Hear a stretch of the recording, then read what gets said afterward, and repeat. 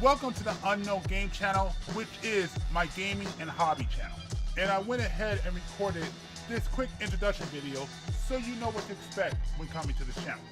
To give you a quick summary of some of the content you can expect to see on this channel, you can expect to see gaming, anime, manga, although I try to stay away because I'm horrible at pronunciation, Gundam, particularly model kits or Gunpla, gacha games, card games, specifically Yu-Gi-Oh!, sometimes news, experimental content, various shows and movies, and we also do live streaming, which on the live streams you can expect to see Gundam monthly builds, and you can also see me play various different games, and sometimes there may be guests.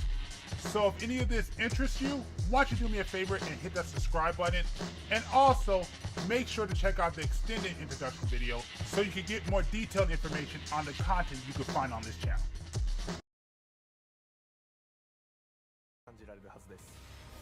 Oh, you're good. You're good. Welcome, welcome, welcome. That's tight. You know, I always wanted to go to France. I actually, as a kid, don't ask me now, I forgot.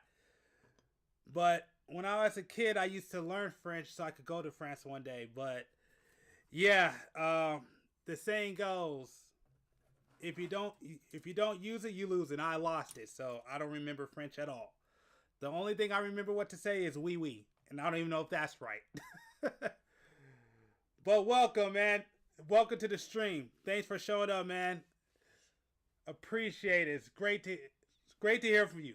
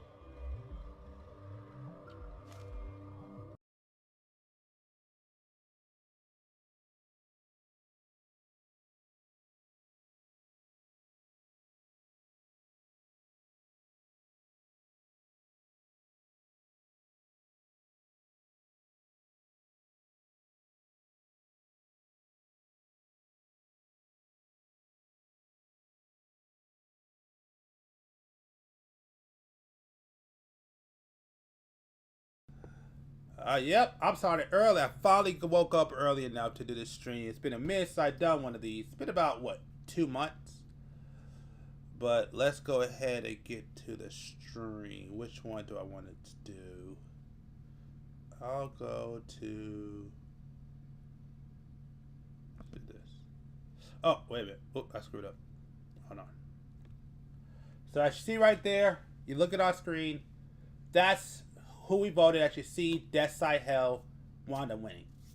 So that's what we're building today for this new session of the Gundam live build. Which, as you know, I do these when I can now. I used to do it once a month, but it's kind of a lot more difficult. Now let's get to it.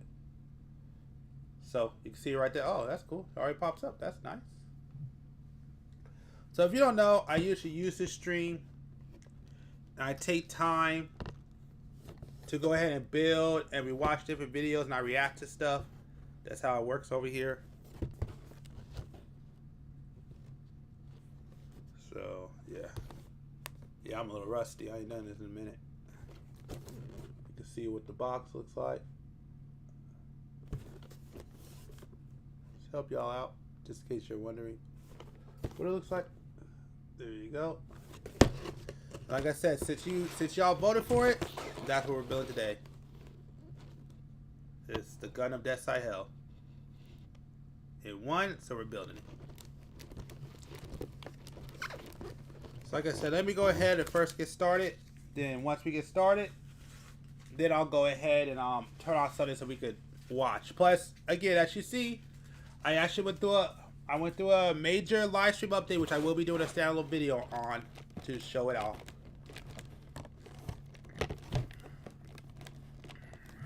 It's pretty cool.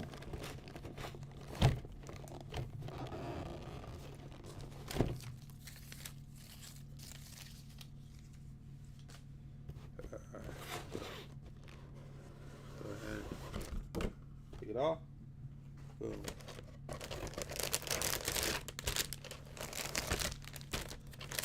Let's see what's in here. So hopefully we can be done pretty soon. We won't be on here for too long because it is a high grade. And usually these are pretty quick. So yeah, let me start to open these up. So as you know, first we always do the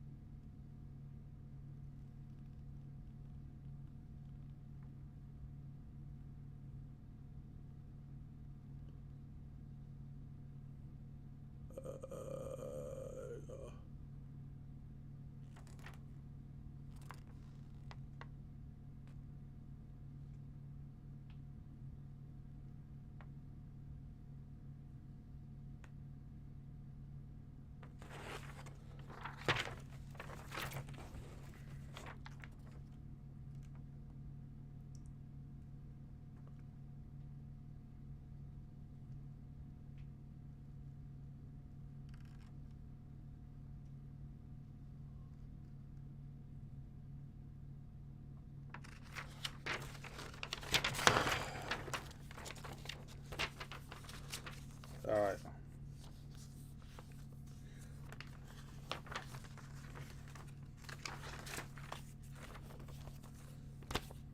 Yep. And yeah, that's everything. Let's open this up.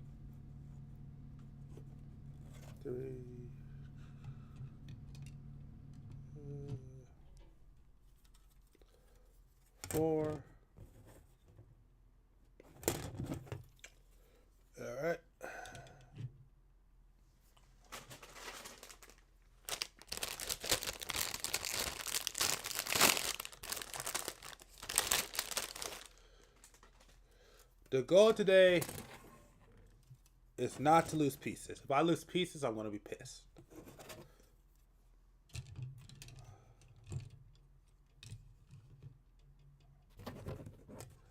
Boom. And more.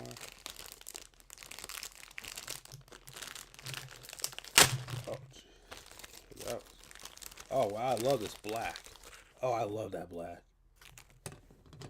I love that black. I wish his entire Gundam was colored this black. I love that black. That black looks nice.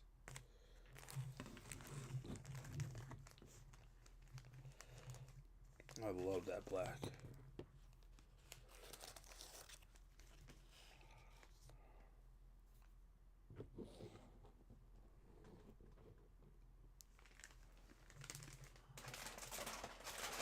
Alright, that's it.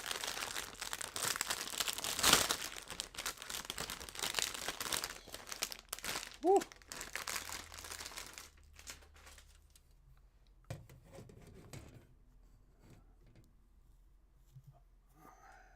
There's this.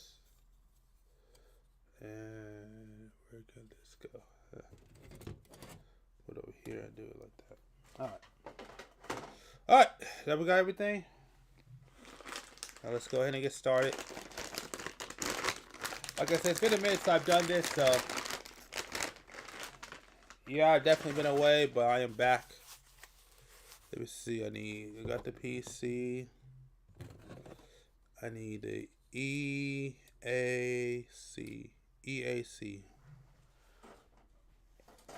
So I need what is this? A, and then where's the E? E1 was right here. Okay, we got everything.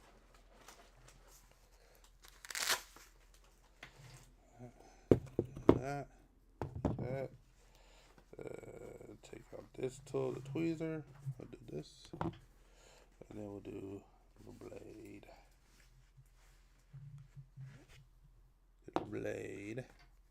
And then we'll do this one, which is pretty much broken now.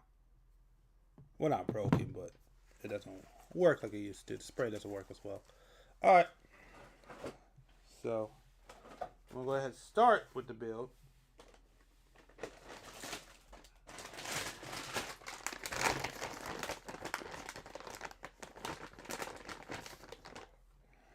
That too.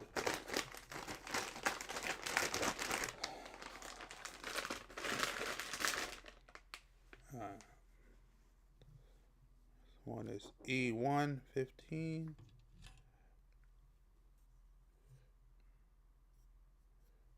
Where is 15? There it is. Oh shoot. 1, 2, 3, 15, 7. Where's 7?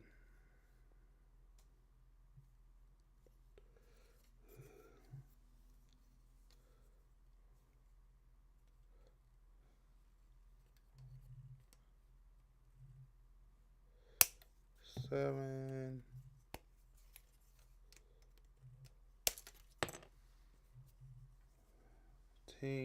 7,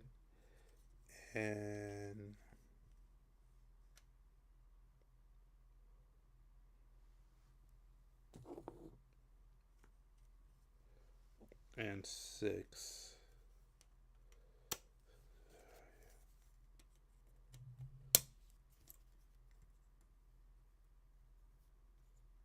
Boom. All good to go. C1, C2. Oh. Okay, that's enough.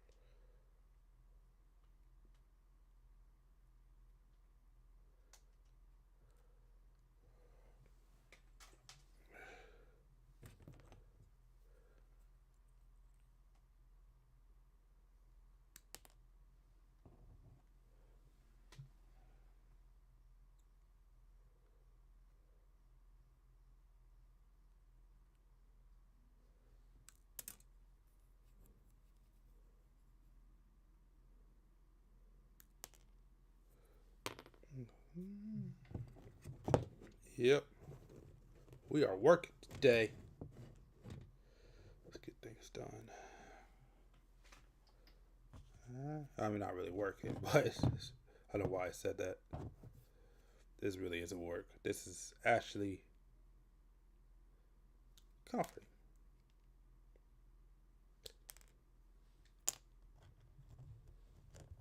I need to start. Man, I would love to start. Man, I wish we could play music. This is too.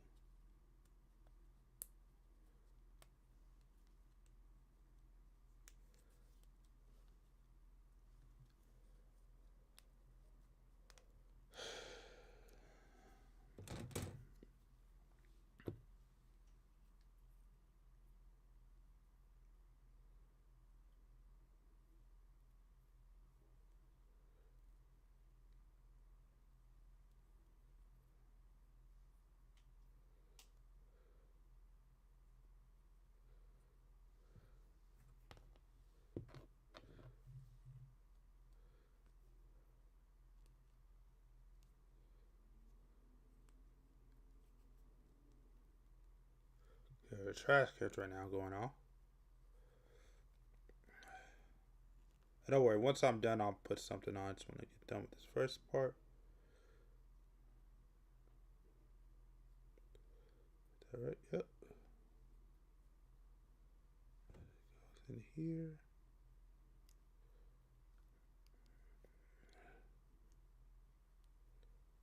Right.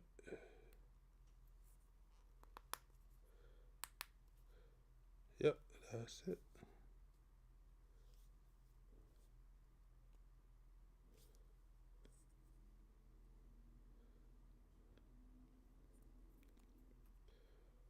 All right. Cool. All right. I'll put something on. No, the wrong one. That's what we want.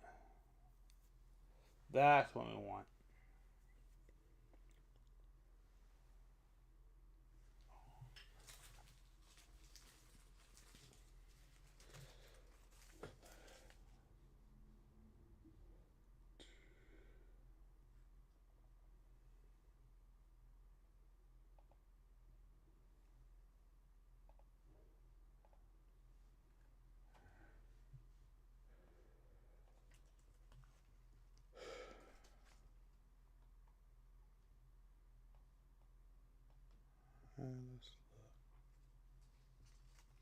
It's too soon.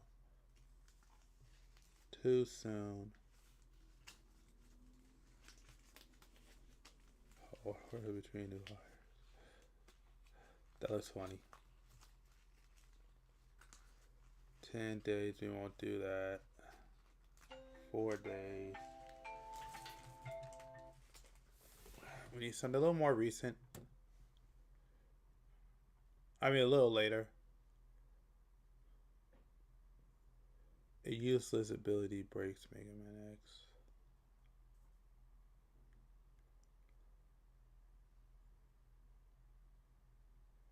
Oh, that's the actual. Okay, yeah. Okay, never mind.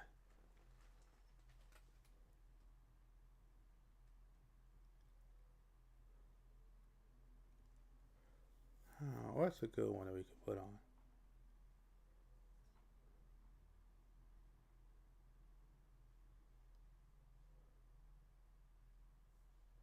$11 and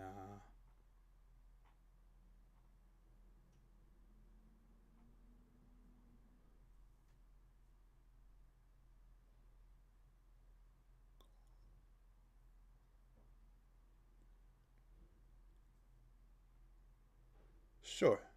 Let's start with this. Oh, are you kidding me? Ugh. No. Alright. So it's gonna make it do me. Okay. Wow. Really? Okay. Yep. That sucks. Alright. Well, then I'll have to do it the other way. That is dumb.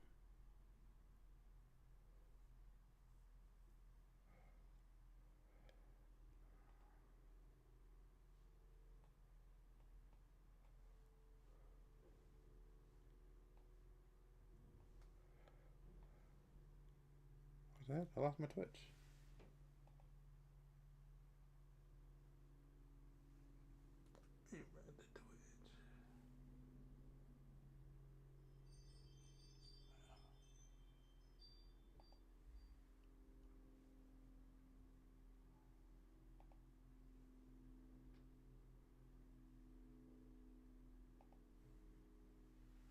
What the heck happened to Twitch?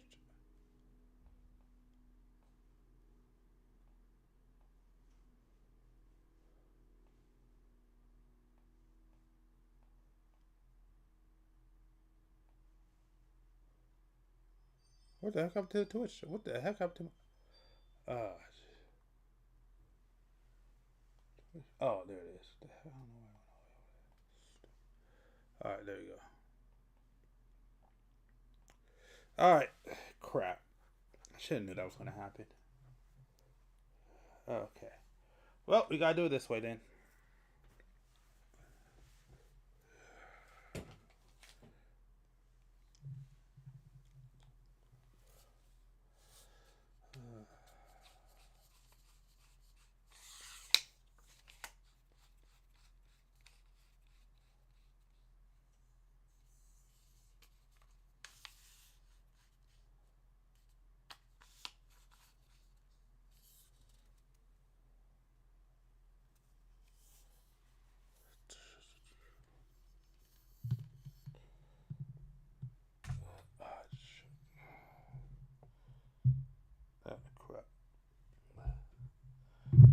That ain't gonna work. It's gonna fall right away. All right, hold on. The headphones gotta move. I know my headphones are right there, but they gotta move. Move over there. Let's move this a little bit that way. Okay. All right. There you go. All right. That's stupid.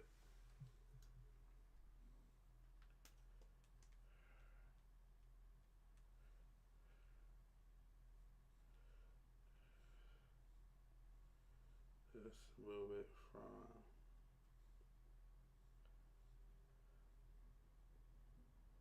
this one. Yeah, this one will work.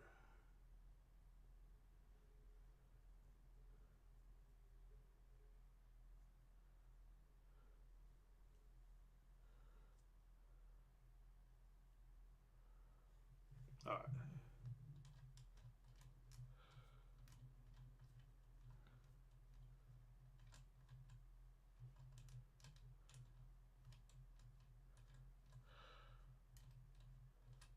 This sucks. Oh, just turn this off.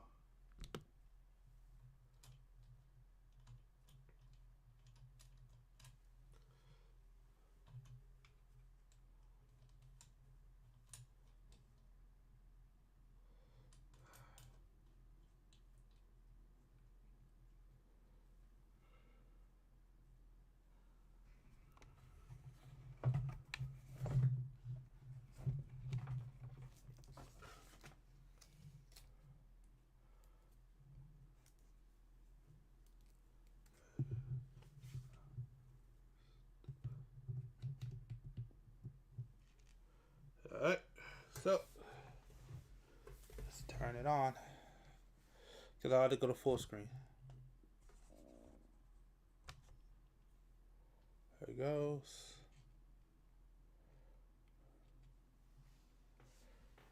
I need to get to you.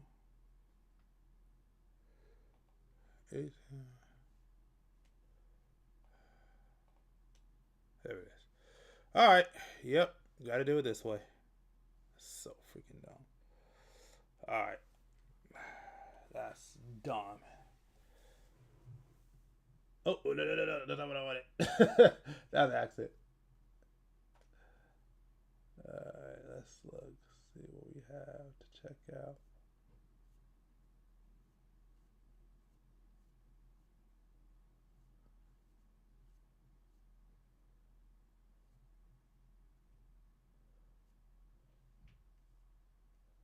That was 11 days ago. I'll give it a little more time. I really want to watch that one bad. One day ago. I care about that.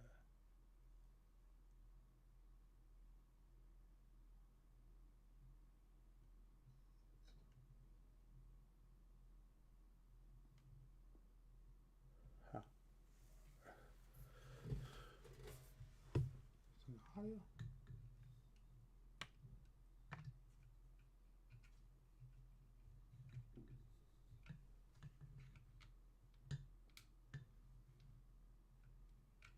Oh, there's audio. Oh, that's right. Combat that fans have quoted for 30 years. Scorpion hurls his signature spear, the camera holds for just a beat, and that voice cuts through. Get over here. One of the most recognizable lines in fighting game history. Here is the thing. The person you are actually hearing is not the actor in the yellow costume. That voice belongs to Ed Boon, one of the two men who created the Mortal Kombat franchise. Boon had been voicing Scorpion since the original 1992 arcade game. And rather than hire a separate voice actor or use Chris Casamassa, who physically portrayed Scorpion on screen, the filmmakers made it. By 2006, developers were well and truly following the trend of darker and more edgier themes in video games due to the coming-of-age majority within the demographic. Teens and young adults wanted games like GTA and shooters, and Square Enix threw their hat in the ring to try see if this would work with Final Fantasy. Enter Dirge of Cerberus, a game within the compilation of Final Fantasy VII series, taking place 3 years after the main story events, and It is for you. Well played. Oh, wait. Run it back. Echo. Ay,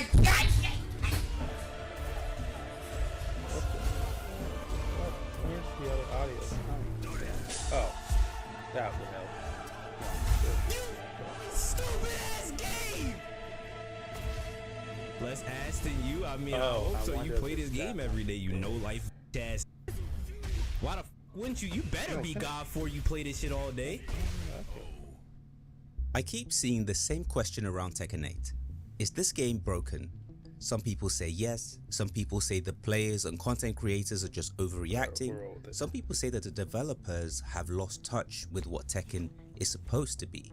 And then there are the players who've gone past the anger stage and now sound like they're just attending a funeral for someone who owed them money. And honestly, I get it. For a long time, I thought this argument was mostly about balance. Heat is too strong, defense feels weak, tracking is annoying, and some characters are just too easy. Some of the patches make people want to stare silently at a wall for medical reasons, but balance doesn't quite explain everything. Because Tekken 8 is a strange kind of success story. On paper, almost everything worked.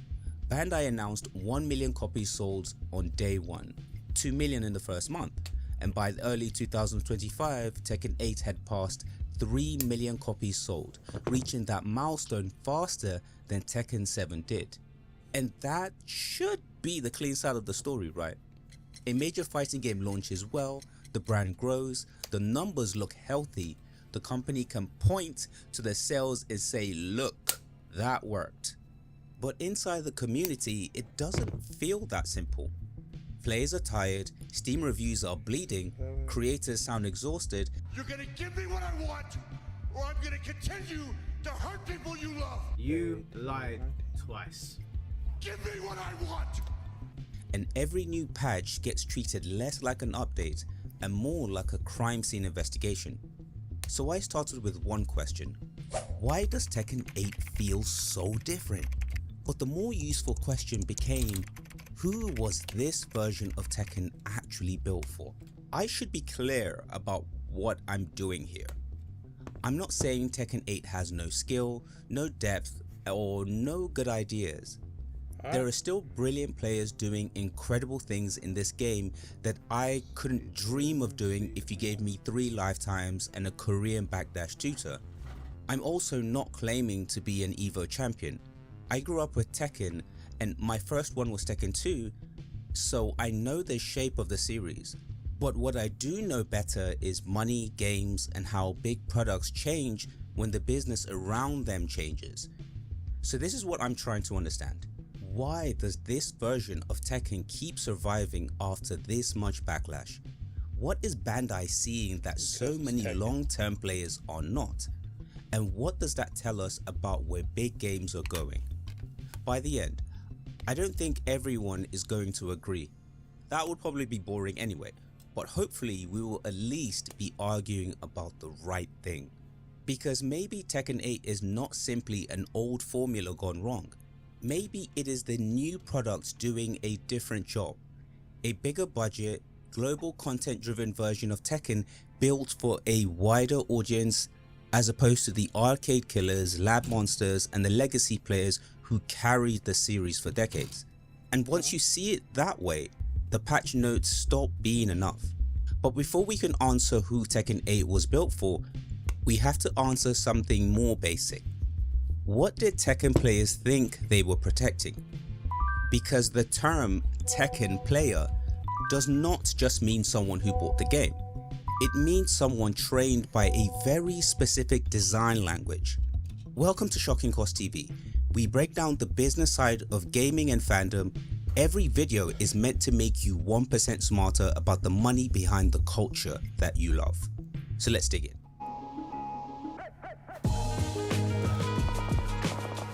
These are getting worse. These were...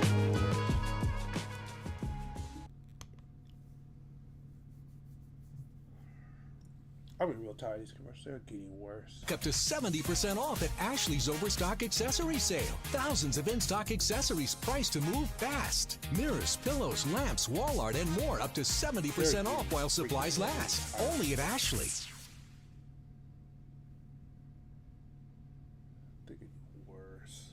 To understand why Tekken 8 feels so wrong to so many people, we should look at Tekken's source code. No, I don't mean the literal code, the design language. The stuff that the series spent decades teaching players to care about. A lot of players are circling that feeling. The game feels like a sprint that you can't stop, defense feels weak, movement feels sluggish, you feel like you're fighting the system as much as the opponent. I mean, yes, it's still Tekken in name, Tekken. Spend all night playing like Tekken fighter games. But sometimes it feels like someone strapped a rocket to it, threw it down a hill and called the crash player engagement. But to a new viewer, that frustration might sound a bit vague. Defense feels weak, movement feels wrong, and it doesn't feel like Tekken anymore. Fair enough. And if you're not deep in the series, that can just sound like all players shouting into the clouds. So we need a little bit of context here.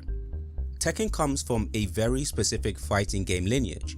Before Tekken, there was Virtua Fighter, the game that proved 3D fighters could actually work. It gave fighting games a different kind of language, space, timing, body positioning, punishment, and the feeling that a fight could happen around an opponent instead of only across a flat line. Tekken came out of that same world. The connection is direct. Seiichi Ishii worked on Virtua Fighter, then went on to direct and design Tekken and Tekken 2. So Tekken roots are not just 3D because the camera moved a bit.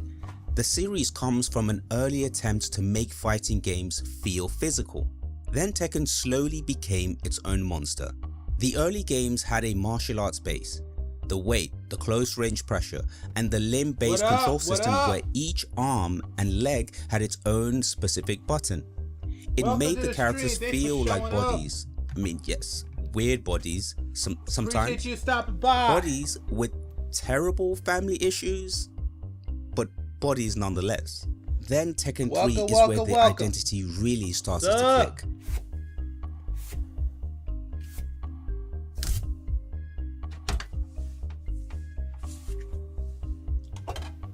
So Tekken is total rip off of a guy. Hey, in my opinion, between the two, I was always more of a Tekken fan. It stopped trying to be like other fighters and other games and took over its own. I was always more of a Tekken fan than I was a Virtua Fighter fan. So in my opinion, he made a better version.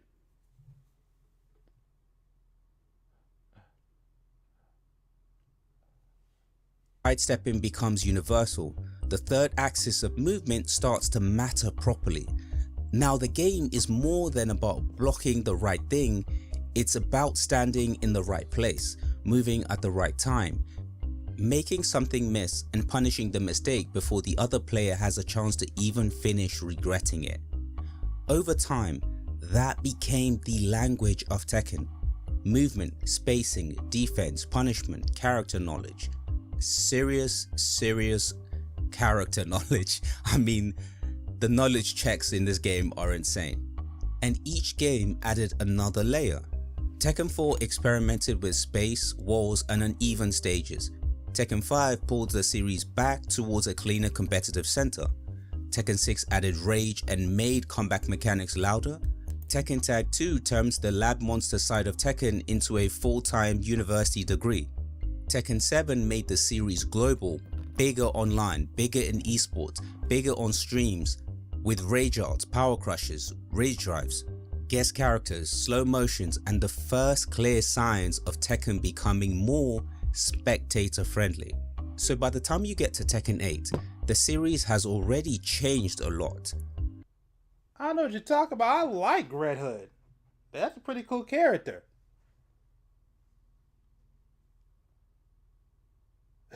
Shoot. Hey, I like Red Hood. I wanted the leather jacket. Oh, okay, fair enough. Fair enough.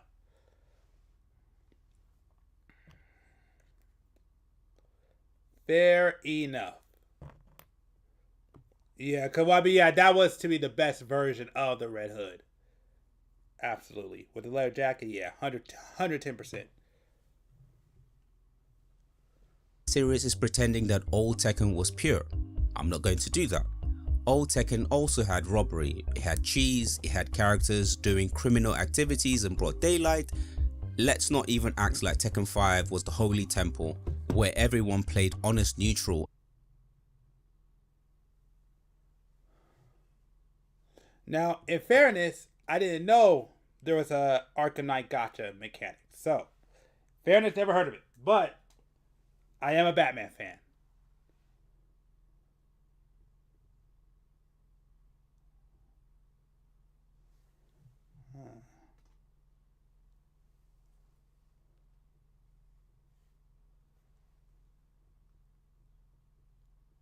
Oh, yeah. Listen, I'm going to put it to you like this. Kits are so much better now from when I first started building.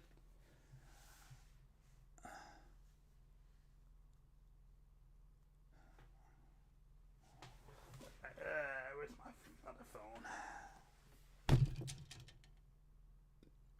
I almost freaking knocked over my entire desk. That would have been horrible.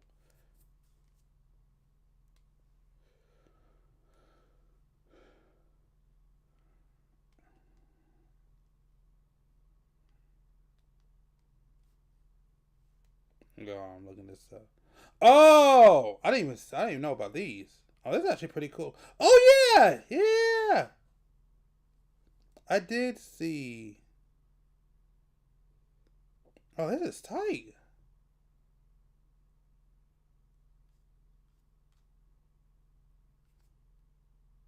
Oh crap. Okay, I'm at least looking at this for the first time.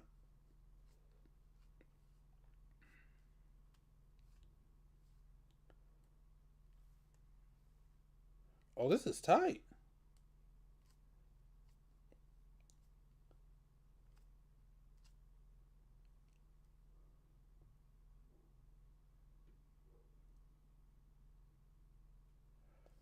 Oh, so basically you buy this kit and it has a gacha mechanic and you never know what you get. That's pretty crazy. You see, if I could afford it, I would actually get one. That is tight. Okay, I didn't even know what you're talking. I had to look it up. Oh yeah, I see it right here.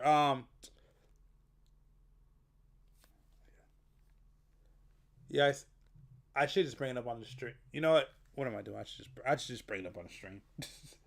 I don't know why I'm making it rocket science. I could just make it so much easier for myself.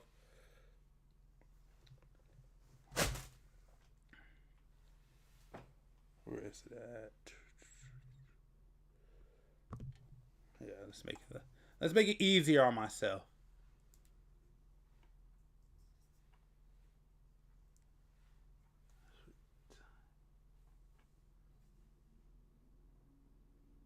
There you are. Bring it up. Yeah, I didn't even know about that. Okay, yeah.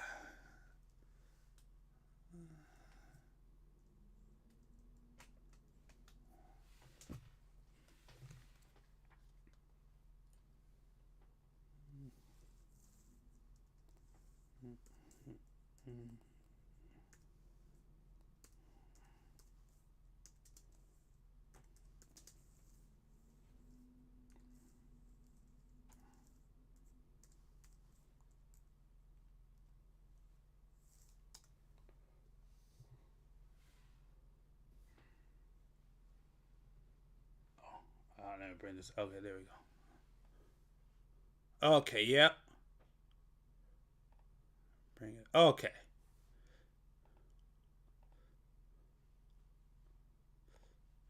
Get out of here. I'm not trying to look at you. I'm trying to look this up because this is actually pretty tight. I never heard of this.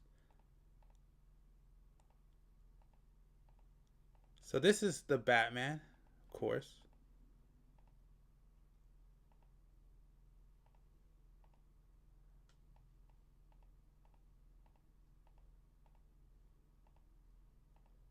And then, okay, so this is the Red Hood. All right. Oh, okay. So you don't know which one you get. That is freaking tight. If I could afford it, I would do it, but I can't afford that price. That price is pretty steep. So this is what it is. So the Red Hood, you get a choice between. Yeah, okay, yeah. The jacket's way better. Way better. Yeah, I would rather have a jacket. I guess what the Batman was it a different helmet? Or they just put all three together?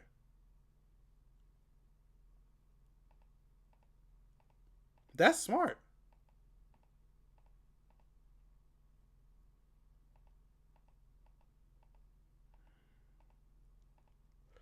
Yeah, that's actually pretty tight. Okay, so you get both build, but only one accessory. Okay. Okay, that's why they have both here. Oh, so you had to choose. So you don't know what you get. So, cause I see it right here. It says a jacket or the red hood.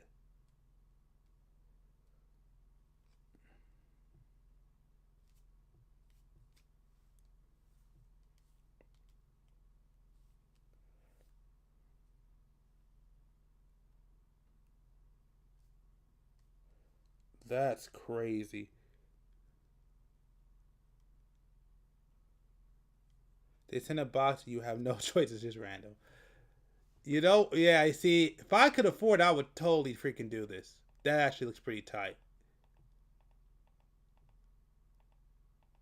That's pretty tight. Yeah, that would be fun. Yeah, I would have to say I would want to get the red hood with the jacket. Absolutely. Yeah, this would be the one I would want. That's crazy. Yeah, that's tight. That's tight. I would. I mean, I don't want it to become a widespread thing because that'd be miserable. But once in a while, yeah, I wouldn't mind trying it. That's actually pretty tight. That's sick. Okay, yeah. I didn't even know about that. Shoot, man. Thanks for letting me know about that. I didn't even know about it. You know what? Let's look it up. What am I doing? Yeah, let's see if we got a review on it. Very curious.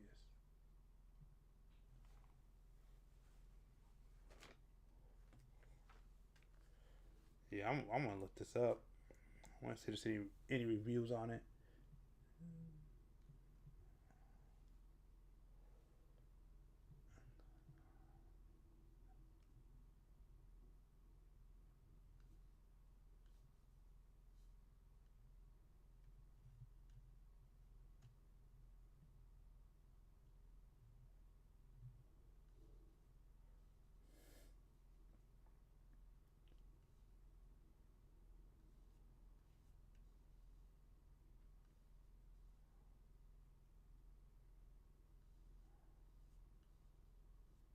Okay, it's just a bunch of builds.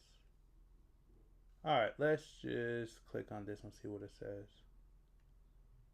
Let's see what this one says. I'm interested. Migraine with or without aura in adults. I never heard of this before. Nurtec ODT can provide relief in 2 hours, which can last up to 2 days.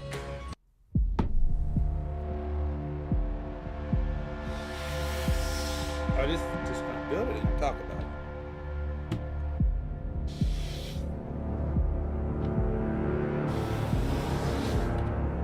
Oh yeah, this is I'm looking for it.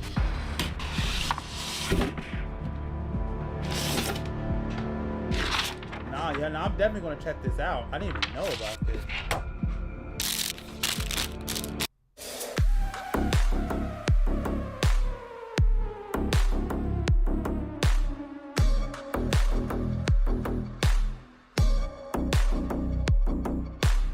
大家好，这里是 Kiriko。今天我们来开箱由核魔线推出的超限。2 ounce speak Japanese. Usamon ball for 60.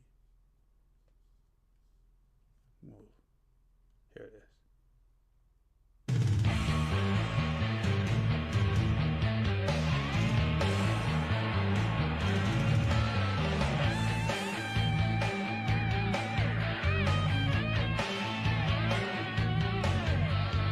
That looks tight.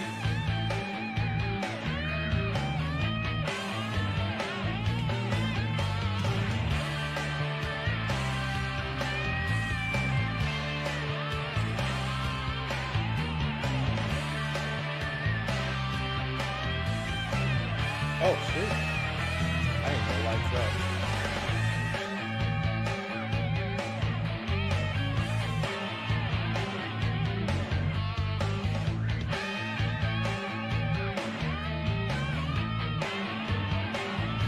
The ball. Oh man. Holy crap. Oh, 160. Okay, perfect. That makes sense. I'm about to say, why would a ball be $60? But it's a perfect grade. That makes sense. Okay. I was about to freak out. Like the ball should not be that expensive.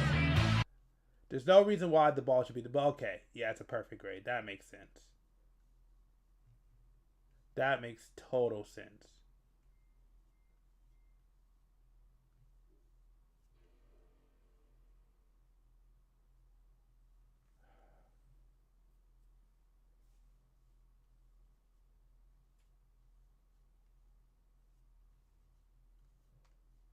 So I'm about to say, there's no way. Well, yeah, perfect grade ball. Okay. Fair enough.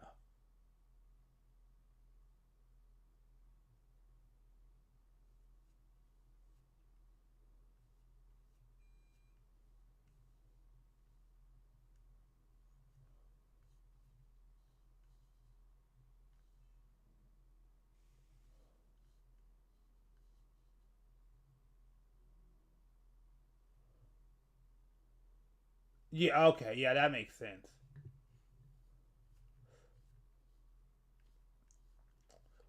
Cause yeah, I'm like, there is no way in heck you will ever see me buy a ball for $60. But yeah, if it's gonna be an upscale, that totally makes sense. You're tucking them in. That's not what I want. The next, your heart's racing.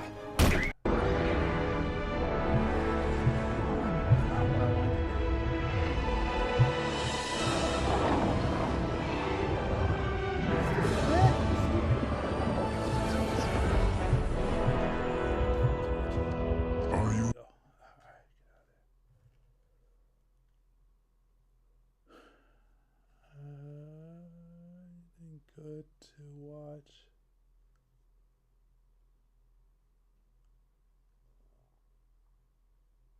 Three months ago. Oh damn! So I wish we could watch shows on here. That'd be fun. I would love to. I wish we could watch shows, and I had to worry about getting like the stream being taken down. That'd be fun.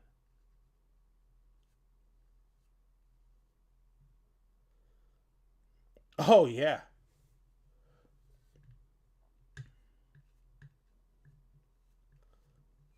Oh yeah, no, I've seen. But the thing is, I'm not really a Xeon.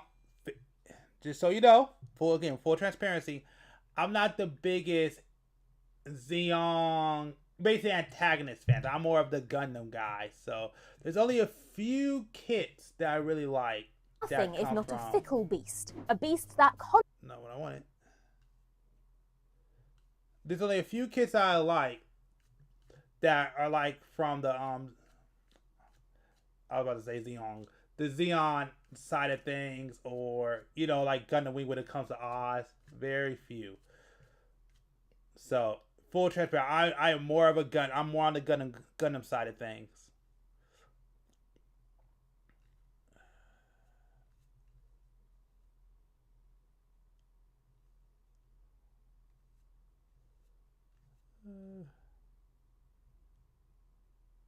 Oh, 3 days ago. Dang it, too early.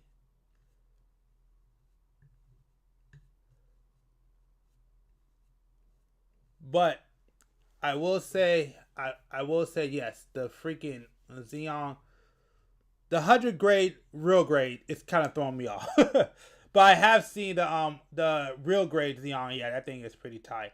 Actually, I could have got it on sale, but I went ahead and bought a second new Gundam instead.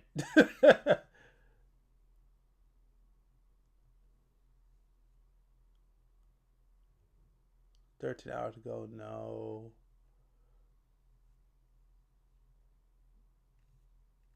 No, come on, give me something good.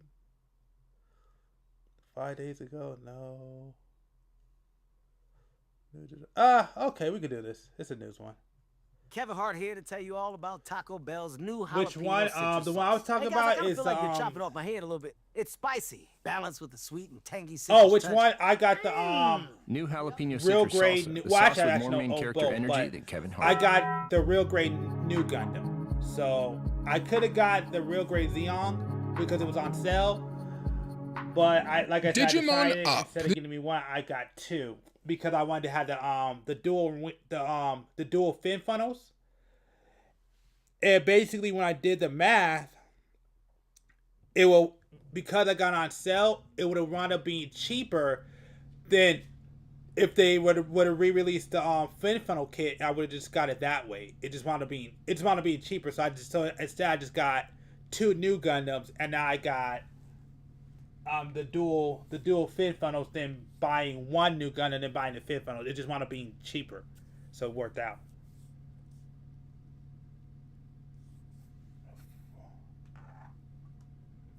Farmer worker? Didn't even know. I'll look that up on my phone right now.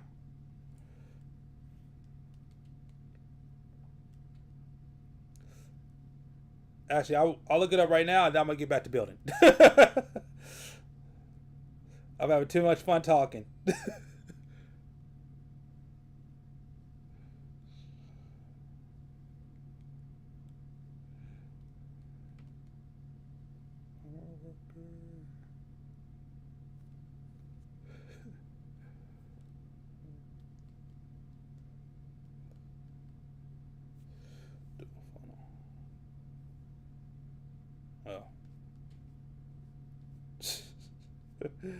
Doesn't even come up. All it comes up is just funnels. That's it. It just came up. I looked it up. All it came up with was a bunch of farmers and actual funnels, which is hilarious. Oh, thank you. That helps out. That helps out.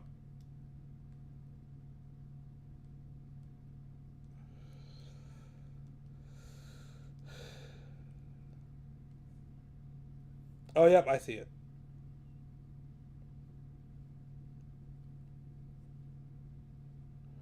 Oh, I see it.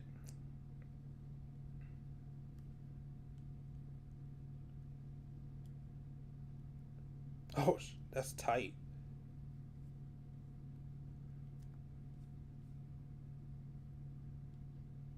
Gee, yeah, okay, yeah, that's actually pretty sick.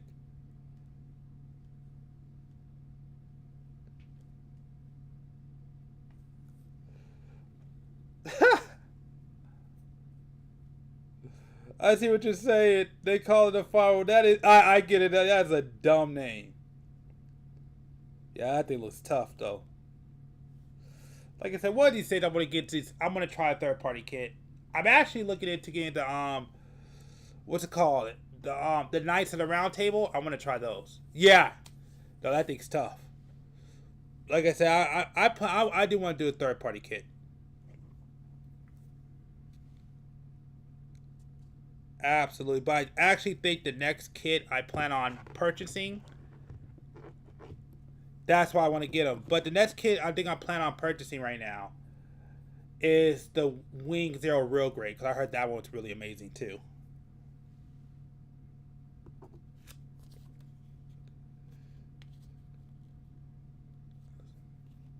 But I really want to try those kits because, like you said, it is so cheap.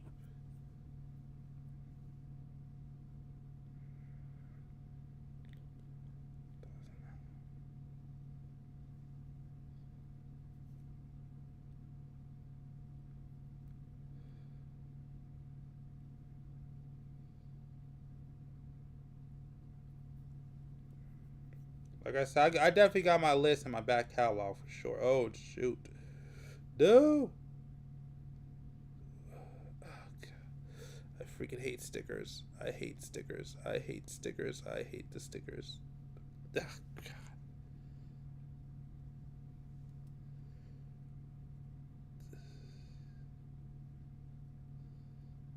God. Okay, there, I got it. Come on, work. All right, there we go.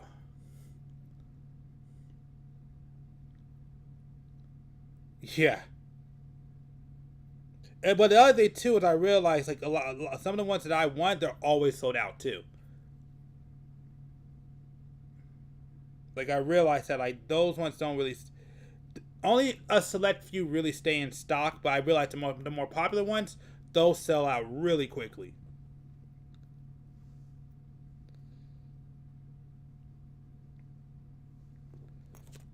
So let me see. So we do 3.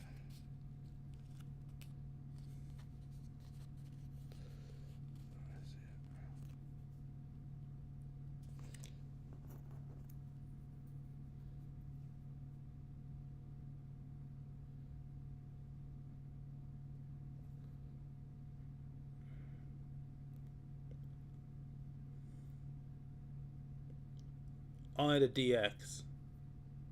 Absolutely, I'm going to take your advice.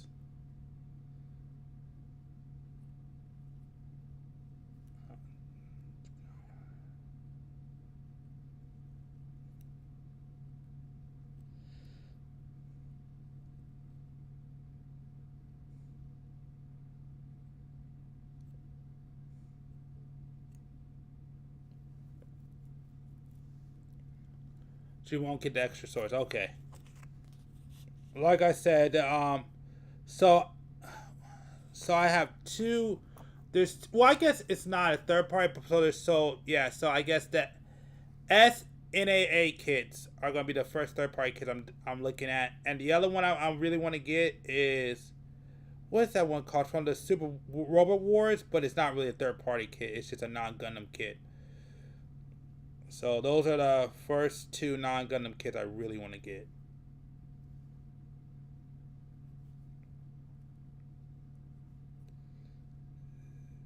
Yeah, it's like that. Yeah, exactly. That's why I said, yeah, that's still a Bandai kit. Because I know I've looked it up and I've heard I've heard there's some hit and miss ones, but from my understanding, the third party kits are getting way better. From at least all the research, all the reviews I've heard, so I really want to try them out.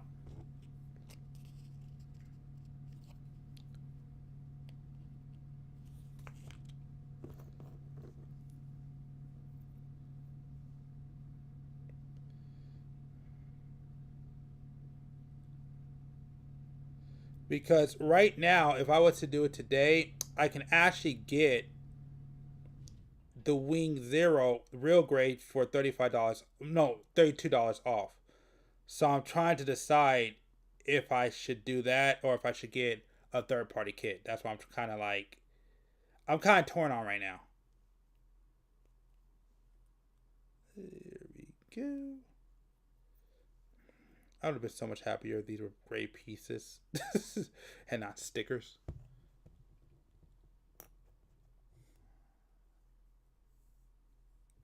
And you don't miss Bandai. Yep. Yeah, like I said, I've only been with Bandai because I'm such a Gundam fan.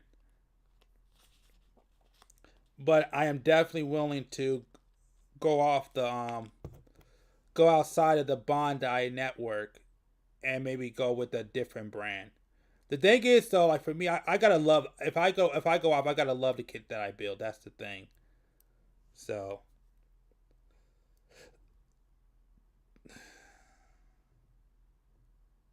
that's why those SNAA kits are really appealing to me because those things look freaking sick.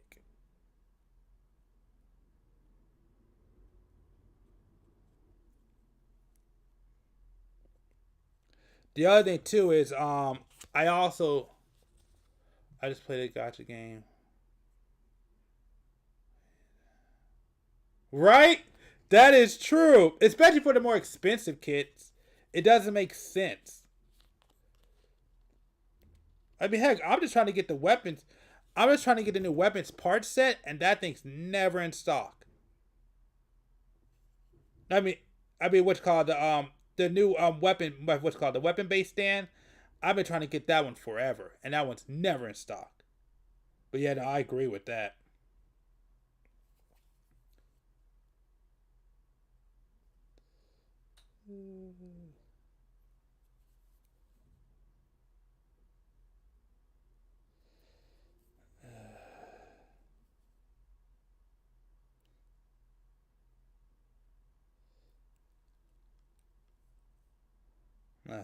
Yeah, I can't even find one. Like everyone I find are like $14, and they sold originally for like $8. It's freaking dumb.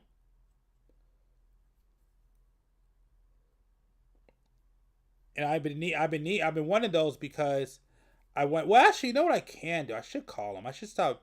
I should call because I actually know somebody who has a 3D printer. I haven't talked to them, but I should talk to them and see if they can print out some stands for me. That's what I need to do.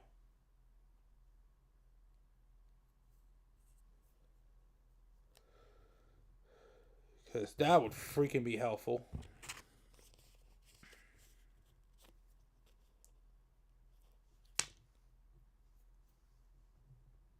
Yeah, exactly.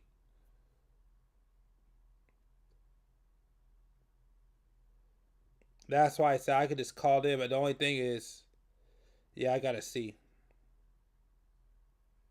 Like I didn't call him because I actually had a friend that already printed me off some pieces, but that dude lives almost 2 hours away from me, so I don't know when I'm gonna get him. And I keep trying to see if he'll ship it to me, but he won't give me a price of shipping.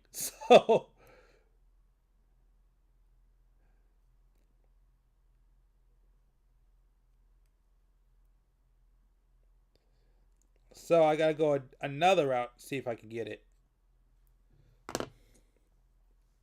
Finally. Why are the stickers the most biggest pain in the... Why are the stickers... I hate stickers so much. It's so annoying. I wish they would just replace them with parts. I'll be so much more happier.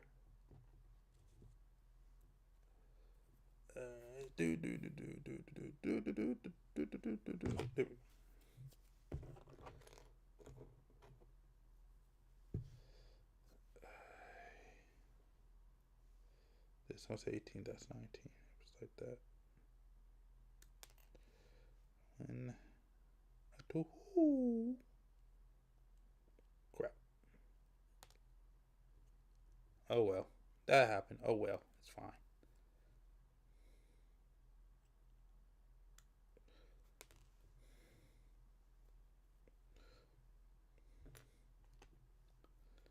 Here's a question for you. How long have you been building for?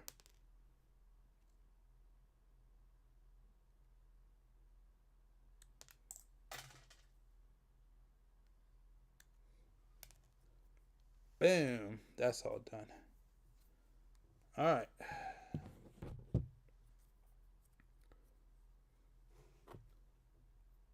$16 years. Okay.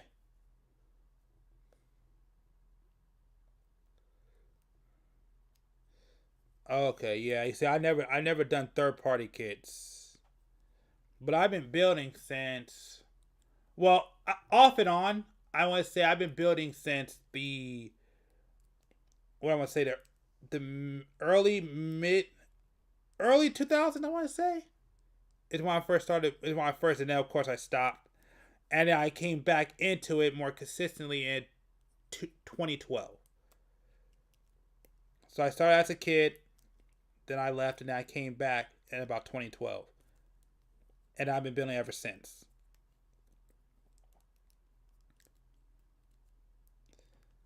And it's all due to the fact of me being jealous of a friend who had money every time, because we went to Anime Expo, and my friend every year had money to buy something. I never could do it.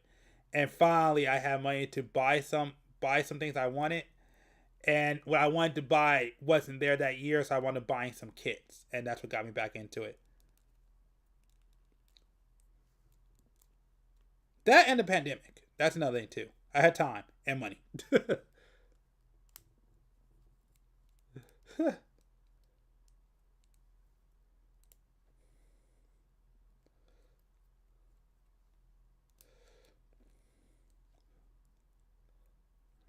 True. True. Absolutely. But here's the catch-22, though.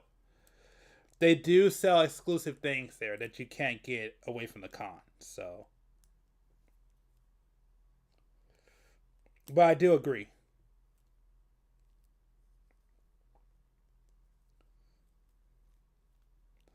But that's why, like, what's really cool is that if you wait for like the last day because they're trying to get rid of the inventory, sometimes they'll sell stuff for real cheap, and that's how I did it.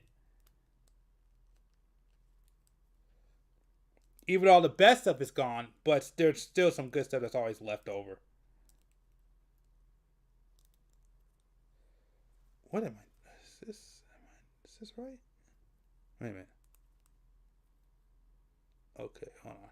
Wait a second. I think I'm doing this backwards.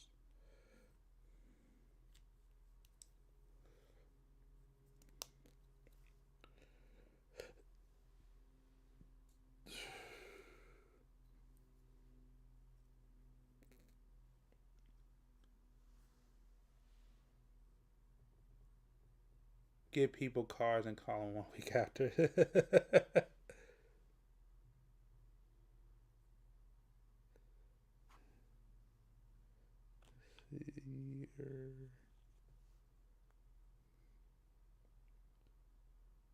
That one, right? Yep. What is this?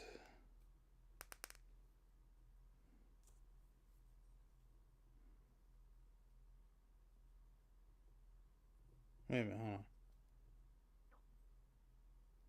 No. Yeah. This way. Okay.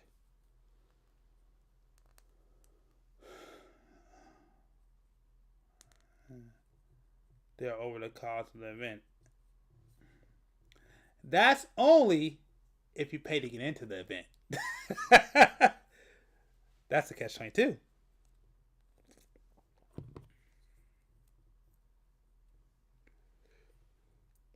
If you actually work the event, you don't necessarily always have that problem.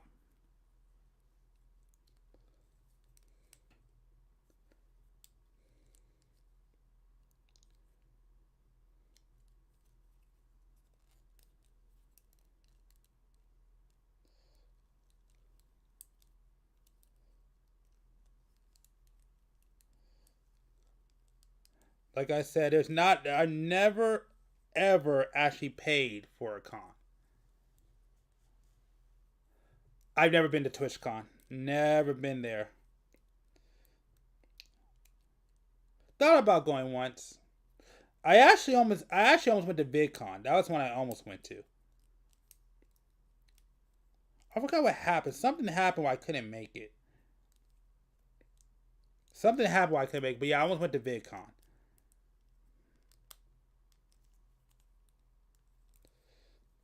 The cons I've been to, basically, I live on my blaze outside with all the people. Make sure it makes sense. I ain't mad at that. Like I said, I'm usually in the con working. Every con I mainly go to is usually always for work.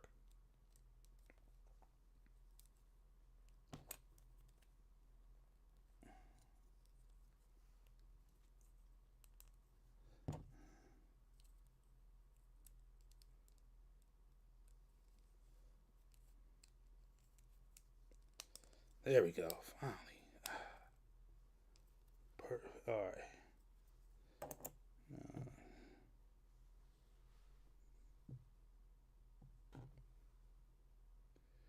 Is it this way?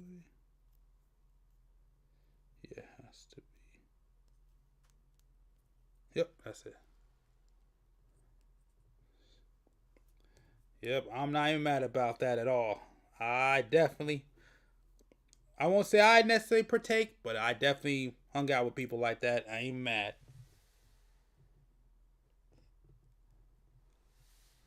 Or I should say I don't partake anymore. That's the actual answer.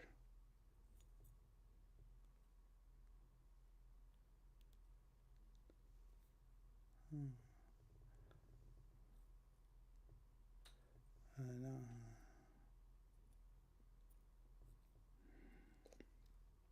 Yeah, like I said, I haven't been since the pandemic. So no, my fault. That was an event. That was a con. Never mind. Yeah.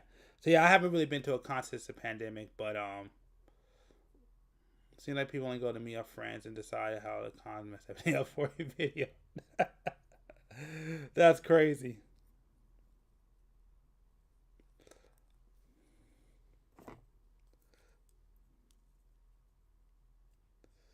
That's sad if that's what it is. Really? Ah, man. That's sad.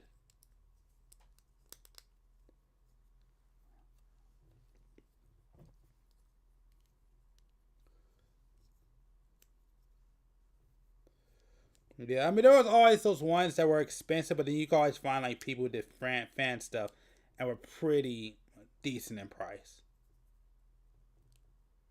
At least when I was going. And oh, okay, yeah. Makes sense. Like I said, I haven't been since the pandemic, so.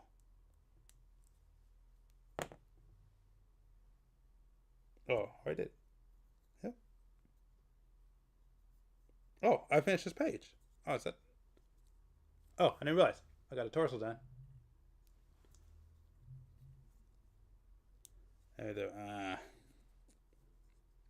Yeah, that's kind of whack.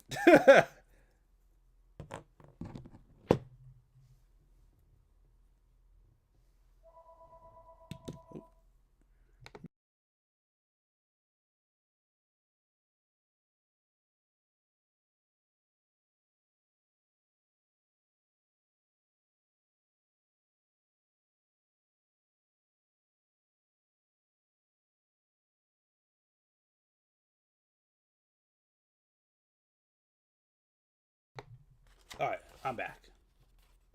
Do I want to do an order or do I want to do the head right now? Or I'll do the head, why not? What do I need? A and E, that's all it is. Okay.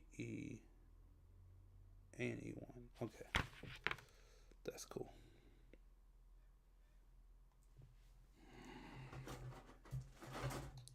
Okay, we'll put that over here for now. C, E, A. There we go. I'm surprised that they ain't able to get away with it. Well, I don't. Nope, I don't even want to. You know what? I'll take back. When I really think about it, I'm gonna take back what I was just about to say.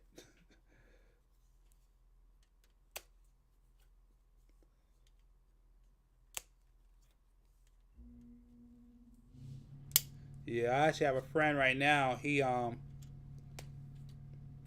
What time is it? No, it's too early. He ain't gonna pick up.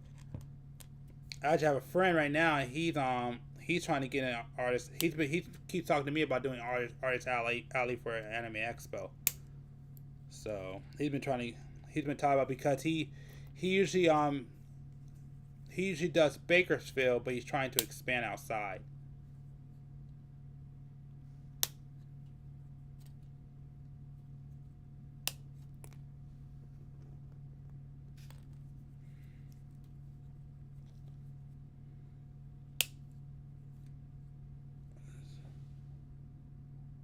Oh, 4 is there too.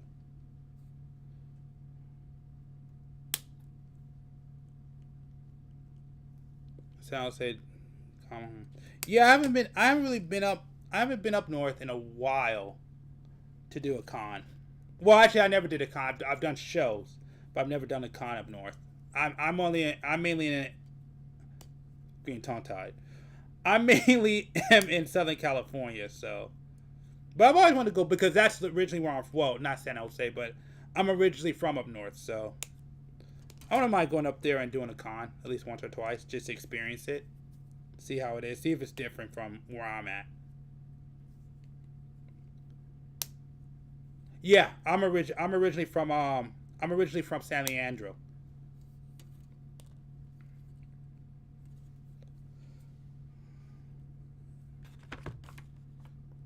I haven't been there in years, but yeah, that's where I'm originally from. So I've always wanted to go up there and try a con, because, like I said, I've done a car show up there before, and it was pretty cool. But I've always wanted to do a con. Okay. Yep.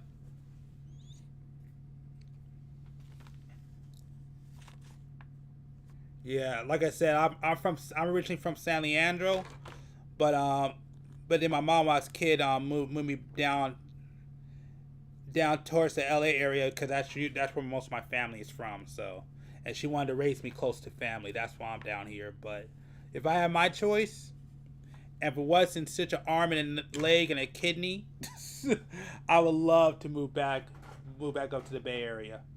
But again, I don't know if it's changed at all since I've been there. I hit both between hippie and tech bros. Yeah, like I said, I don't know how much has changed, but I would love to. Cause I think the last time I was out there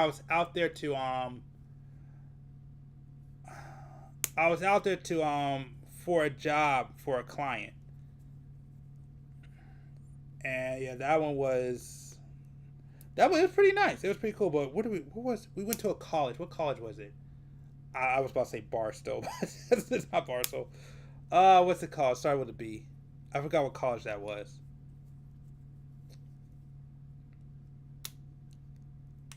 But yeah, I had to go out there for a job. And what was it? 2012 or 2014, I want to say. Around that time. But yeah, that's the last time I've been up that way. But like I said, I would like to go back. Absolutely.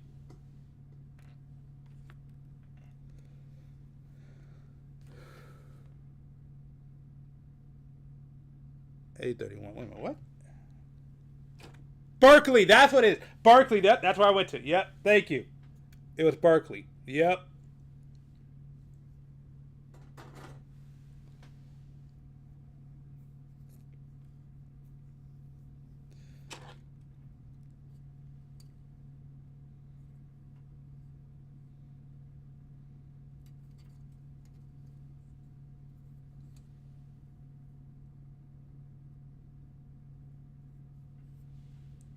Yep, it was Berkeley. Yeah, I spent like 2 days up there.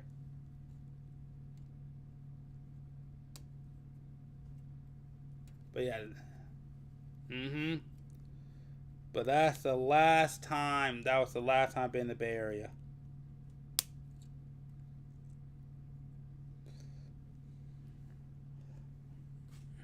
But I would love, like I said, I would love to go back though. I freaking loved it up there. But again, I don't know how much has changed though. Yeah. Yep.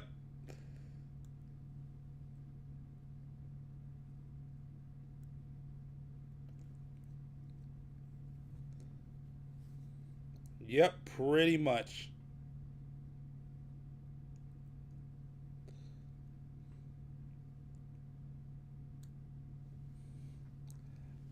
Like I said, when I was younger and when I was looking at colleges, yeah, back when I was looking to go to college, I was more of always a USC guy.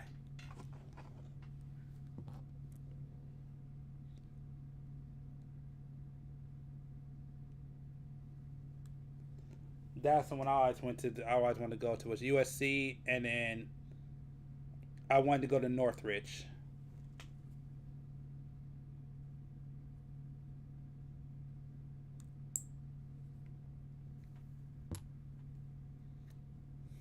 But I never made it there. I mean, I did graduate from college, but it wasn't those two.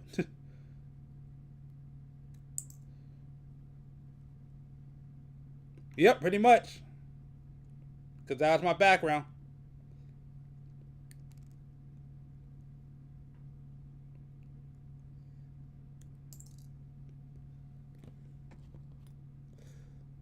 Like I said, I went to college to learn video games, and I left with a degree in video. Video and photography. That's what happened.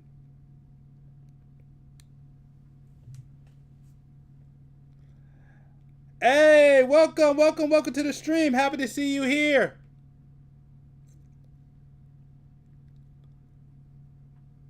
Welcome, Miss New Double F.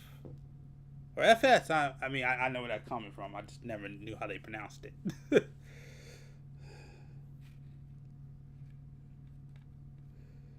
Alright. Congrats. I think. I mean, is that a good thing or a bad thing? I don't know. Did something happen to your account? Is your account good? I don't know. Oh, you got a new kid. Okay. Which one? I'm down. Still sacks me. Yep.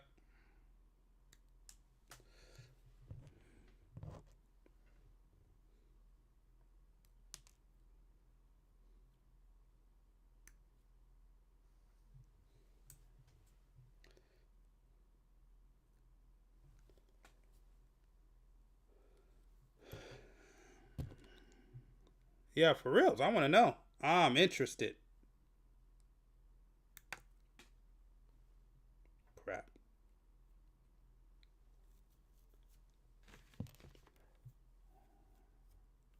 Discord. Okay, I don't know if Discord's going to open up for me right now. Let me see.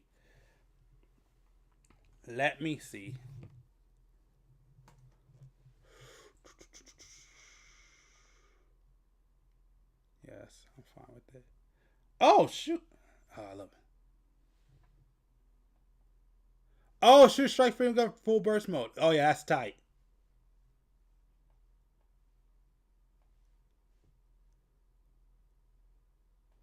Oh, shoot. That is freaking... Oh, I'm going to see. Can I save this? No. All right, I'm gonna bring this up on stream real quick. Let's see.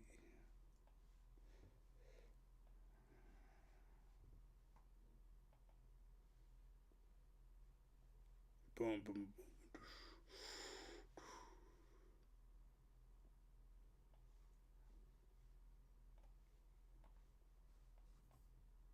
That's freaking sick.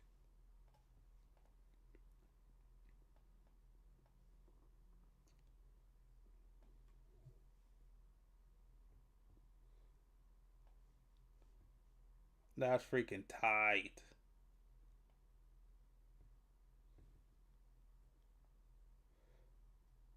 Angel Wing Kids 100.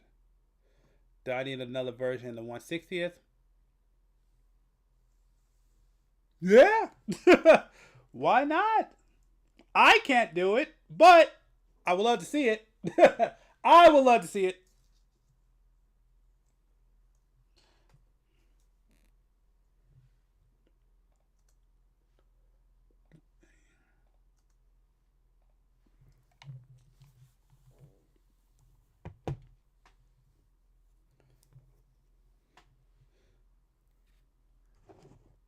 One day I will be in the position where I can have room to start getting those bigger kits.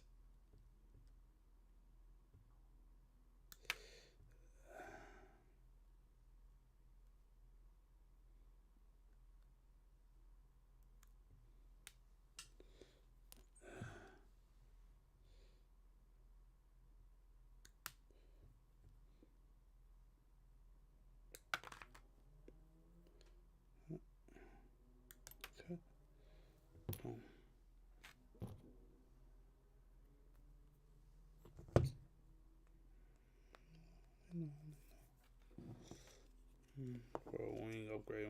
Mm-hmm.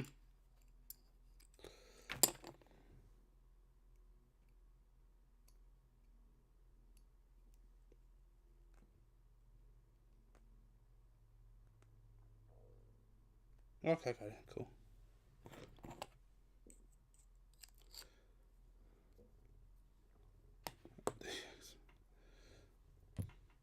Mm.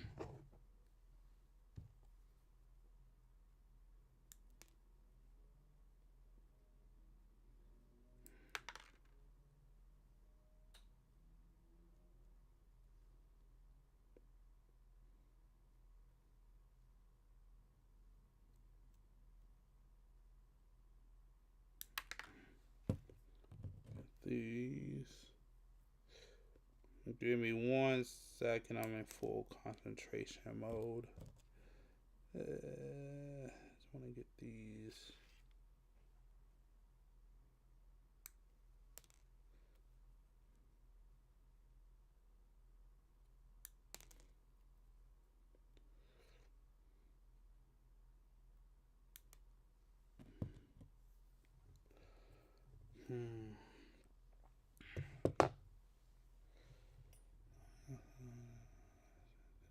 Get that full coverage of the space and look empty as all the open space.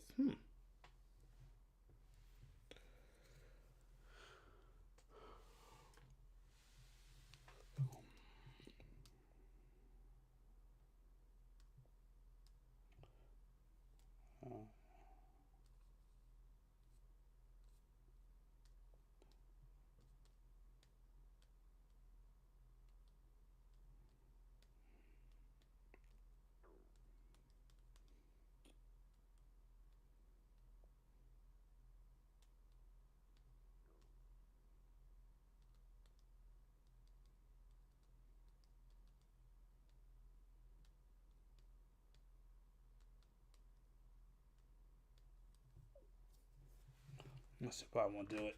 We'll find out. Okay. Hey. Oh, in a minute. So, number 1. Okay. Stickers again. Stickers the worst.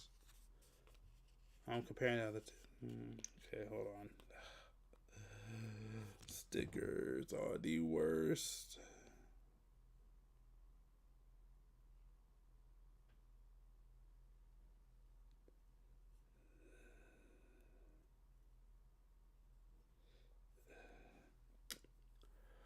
Okay, let's go.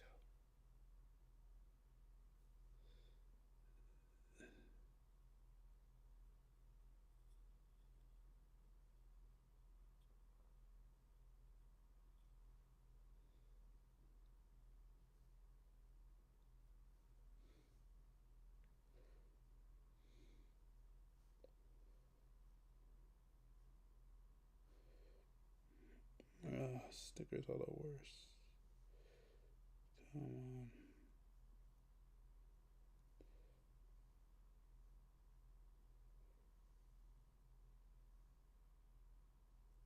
Ah, crap.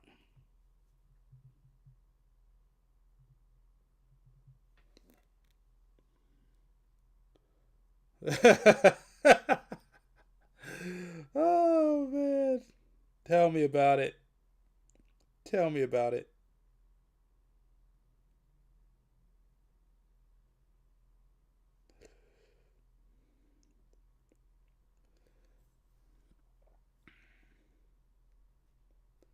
That I 100% agree with.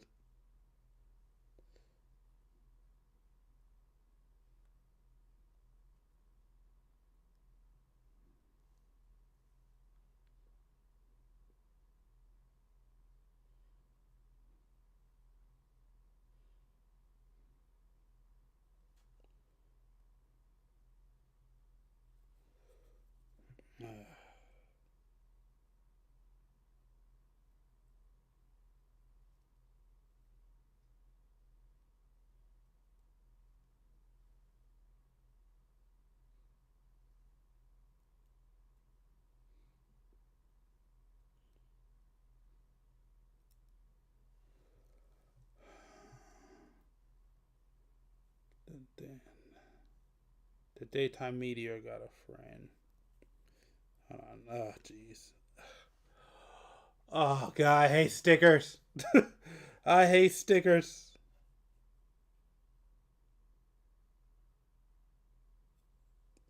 All right. Go on there.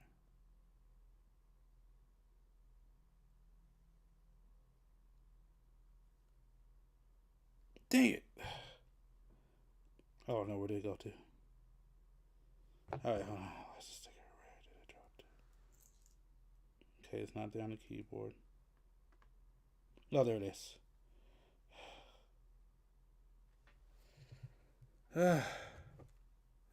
All right, give me a... Sorry, I'm dealing with this stupid sticker.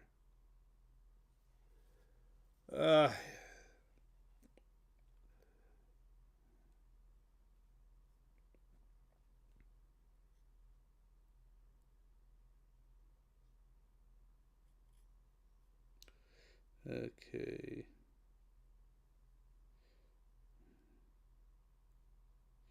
No.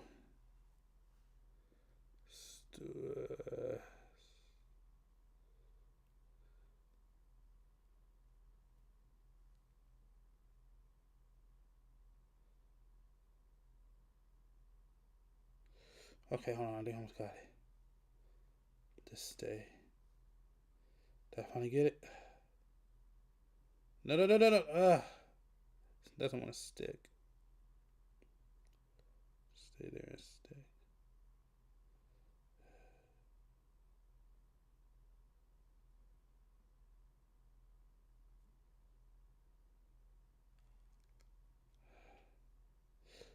There's one thing that these kids should do, and I wish they would do, that they would come with extra stickers.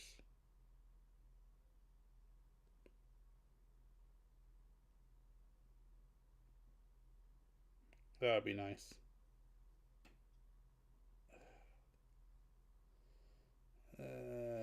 Come on. No chance. Did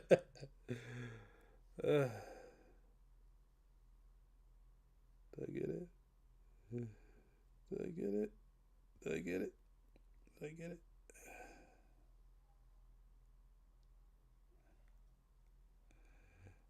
Ah!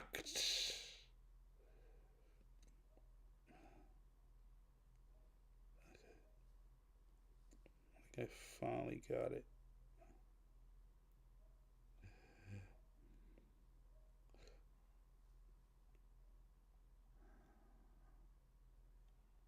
Yeah. I was playing through my head. It's the Vince McMahon theme song. No chance.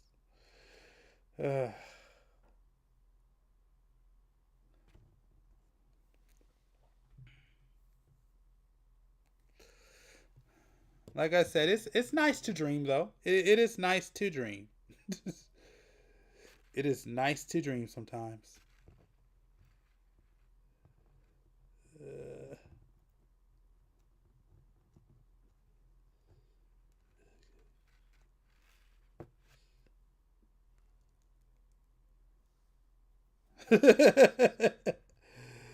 Oh, man.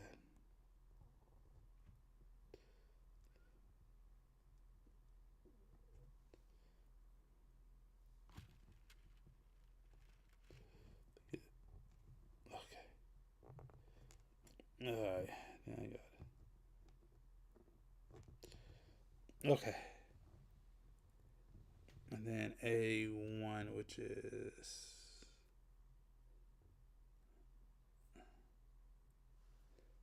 You right?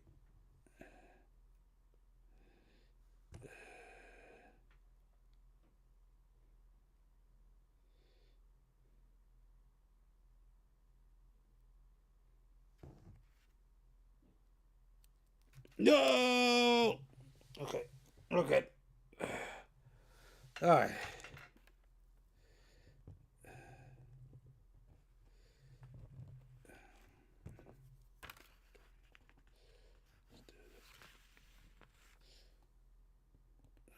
Okay.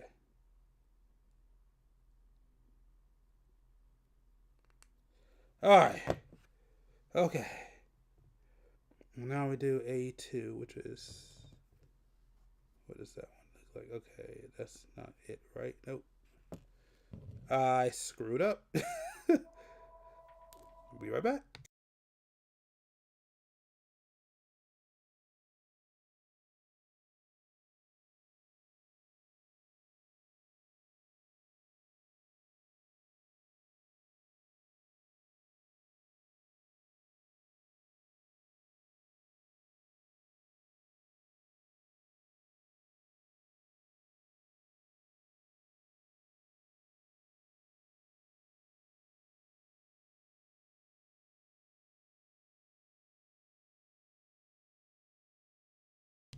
Okay.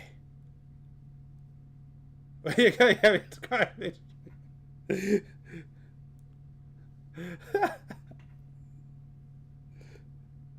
That's exactly what it is, man.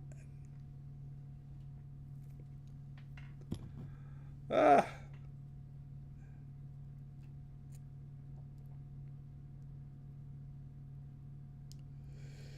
Shoot.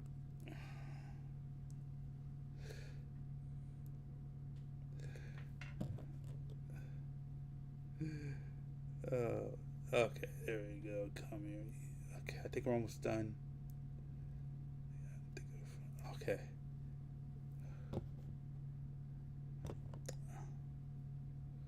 Alright, you go here, you go here. This is... And this goes here, right?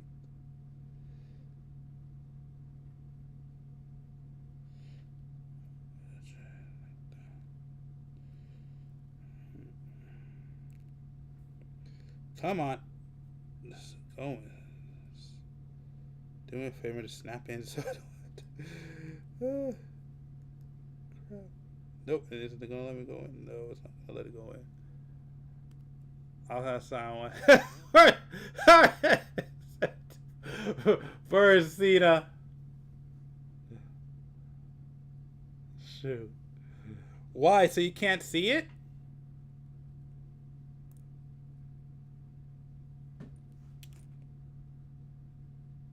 Oh, thank God.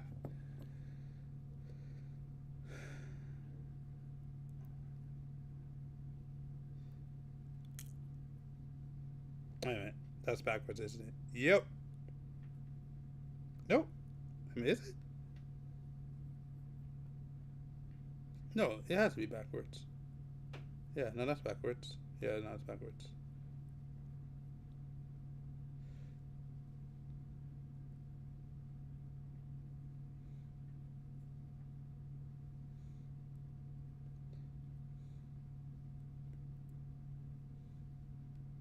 Yeah, that's it. Okay. Ah, there we go. Okay. Alright, there's this.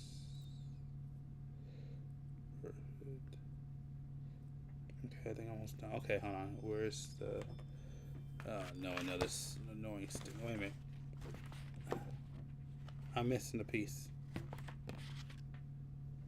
I just had it. Uh-oh. Uh-oh. Uh-oh. Uh-oh. Oh, no, is that it? Oh, this is it. Okay.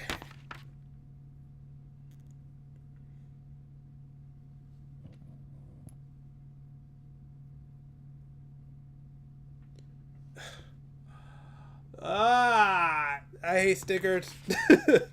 I hate stickers. That's all I want to say.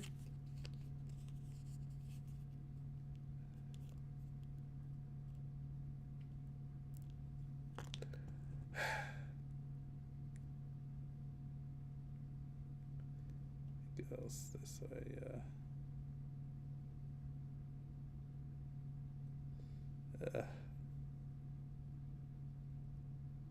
okay. All right.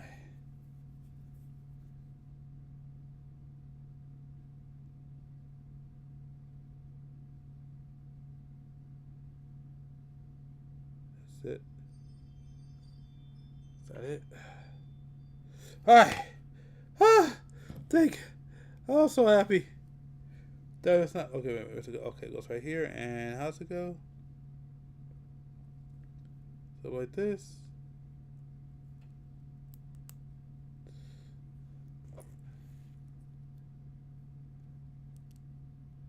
Put this in here, right? Oh.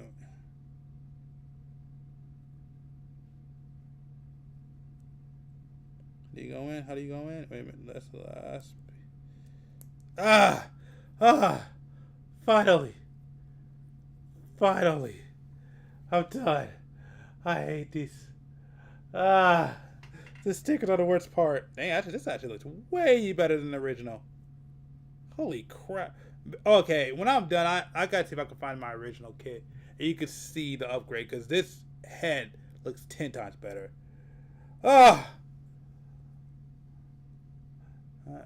I know. And it takes so freaking long.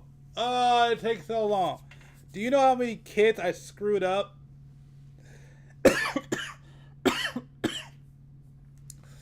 My bad. You know how many kits I screwed up because of that? What you call it? The targets I had, I lost the eye stickers.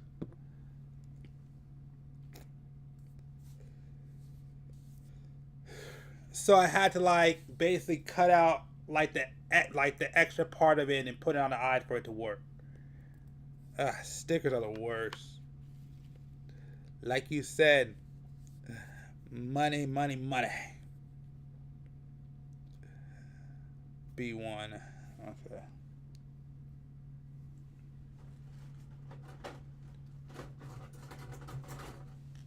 That's C. Where's the B's? This is the B's. Alright. C2. That's not it. There's D. This has to be B. Right? This is B1. Oh, one is B and one is C. Okay, cool. All right, let's go. What time is it? 9:56.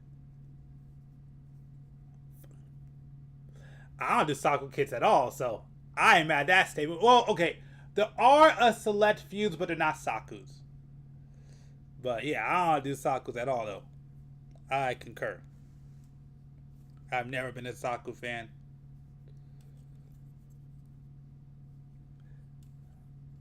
Like I said, there's only a few that I like. What is it? The Camp First one, the Golf Custom from the 8th MS team. That's probably one.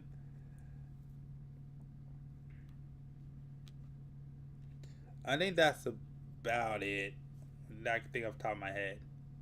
Saku. Yep, not a Saku. True. Like I said, I don't do Sakus. I'm trying to think if there's any Saku that I really like that I would get. I don't think so. I don't. There's not a Saku I would care for.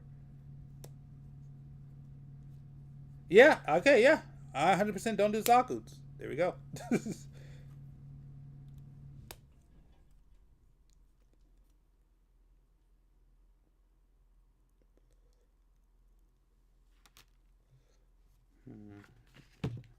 I shall look it up. The Super Custom F2000. This is a third-party kit. This is going to be hilarious.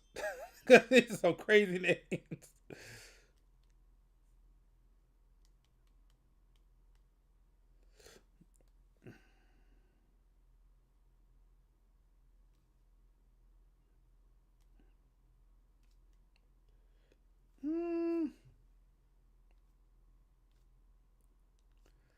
Oh, this is an official Gundam.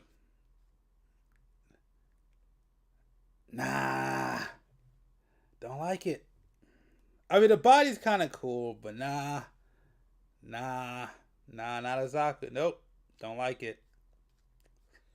You know what it is? And I'll tell you what it is. The reason why I like these, the ones I say I like, it's because of the anime and like how great those scenes were.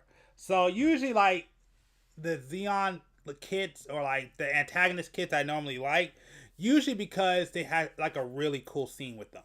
So that's why like I said, the Camphor is sick to me, or the the Gulf Custom from 8th MS Team, because to me, the 8th MS Team had one of the best mech fighting scenes of all time.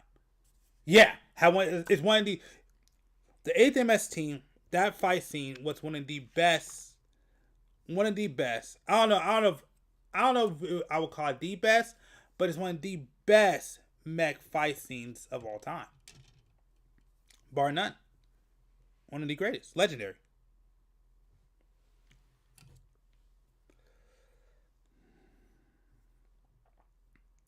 That one scene is one of the big reasons why 8th MS Team is always goes back and forth from number 1, number 2 of my favorite Gundam series of all time.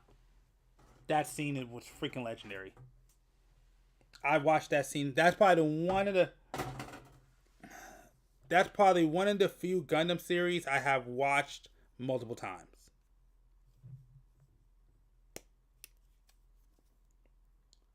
Most Gundam series I've only watched once, but 8th MS Team is only one. And it's literally because of that one fight scene. That scene is incredible.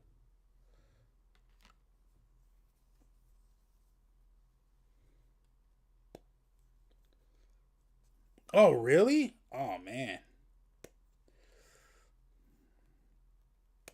Oh, no, I definitely have.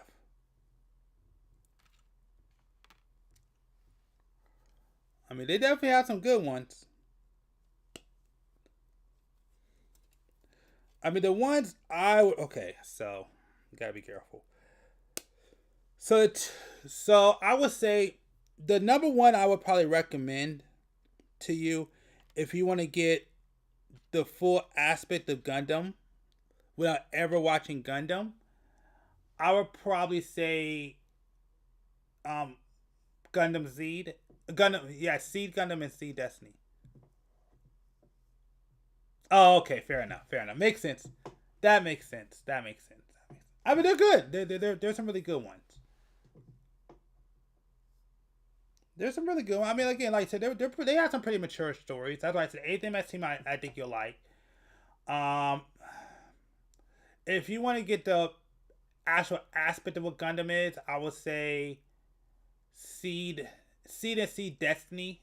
If you don't want to go like through Gundam, because it kind of covers all the bases. Yeah. Okay. So you looked into it. All right. Well then, okay. Yeah. I guess that works out. Yeah.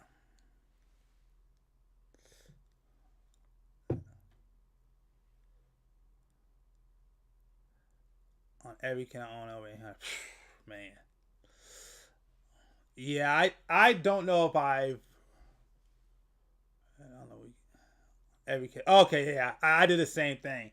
Basically, I read the week of every Gundam that I either own or that I'm interested in. I do the same thing.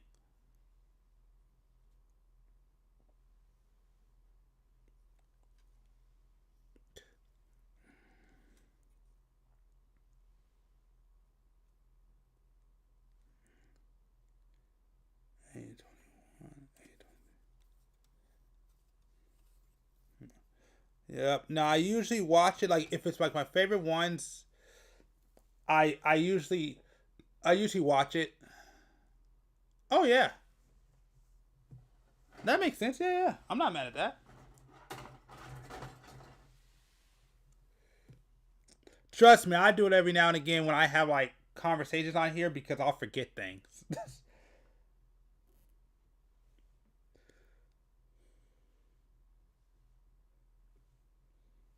So I'm not even mad at that.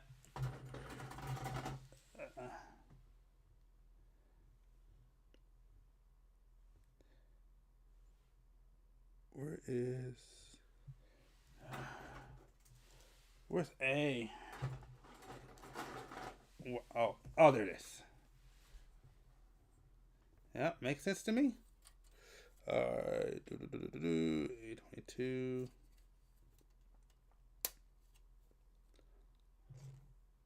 I watched the Saint series on repeat.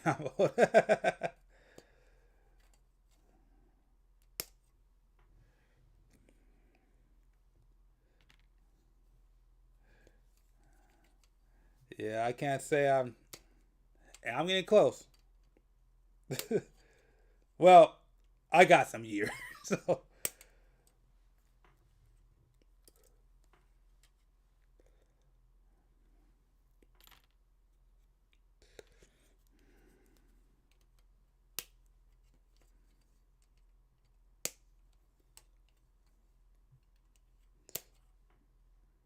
Have you ever looked into any of the side stories? Side stories? I got tongue-tied.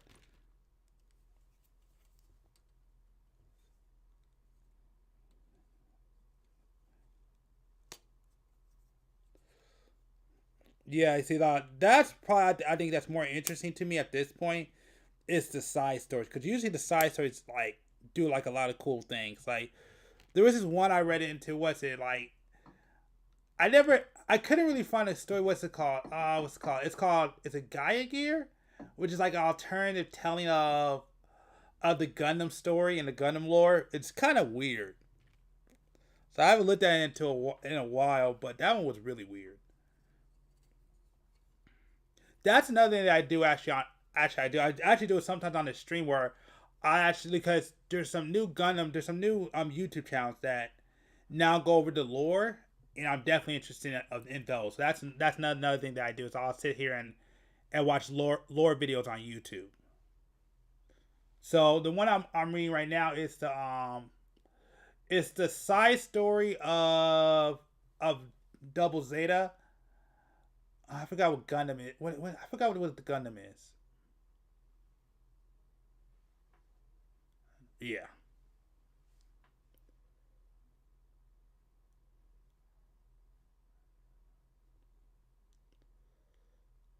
MSG has been retired. And you know the funny thing is, I still can't get through it.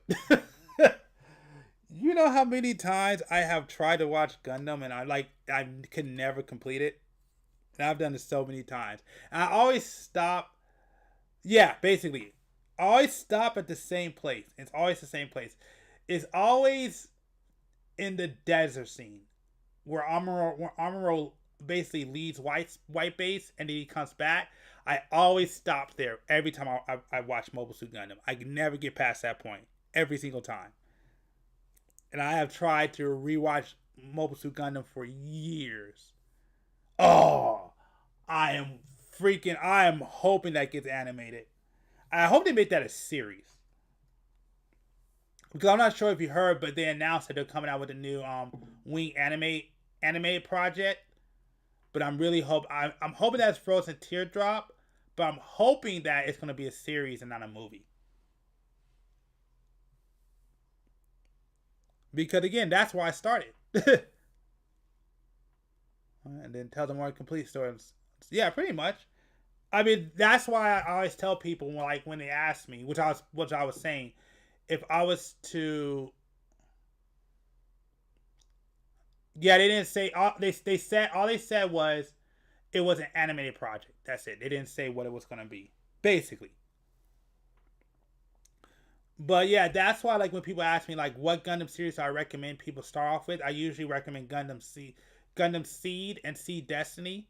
Even though I understand some people have issues with the story, but it's newer and it basically gives you the full range of what you'll get with Gundam. Because Seed, that's why I always recommend Seed to start off with. Oh, please don't know. I'll be so angry. But they already had that. They already did something like that. So I hope not. That would be upsetting. That shows you how much Bandai loves their American fans if they do that.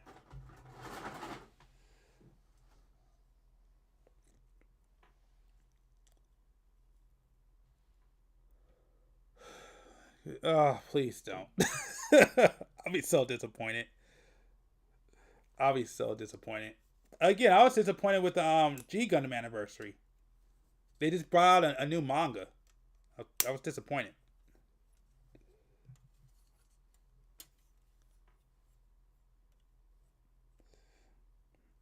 And I think this year is the Gundam X anniversary, if I remember right.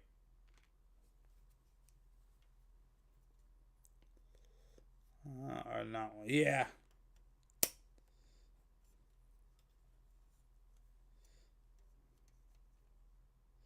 Well, I'm hoping that it's a series. I really am. Again, hey, I finally got Hathaway becoming an anime, which I've been waiting for forever. Well, it's a movie, but I don't care. I've been wanting Hathaway for the longest time, and he finally did it. So I'm very happy. So I'm hoping that Bandai is actually making a change. It's gonna start doing a lot more cooler stuff and bringing out more series. So because I mean they already messed up on Flash 2. I haven't seen Flash 2 yet.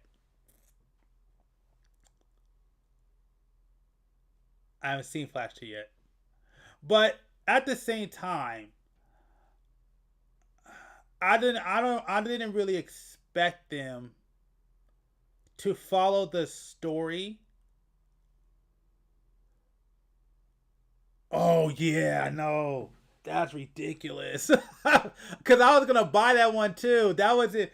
That was in my purchase list, and then the price came out. I'm like, ugh. But all Bonnet kits are expensive. What you call it? The Gundam Spiegel. I want that one. That one's $47 on P Bondi.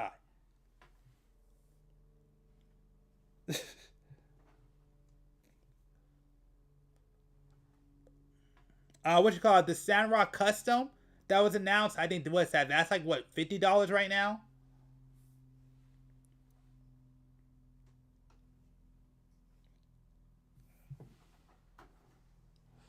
Again, the only reason why I'm looking at getting the Wing Zero is it's only because I could get it for about like $30 off. That's the only reason why I'm looking at getting the real great Wing Zero. But yeah, all the kits are way more expensive.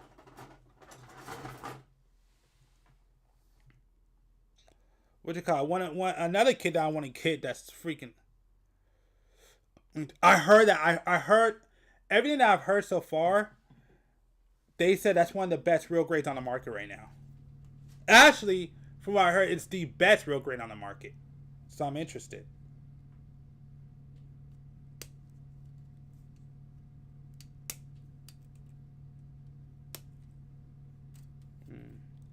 Yeah. Well, I haven't built. That's what I heard. In my opinion, so far that I built, I was just about to say that. From what I built, I can only speak on what I built. I would say my favorite one so far is the I was about to say Strike. It's not Strike. It's wow. Why am I blanking? The Shining Gundam. The Shining Gundam is probably right now is my favorite kit. Out of all the kits I built right now, Shining Gundam is absolutely. Well, technically it's Wing, but for like kit quality, I would. Well, yeah, for quick kit quality, I would probably say Shining is absolutely. I would say, it always ranges from 3 to 1.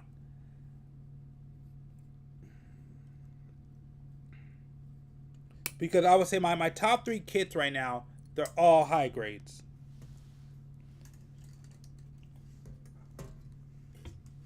Oh no! Okay, there it is. God is probably the best. God, okay. You think is it better than Shining? Would you say that? Because I build a real great Shining. I love posing that thing. That thing is fun. I have so much fun with the Shining. I love posing that thing.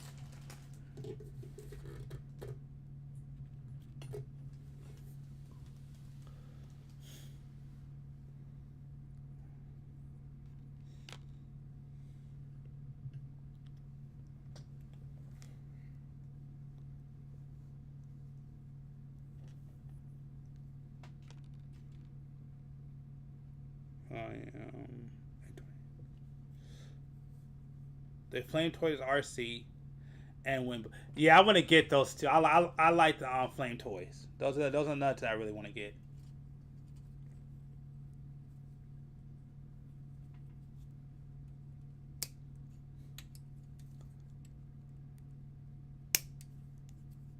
That's freaking sick.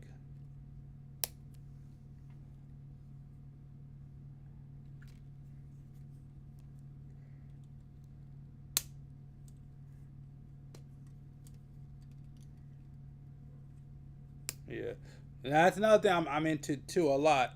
There's two that I'm into, and that's one that I don't ever really talk about much. is I love Gundam, but I also love Transformers. I don't get to talk about it too much, but yes, I love Transformers.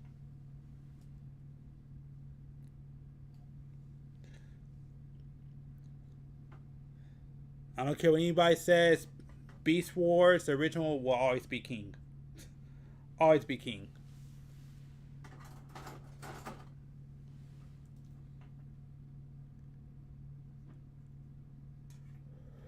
For me, I feel yeah. Well, again, I do, like I said, I'm not a fan of the Xeon, but I do. You know how it is, like, I love real grades in general. Like I will say this, I love real grades. I think Bandai has really did a great job from the old real grades to the new real grades, because the original real grades were terrible. I have some older real grades and they're pretty bad. But I want to say, what is it, since what is it, maybe they the same. Yeah, but man, real grades, like that's what I said, like as much I don't, yeah, like I said, compared to the older ones, like the older ones the older ones were built like glass. Like this, the reason why the Wing Gundam, the Wing Gundam is my favorite real grade is because I actually dropped the Wing Gundam, like when I was building it at the end, which I think the live stream's up. I actually wound up dropping the Wing Gundam, and it didn't just fly all over the place. The entire kit stayed together. So that's why I like real grades, because I have early real grades, and those things can't stay together to save his life.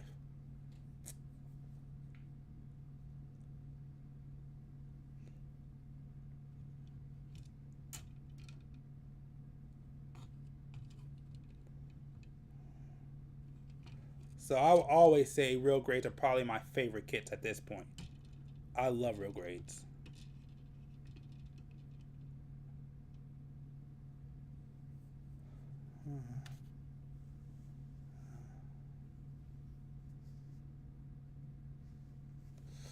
Notice that they are designed as if they were built today.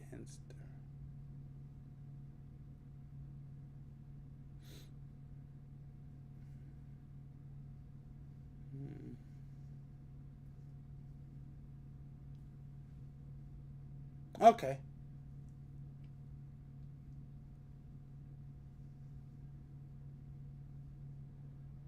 Wait a minute, but I thought real grades, the concept of it were, well, yeah, I guess. Yeah, I guess you're right. No, I mean, I had to sit there and think about that one, yeah.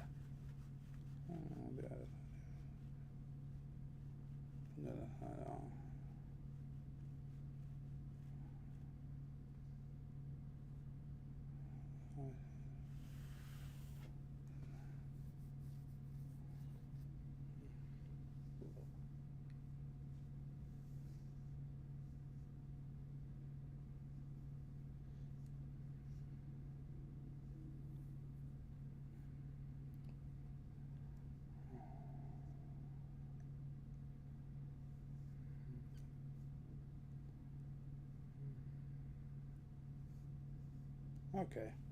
All right. I see your point.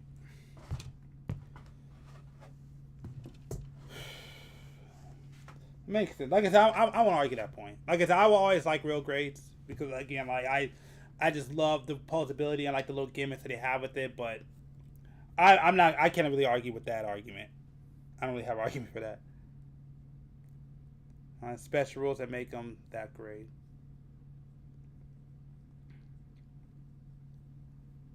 Okay. Yeah. Okay. Yeah.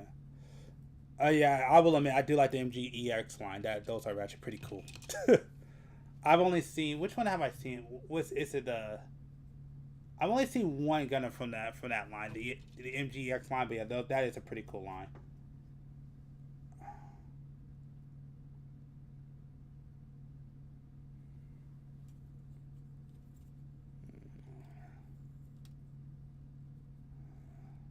take one gimmick and turn it to a weapon.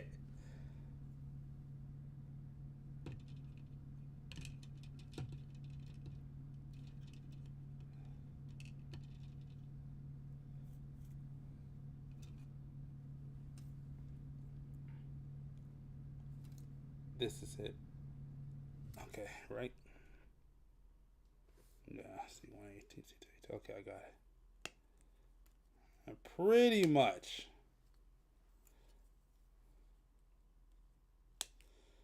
Alright. This is here. Right? Yes. And then C218 goes. And C, oh, hold on. Wait, hold on. Give me a sec. Oh, crap. Hold on. Oh, jeez. I knocked everything over. Give me 1 second on. I gotta pick some stuff up. Give me 1 sec. Crap. Oh, crap. Hold on.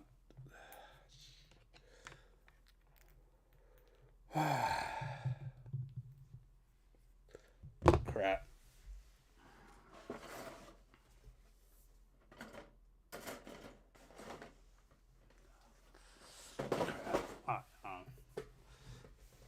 I'll be right back. Oh,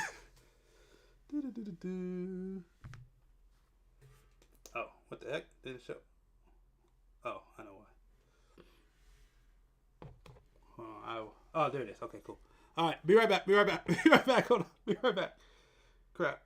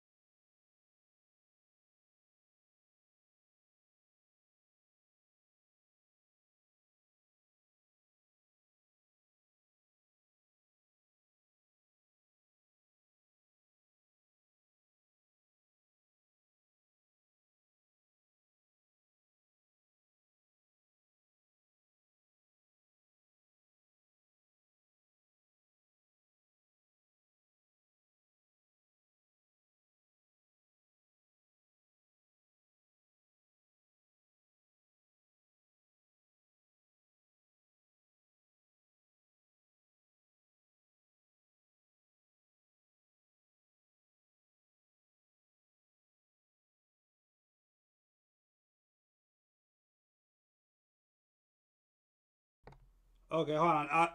I need to clean all this stuff up. I'll put on my little there's no audio on this one, but I'll put on my like little 15 intermission. I'll be right back. I gotta clean all this crap that I screwed up.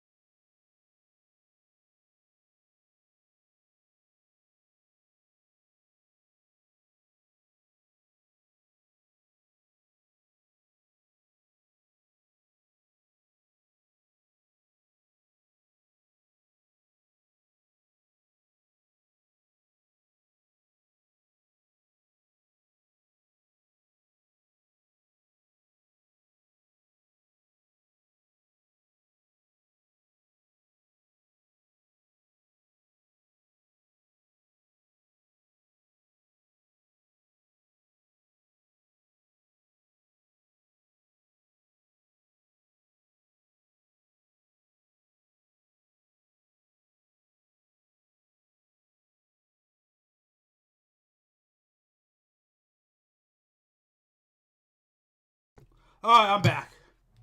My bad. I freaking made a mess. I gotta clean that crap up real quick. That sucked.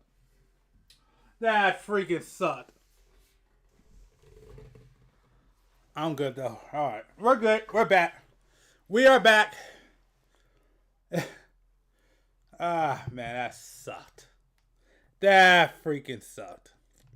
That sucked with a passion. Alright. Either way. Alright, man. Why is somebody going super high on one end? Alright, so, okay. Let me see. I call it non-canon lines with special rules that make them that great. MGEX takes one gimmick and it turns out to 11. PGU takes all the gimmicks from all the versions of MX and batch them all into one bill. That makes sense. Yeah, pretty much. Perfect grades? Yeah. I gotta look into that. What's the perfect grade high new? I mean, not high new. I mean, the perfect grade new. That's the one I really want to look into right now. I want to look into that one. Because I'm very curious on how it's turning out. Because I know when it was being talked about, when I was first hearing about it,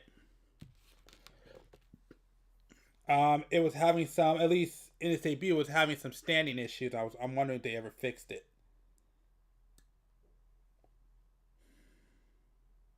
Oh, perfect. Let me know. Because I'm very curious if they actually fixed that issue or not.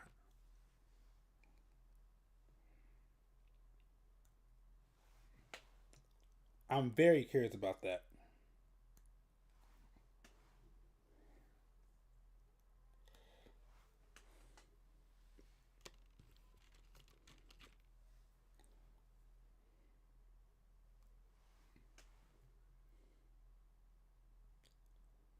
I got a 5th batch on the...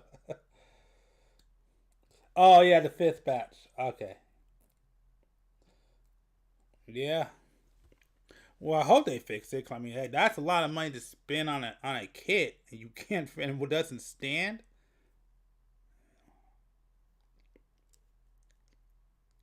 Oh no.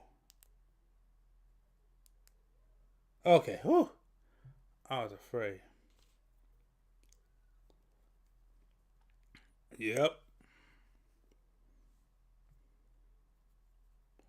Yeah, I hope so.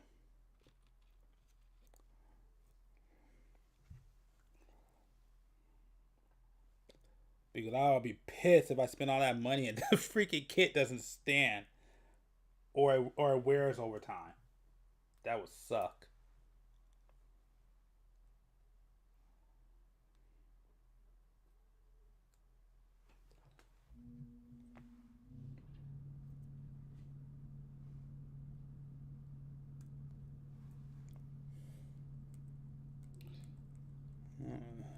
The other one I'm interested in, too, although I'll never get it, but it is pretty much one of my favorite Gundams. If they ever bring it out in the real grade, I will get it.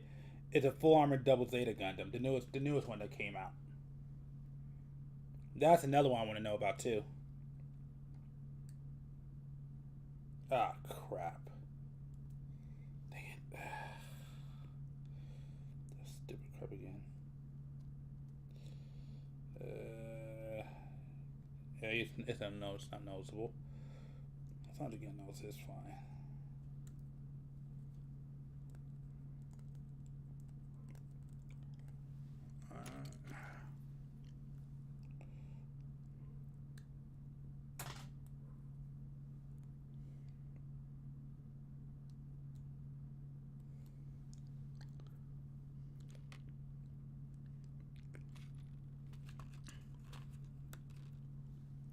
Great work on 1 year. They just refunded my store credit and the videos on sale. Okay. That is.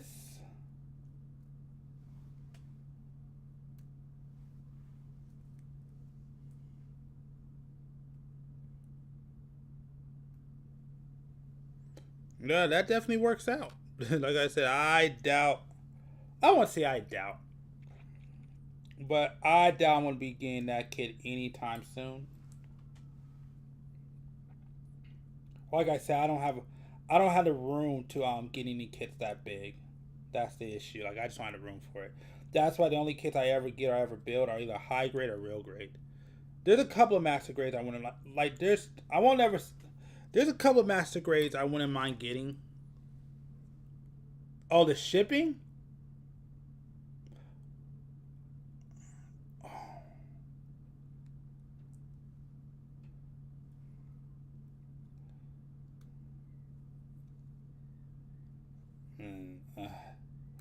You see, I'll just put it like this. I don't want to say too much, but where I live, I know your pain, because where I live is like one of the most highest tax cities. So when I get things shipped to me, it is an arm and a leg.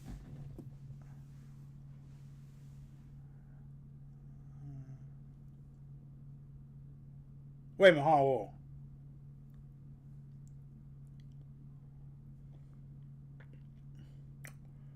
on. I'm here bigger. I go. Wait a minute, what? Did it just not package it right? There's a step I'm missing here. I'm missing a step.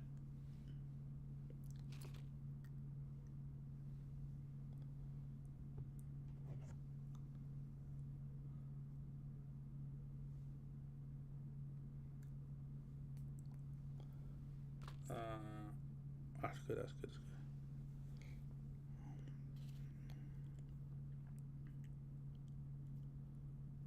Oh, just in a regular. Oh, that's whack. What the?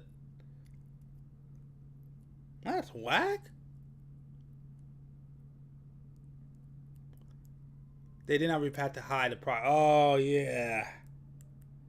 Yeah, that's okay. Yeah, I see why. Yeah, that's stupid. Yeah, that's dumb. For something that expensive.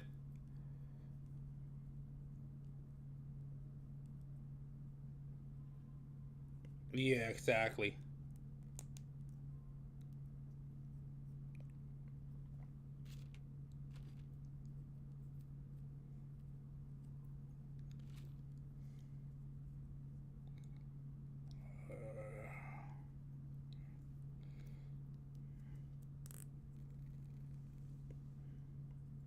Yeah, that's pretty freaking dumb on their part. That's pretty dumb on their part. And that's whack that's in a brown box.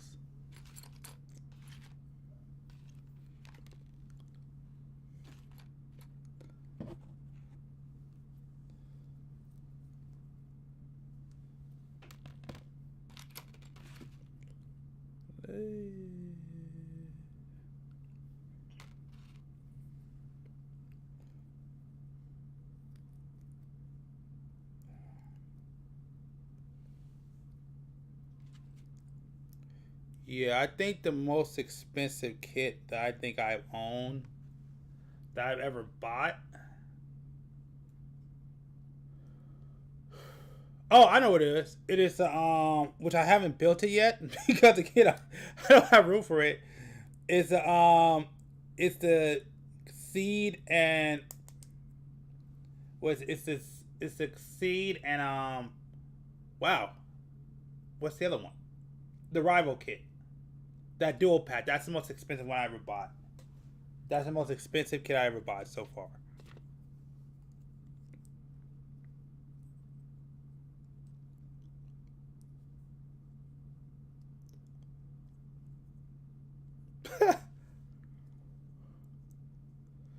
With the back corner guard and crazy tape layers. That's crazy.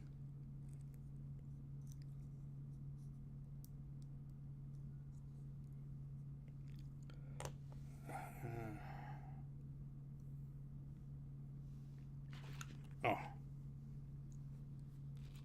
That's crazy.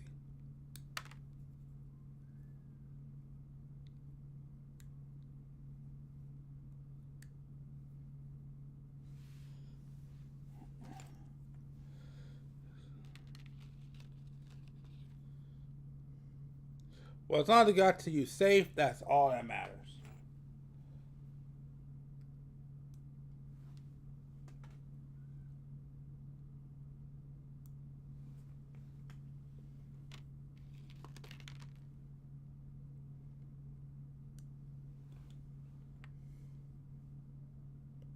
Yeah. It wouldn't be the perfect grade on the perfect grade new gun because, like I said, $600. I mean, I can't really think of a kit that'd be more expensive unless I don't know. Yeah, cause perfect grades are pretty. Oh yeah, that one is. Yeah, that one's freaking. That one's freaking huge. I've seen that kit. That kit's huge. That one and what's the other one? What's it? It's the Neo Zeon, I think it's called. That freaking big huge chunk, big huge red chunky thing. Yep, Neo Zeon. Yep, I saw that one at a con. That thing is huge. Well, I don't remember if it was a con or a show, but yeah, I saw that thing was displayed. That thing is huge.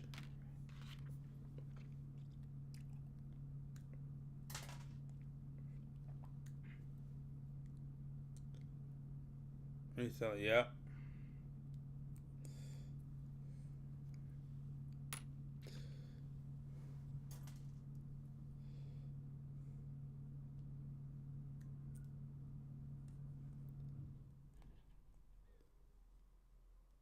Reseller. Yeah, I tend to wait for my kits when they come back in stock because I made that mistake early on, particularly during the pandemic, because I did it a lot with Pete Bondi kits where I would buy Pete Bondi kits off of eBay, and then I found out later that well that was back when the Pete Bondi store was pretty bad. Pete Bondi kit when the store back in the day wasn't that great. It wasn't like the U.S. store was pretty brutal. So I used to buy the kits on eBay because they were never in stock.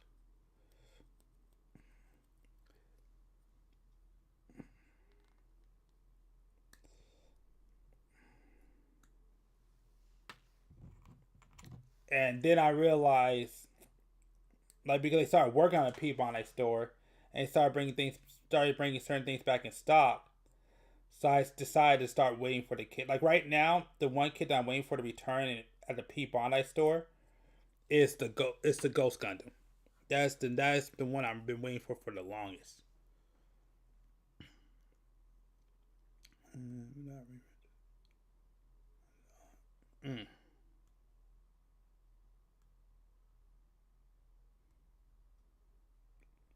Yep, the Phantom's cool. I just wasn't the biggest fan of the color, but I love the Gundam Ghost.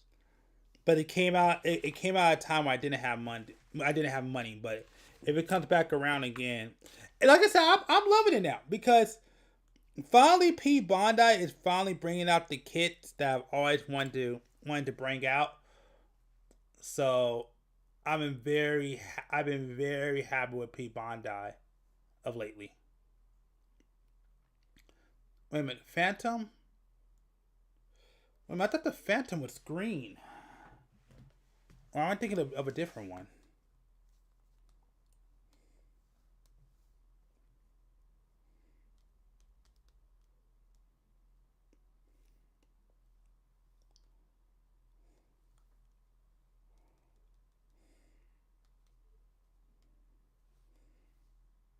Yeah. Yeah, no, the Phantom was green. The Ghost is the purple one. Yeah, yeah, because the Phantom it has red effects.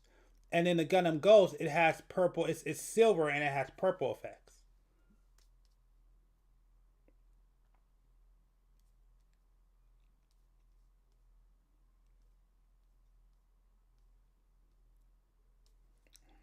Yeah, here.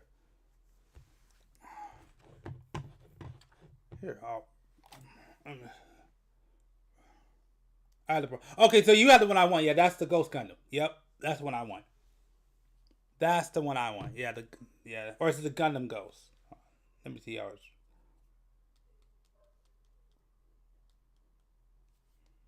Okay, yes, the Gundam Ghost. Yeah, the Gundam Ghost.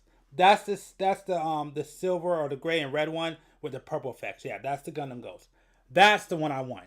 That's the one I actually want. Because I didn't like the Phantom one because I didn't like the green color scheme.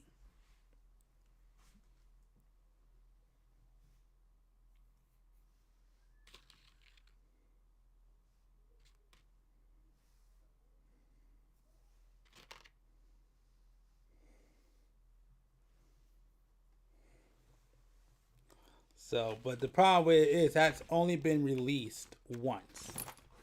There hasn't been another release of it, so I'm waiting for it to come to be re-released. And again, a lot of Gundams that's one thing I love about. Don't get me wrong, P Bandai definitely has some criticism of that. I know a lot of people. I talked to a lot of people on here who hate P Bandai. Understandable, but I do like a lot of kids I've always wanted to see are finally coming out. Like I said, well, not like I said, but again, I just got the Gundam. I just got the Gundam. Was it the G4, and I had the clear G5, which I've always been waiting for those. The C Gundam, even though I know that's not a P Bandai. Well, actually, I want the manga variant to come out because I like the manga variant way more than I like the actual movie variant of the Seed. But that's finally out, so I'm happy about that. Ghost Gundam finally came out. What is it?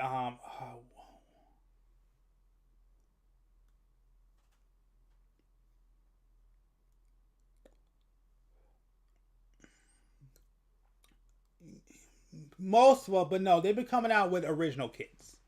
So that's why I said, yeah, I mean a lot of, yeah, most of them are recolors. That's really what it is. Like the Toggy's TV version I got. It's just a recolor. And it's more expensive for no reason. But that's what I went. But no, what you call it? Like I was saying, the Gundam G4 and G5, that's a new one. The Spiegel, that's new. That's the original one. Actually, all the well, no, didn't they have one? Didn't they have one back in the day? So I guess that would be a re-release. That would be go down to re-release. Yeah, that would be a re-release because I didn't they brought them back out in the day, so I want to count those. I will count the Gundam Spiegel though.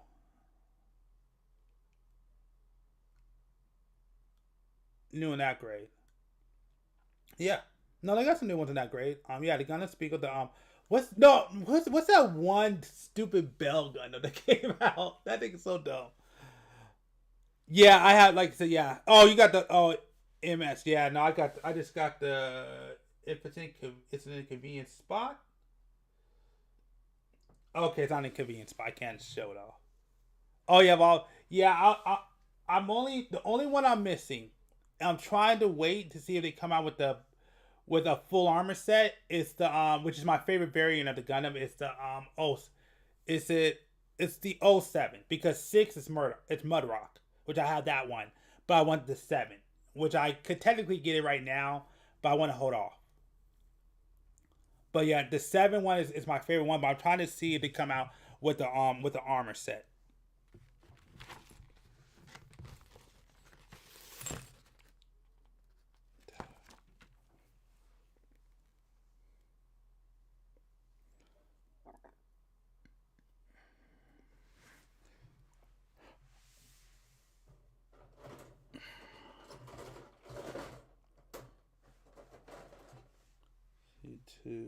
Okay, I didn't cut it out. Oh, you got me. Yeah, no, I got all mine in high grade.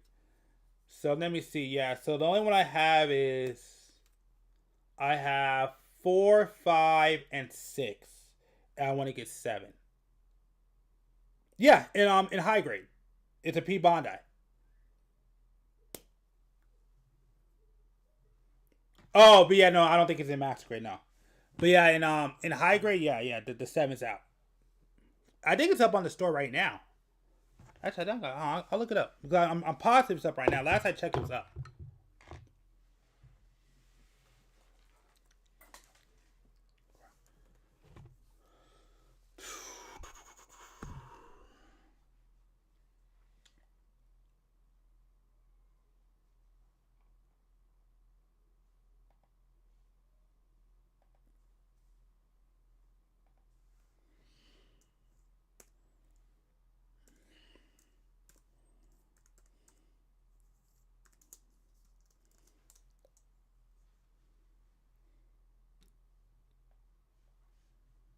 Yep.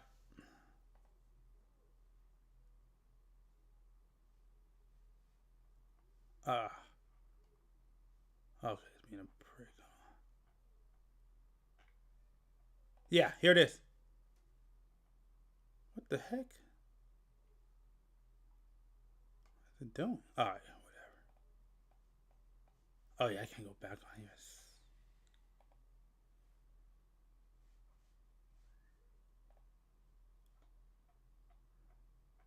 So I just saw it. Where is it at? There it is. Right here. Yeah, and yeah. Yeah, the 7th. Well, that's it. That's that one with the armor on it. So when it's off the armor, it's 07. But when it's the armor, it becomes the 7th armor. Yeah, so that's it.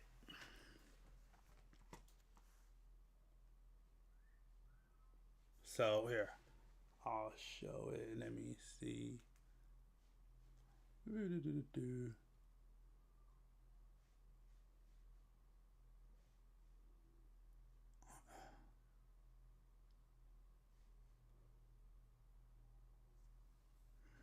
On the FA78.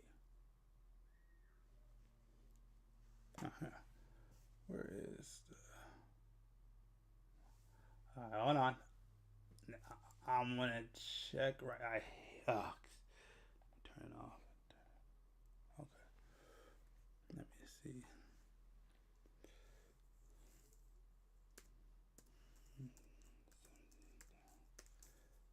Seven.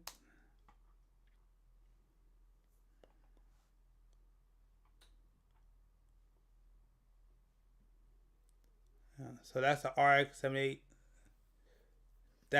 right here, and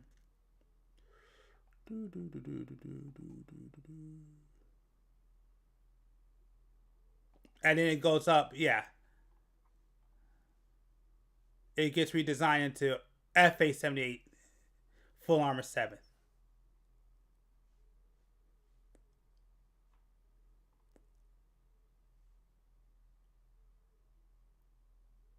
Yeah. So yeah, that's RX-78, and then it gets upgraded to the FA-78 with a ton of exactly. Yeah. So yeah, I guess technically they're not the same. You're right. But yeah, the 70. Yeah. So that's what I'm kind of seeing if they do that. That's what I'm waiting for.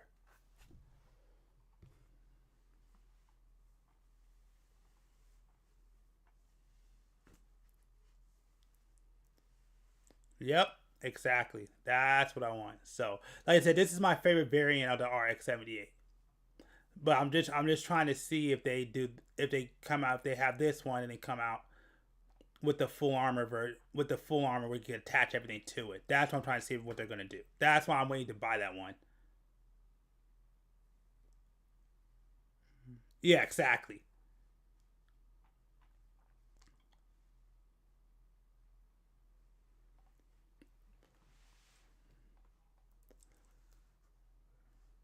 Because I actually I didn't play the entire thing, but I actually played the game with that this one was featured in. So that's why I've always wanted that one.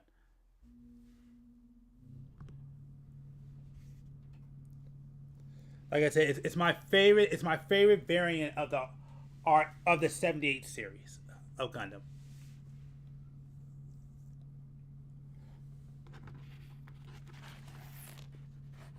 What did I screwed up somewhere? No, there it is.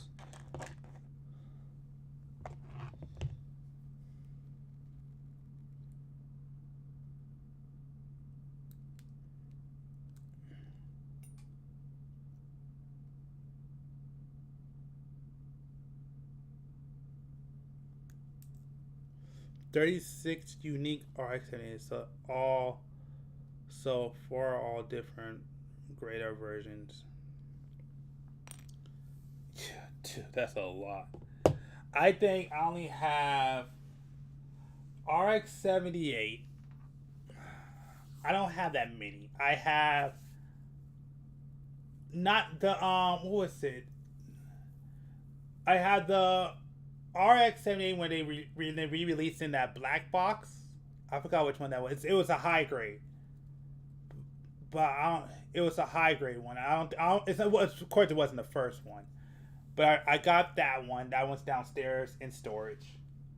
Then like I told you, I have all these are high grades, by the way. I have 4, 5, and 6. I think that's all the ones that I have. Oh yeah, the G40. I remember that one. Wasn't that like a special edition one? Yeah, I remember. Or is that the satellite one? No. Yeah, I think that's the one I wasn't really fond of. Oh yeah. Yeah, I remember this one. Yeah. Was it supposed to be like the? Yeah, I didn't really like that one. No. So the one I'm talking about is. Let me see if I can bring it up.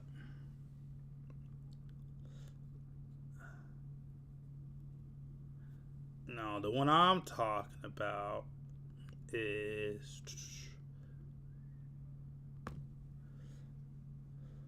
Let me find it. Yeah, I'll bring it up.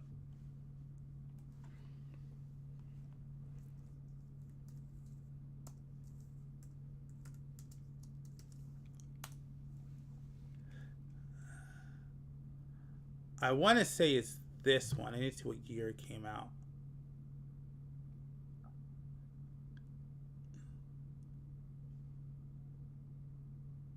No, I think no, it's not this one. I think it's the one before this one.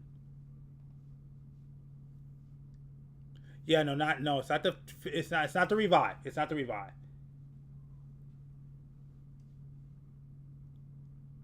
It's not that one. Because the one I got came out way before that one.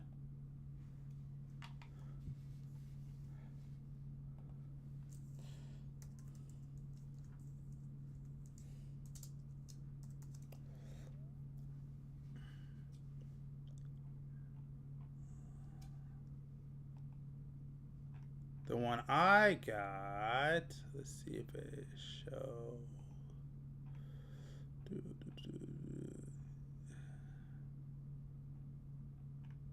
It is.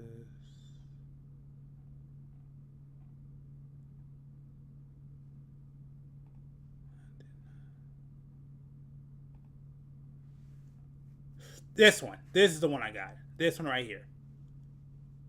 This was the one I got.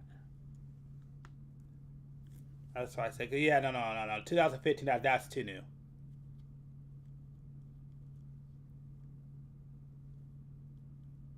Yeah, this was the one.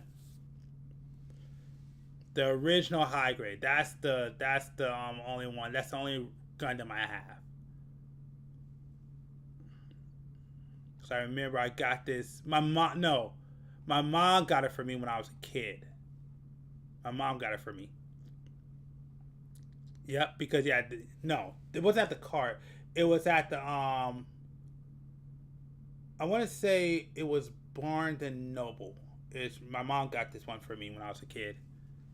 Yeah, that's the only Gundam I have. The original Gundam. I do want to get the high grade 2.0 though. That's the one I do want to get. Because I heard some really good things about that one.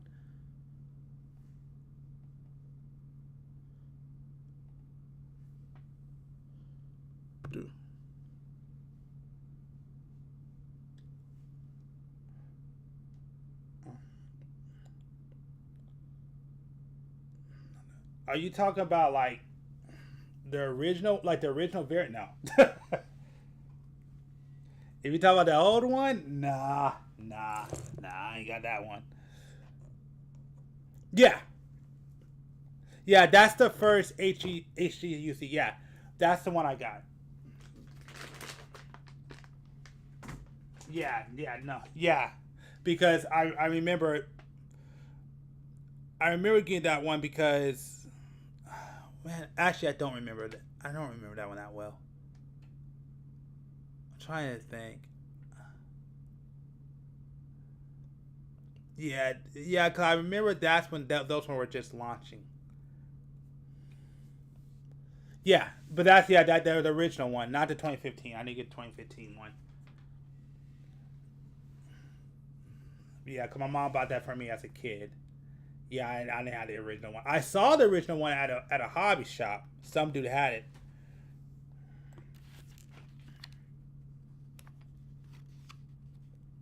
Huh.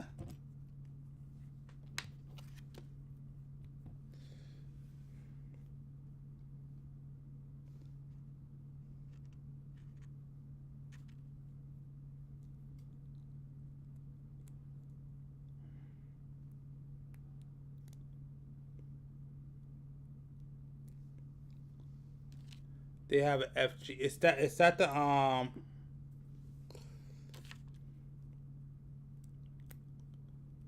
Well, from my understanding, again, I'm going by what the dude at the shop told me. He basically had like, well, it's it's an FG that was, is that like what, a remake of it, like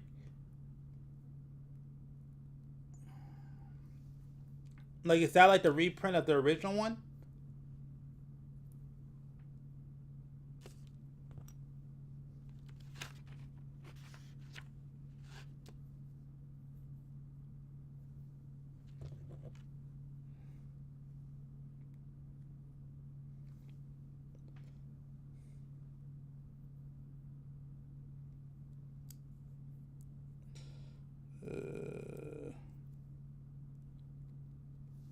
The first time you're gonna kiss, they were glue kids. Yeah, snap to fit.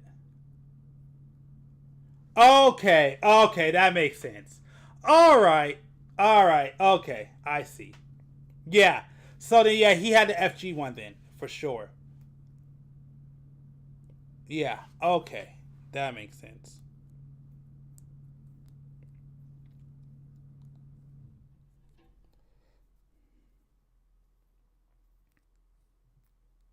Yeah, because I do remember that. I do remember because I think when I was a kid, I think like some of the master grades I was looking at, they said like on the box that you may have to glue some of them. Like there's some parts that need to be glued. If I remember, again, it's been years. Also, first Gundam Kids was main title. Okay, yeah, that has to be it. Okay, that makes sense.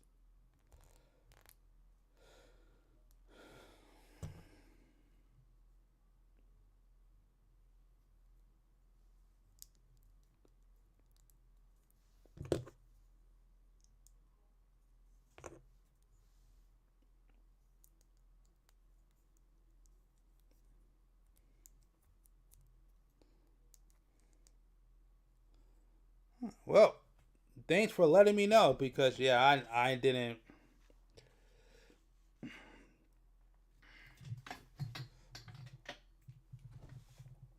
I didn't realize there was like because I didn't realize the original ones, like I did know that there was ones that were glued, but I thought those only master grades were the ones that were glued because when I was a kid, the only ones I remember that were glued were the master grades back in the day, from what I could remember. And again, I may be misremembering. So the FG, okay. So the FG is basically just a reprint of the original kids, but they made a snap on. Okay, that makes sense. All right, yeah, because yeah, the one at the shop, it wasn't a glue, it was a snap. Okay, cool. Well, thank you for clearing that up. Hmm.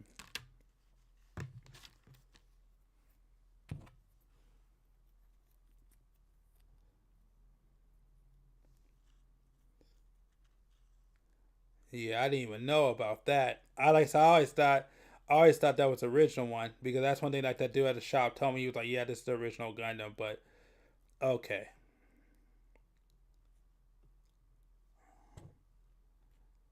okay, that's good to know.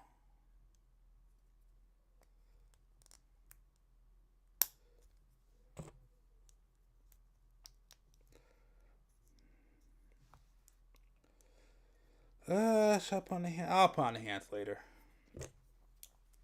I'm done with the arms.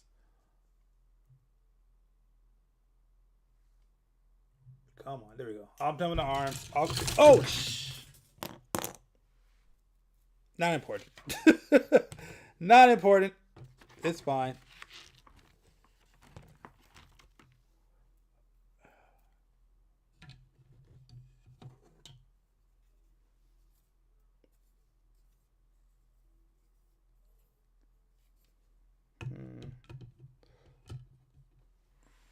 Hold on. What do you mean by that? Hold on. Let me grab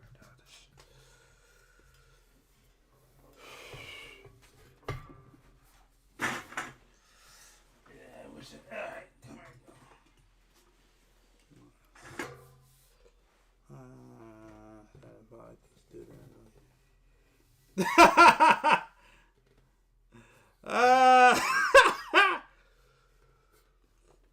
That's hilarious.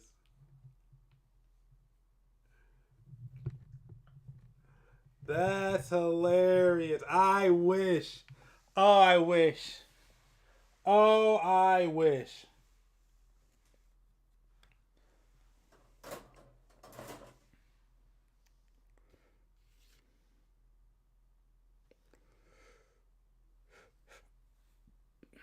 I need F. I need C and F. Okay.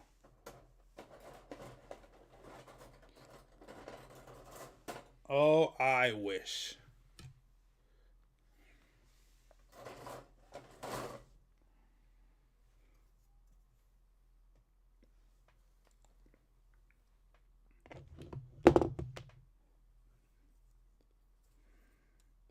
There are a couple people I personally I would have loved to get for next to nothing.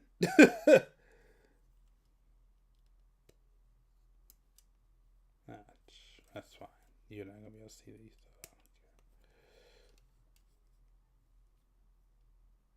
Only one kit, so I lost on so far. Do I have any kits I've actually lost on?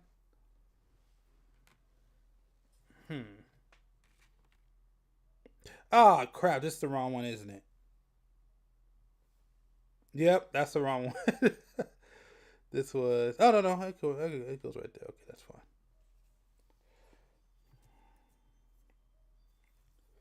Yeah, see. Which one's that? I'm trying to think of if I lost anything. I did. There's one kit that I bought that I freaking hate. It's pretty much one of my favorite Gundam designs, but it is a piece of glass. For me,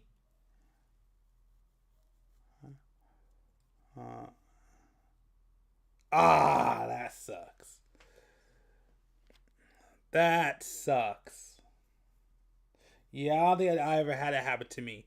For me, like I said, I do have like a regret buy. Well, I don't hate I hate the kit, by the way. I love the Gundam. I hate the kit. And that is my Gundam Delta Kai. Oh god, that thing's terrible.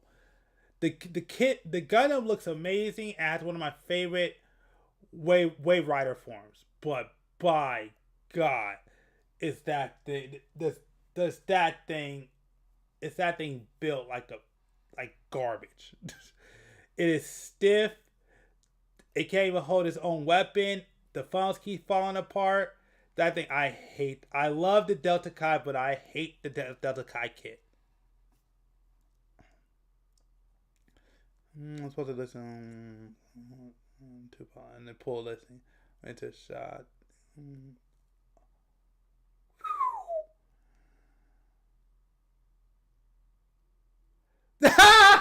Oh yeah. I had a P-Bond. What? A P-Bonded kid did that to me too. Which one did I bought it? I bought it on eBay. Which one was it though? I want to say it was the 7th sword for me. I can't remember. I think it was the 7th sword. Was the 7th sword? I want to say it was the 7th sword for me. Where I think I bought it on eBay. if I remember, for like $64 or something. And I think again, I may be misremembering, but because yeah, it was like really high, and I bought off of eBay, but then it got relisted on the P Bondi store, and it was like $30 or $40. I remember that. I did that on eBay. That happened to me on eBay.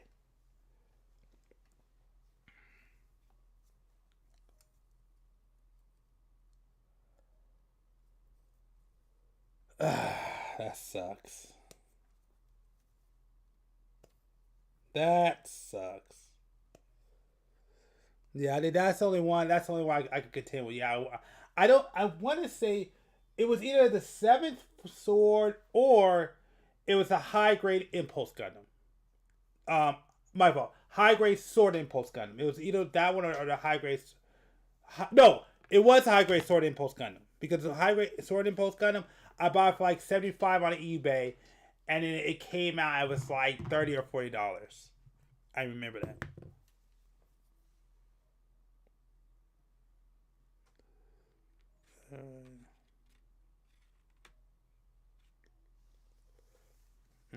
Yeah, trust me. Absolutely.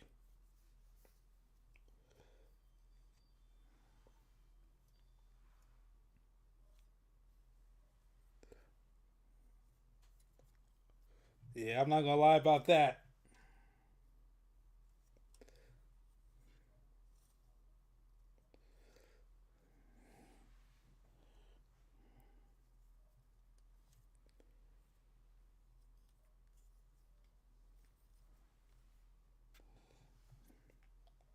I would say anything. I would say anything we go once we get past. If we're talking about Gundam, once we get past about 2015, that's when my memory goes to get shot.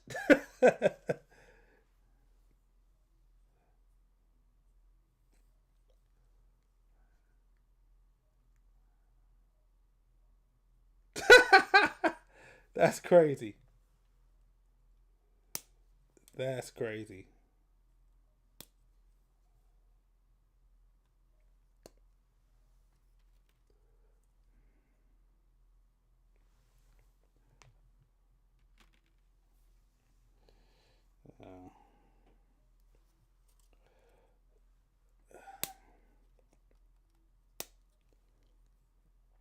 Oh, geez, sorry, 11.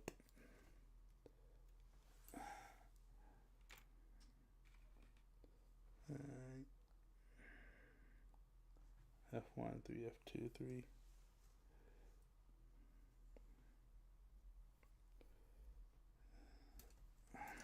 Okay, where's F?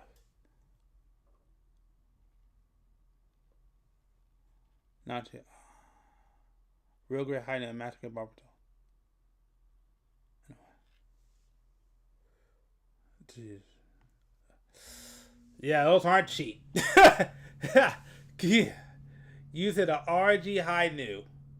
Yeah, I know that. Yeah, the MG Barbato's not cheap. 35 scale motorized bus. I'm gonna look that one up.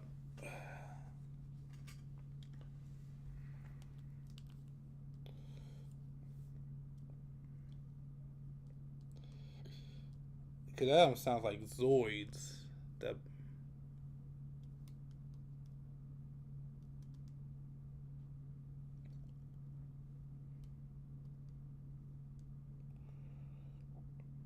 Oh. Oh, the head bus. Okay. Yeah. I'm with you now.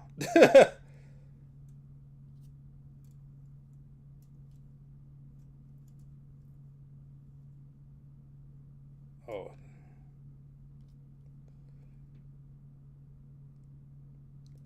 Oh yeah, you definitely spent some. Yeah, you definitely spent some money. Jeez.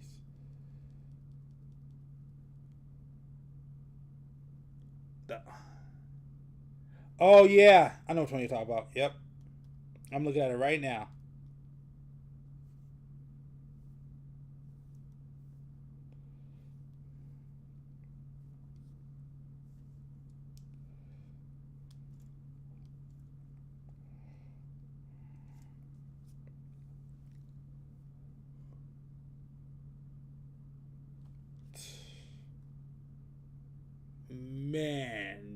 definitely spent some money.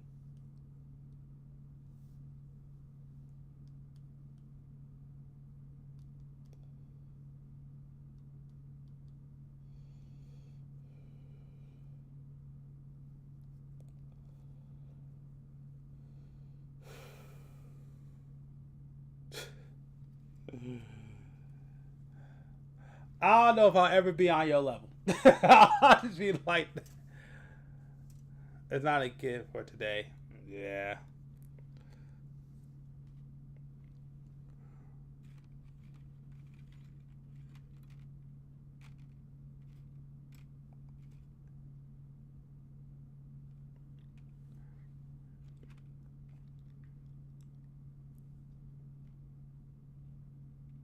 F2, 3.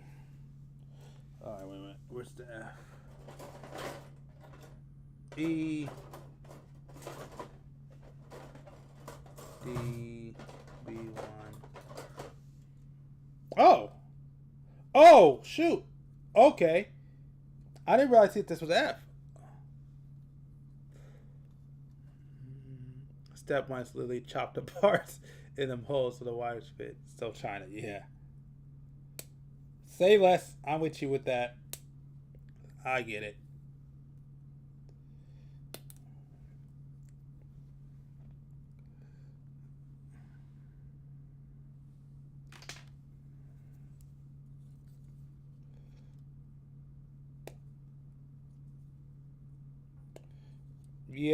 Yeah, there was I just saw a video on it. Well, I was looking at a picture of the video on it on YouTube. I mean, on Google, my fault.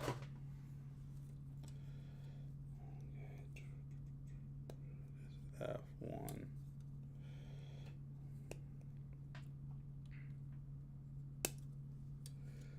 Man, I really like this black on. I'm not gonna lie, I do like this black on a Deathscythe hell. This black is nice. I really like this black. Really nice black. Okay.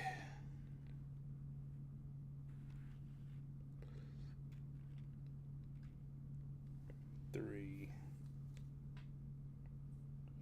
No, I did 3. E1.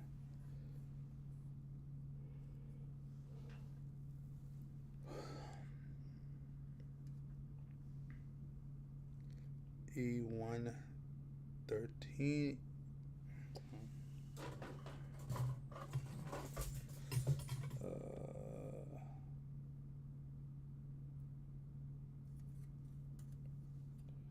What is this? E1 13. There it is.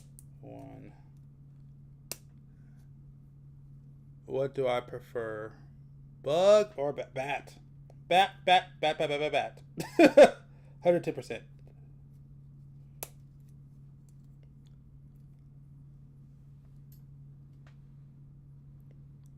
Definitely bad.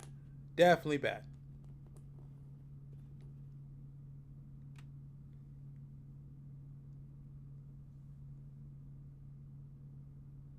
AW, bat.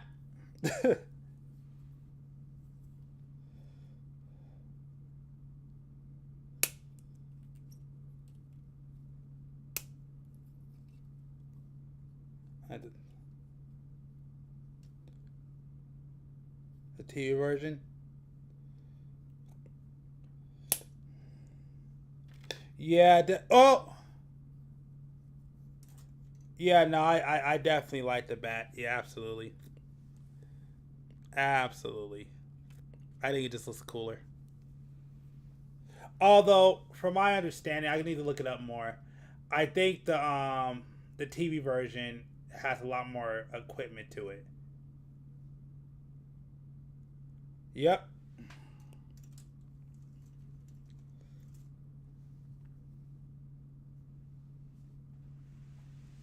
Well, to be honest,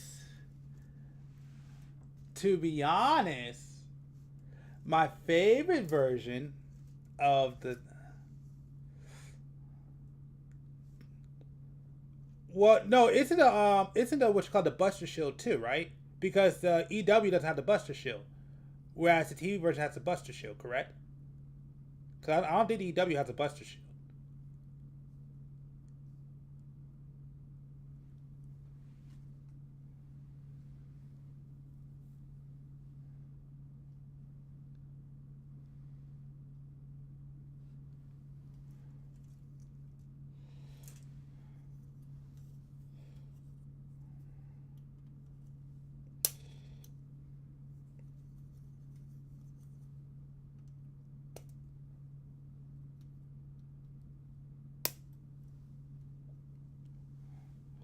Because to me, that was the one thing that I would give the TV version over the EW version is that, well, not only does it have the dual sight, it also has the Buster Shield, which I could swear the EW doesn't have.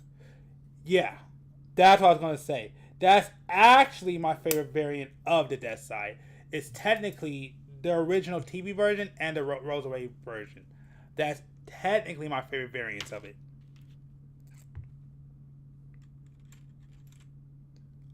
I like those variants even better than the Hell and the EW version of the Hell. So that's technically my favorite version of the Deathscythe. Glory to the Losers. That's the one with the that has like the two beam cannons like from the Hydra, correct?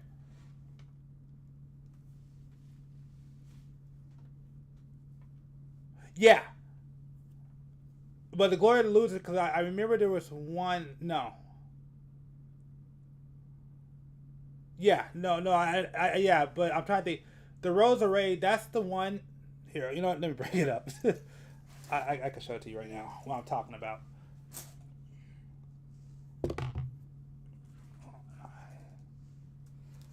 Yeah, I'll bring it up.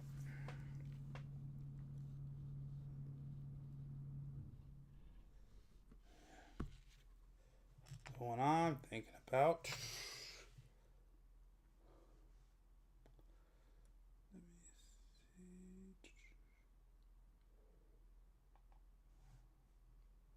Yeah, the Roserade is the.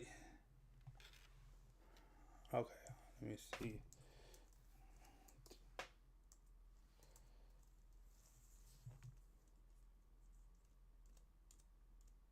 Oh.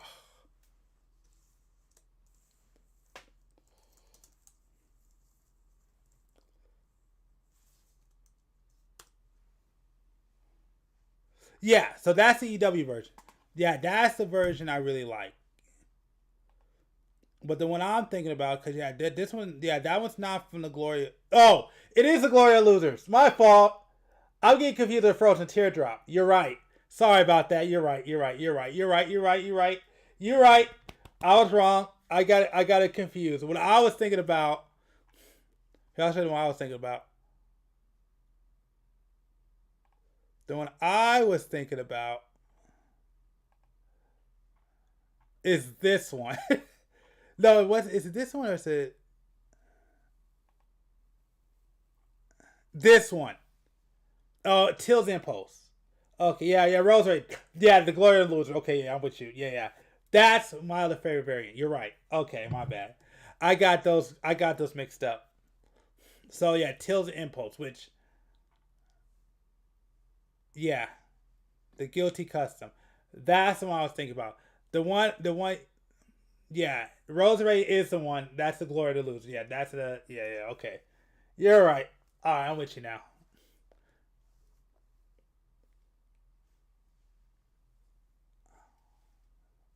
I do because of Hydra. That's the reason why. Because I love the Hydra Gundam.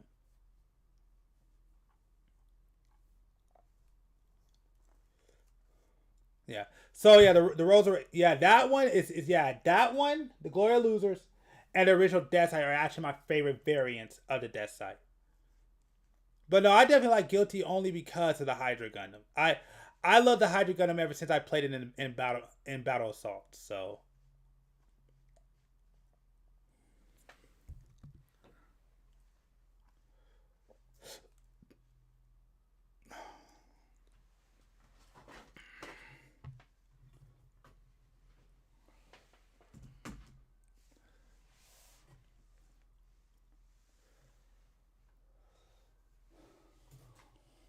Okay.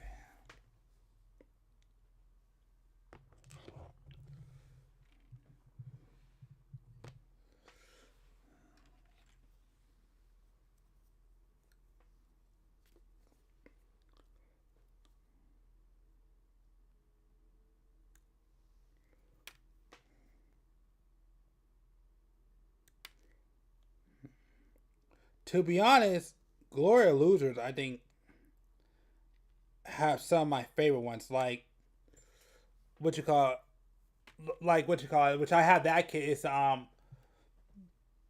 the Wing Gundam EW. I love that variant. I have that in my case right now. Where's it at?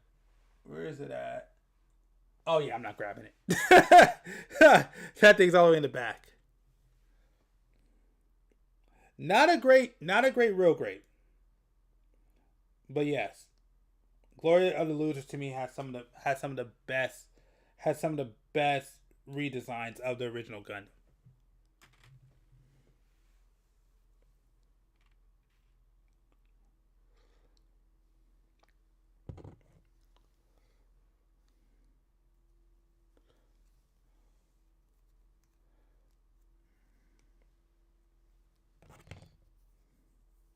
And did they just update that one recently for it so it could transform?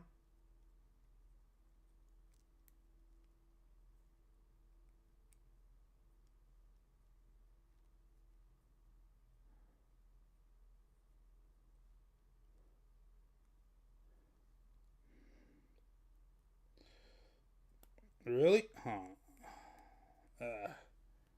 Let me get this part in there and I'll look it up.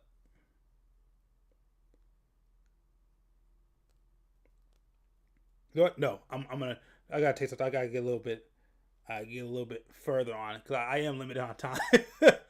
So I mean, I'm not leaving anytime soon, but I am limited on time.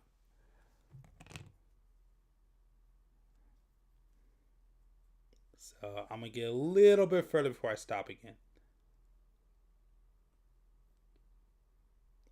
But yeah, like I said, I definitely plan on, if not this year, next year, I really want to try a third party kit.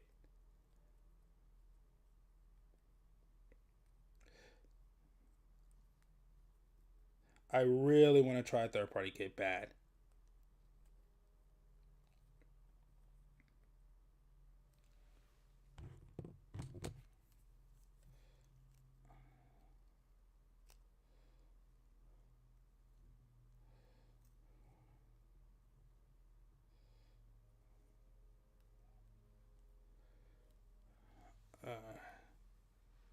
Boom, boom.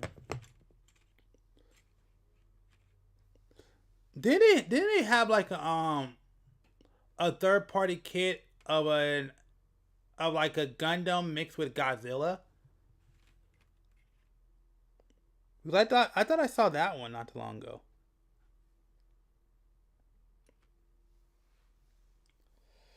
Because that one actually looks pretty tight.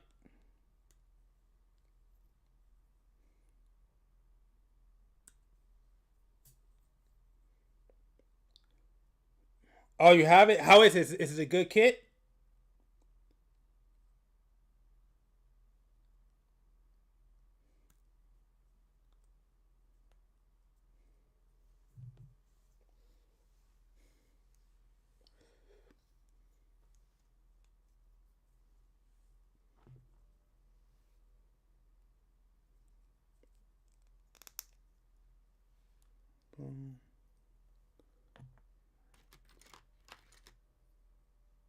Of a high grade and a master grade build.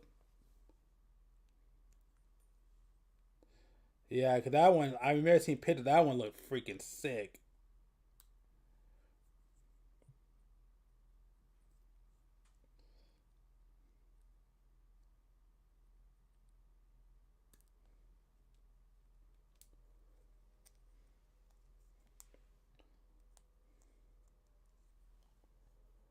Oh, that sucks. I think I chewed into it again. Crap.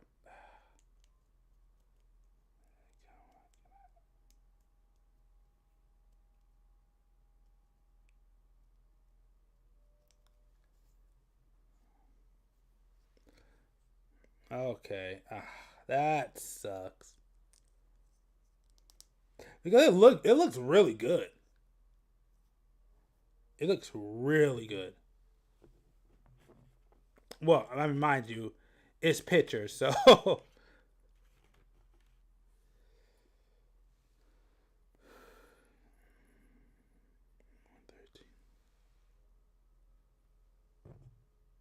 Qatar like an event. It's a great kid, just not quality price. Okay. Good to know.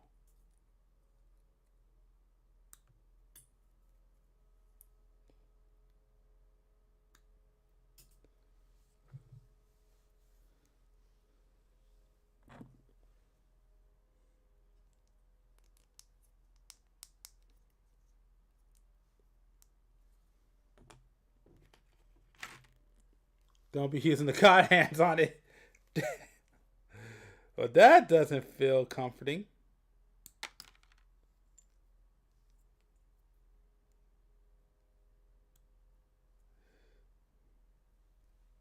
It's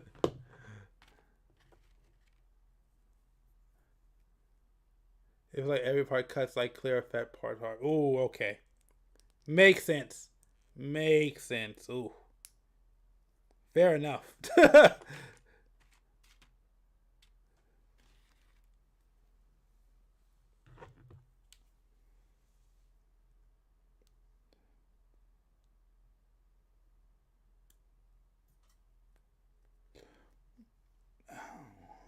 What about, I was wondering, what's that? There was a... No, I get what you're saying. I get what you're saying. Especially when you said the clear tough plastic. I ran into some of those, so I'm with you with that.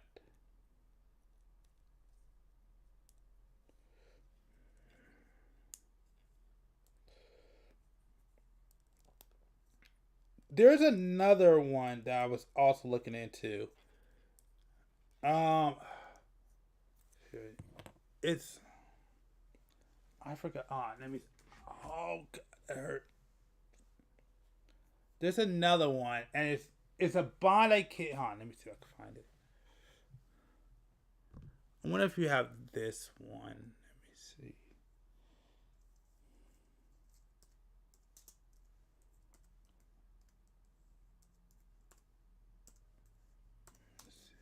Pops up.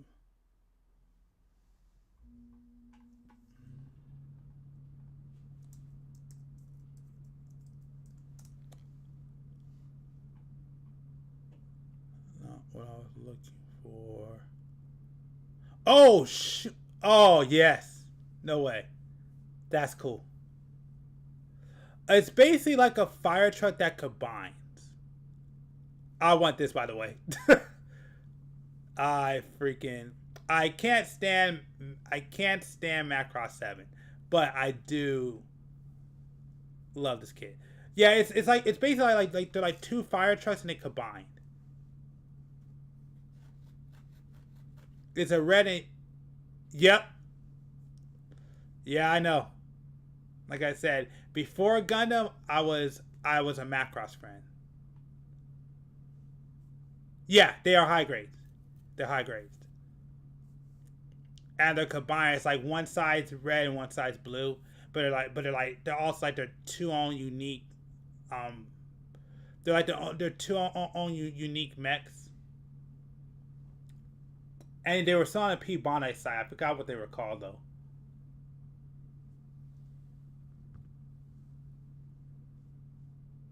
I think it starts with like a C or something.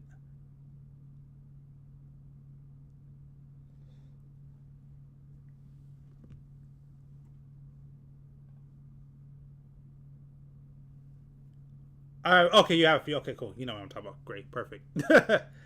Thank you. Appreciate it. Nothing special, just different shape of IHG. Okay, so there's no issue with it, like with the because that's what I was worried about. Yeah, like does it combine well or not?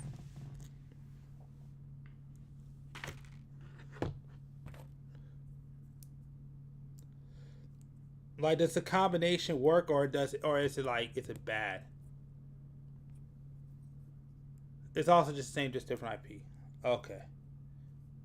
Because that's what I was worrying about it. Like, when you combine the two kits, do they combine well, or do they like fall apart? Okay, so the combining works great. Cool. All right, yeah. I was looking at those two. perfect.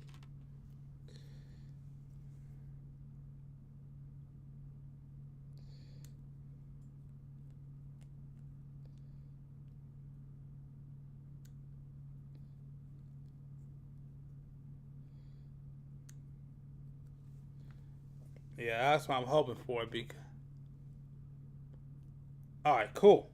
All right, I'm looking at those. Yeah, I want to get that kit. I wouldn't say bad, but I do want to get it in the future. No, dang it, fell to the floor. All right, hold on. You. Okay, come on. Stop being a prick. Pop out. There we go. Ha ha ha ha. Got it.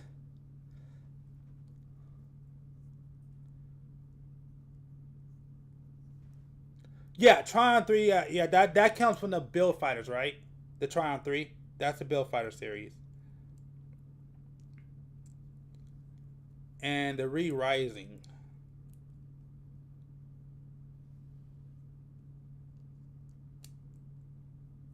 Oh.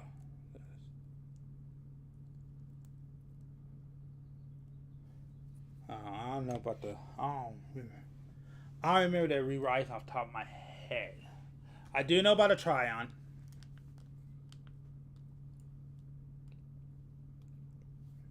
Unless, is that the little one? I'm thinking about... I'm looking it up, but...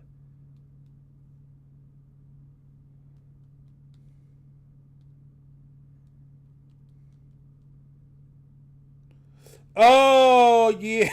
I remember this one from the show. Yeah. I was not a fan. I was not a fan. I'm going to be honest with you.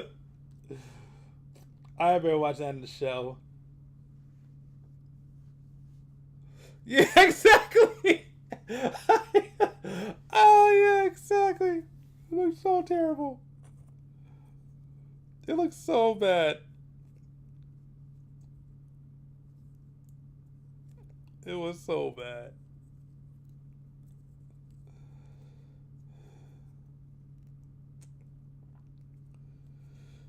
Oh, yeah. Yeah, that was horrible. Yeah, I'm not even... Now, you want to know what kid I'm not buying? Definitely not that one. Oh, God. I remember watching that one in the show. I was like, what? And why?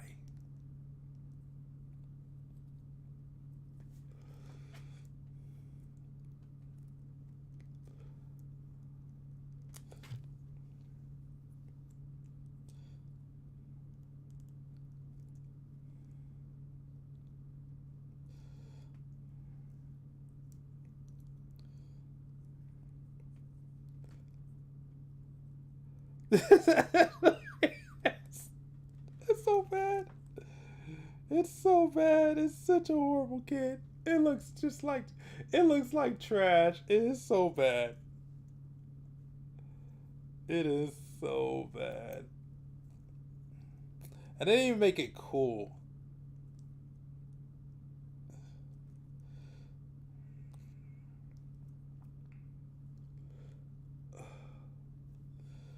Jeez, man. Everything, that's one of those kids where like everything that could go wrong went wrong.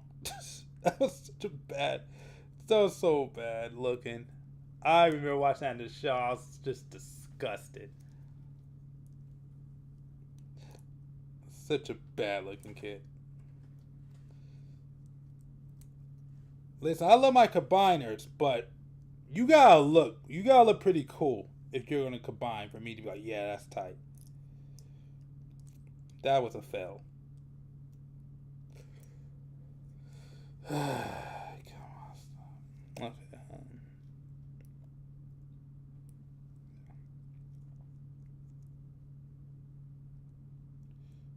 Yep. Okay. Then it says slide. Oh, okay, I see. Okay, that's what was my issue. All right, I figured it out. Really? I know I saw Optimus Prime kit. I didn't know there was a transforming one though. Yeah, I didn't even know that. Yeah, the only kit I know I saw from Transformers that I really liked, that I was into, was the Optimus Prime one. But I think the one I looked at, it didn't transform. I didn't know they had transforming kits. That is freaking sick.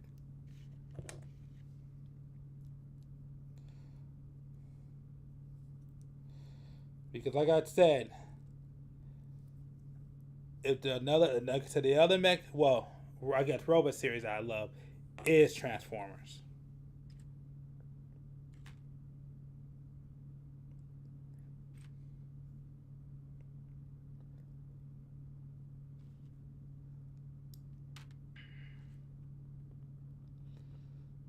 Alright, wait a minute. Hold on.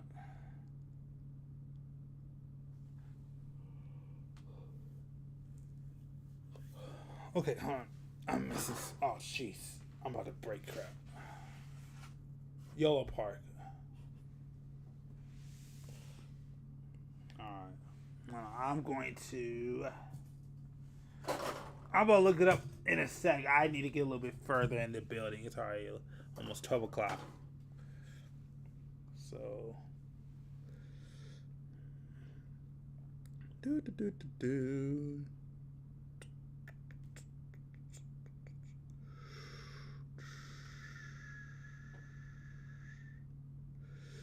C27, C28. That's B.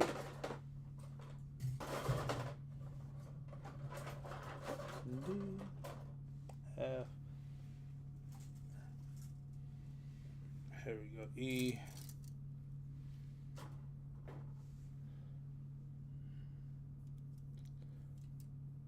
Earthmo Prime and Shockwave.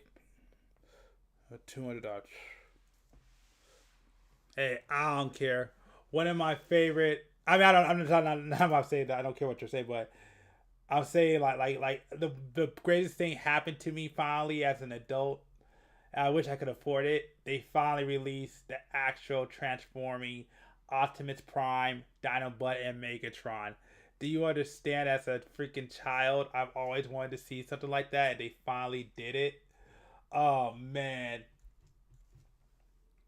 the child heart of mine sheds tears every day seeing something that beautiful. Man, that's the coolest thing ever. Not even gonna lie, that's the coolest thing I think I ever saw. Oh yep, Soundwave. Like I said, I'm basic. I kept it with Prime. I was always a Prime guy. Well, if we're talking about OG Transformers, yeah, I'm a Prime guy.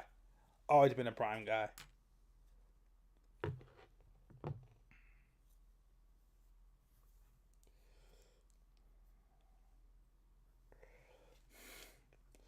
But if you want to know my absolute favorite, me personally, like I said, Beast Wars, always for the win, and I always gotta go.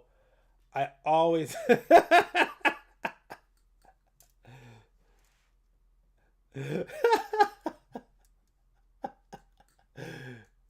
Hey, man. Hey, we care about life and living things.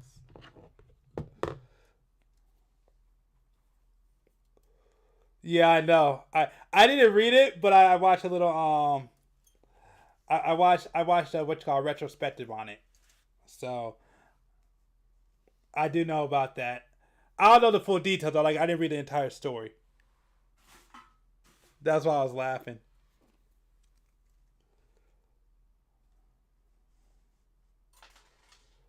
Oh man. That's funny. I did hear about that.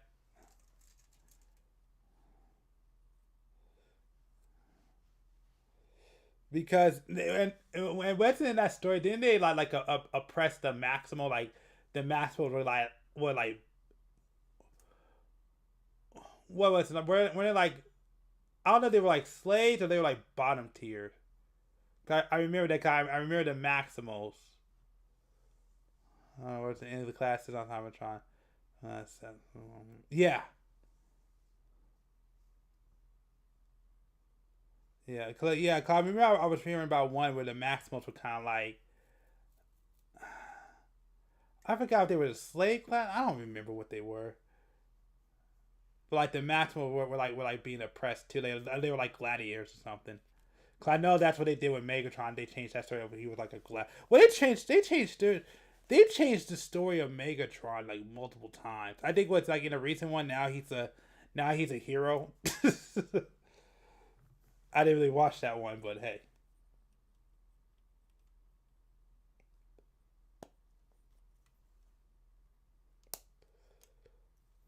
That is fun. That's crazy. That's crazy.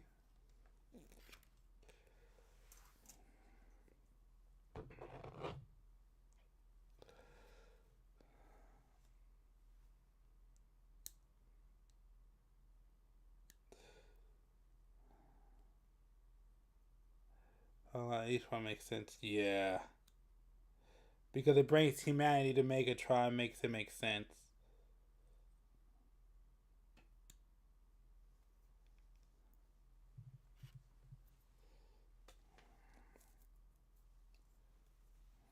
Yeah, that is an interesting concept, though. Yeah, like I said, I've never read. I'm only like heard. I've only like listened to a retrospective on it. So, but yeah, I don't know all the details about that.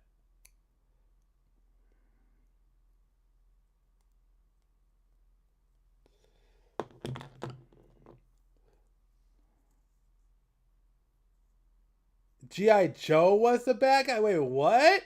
Okay, I don't know about that. What? G.I. Joe was the bad guy? Yeah, I don't know about that. Like, at all. That's crazy.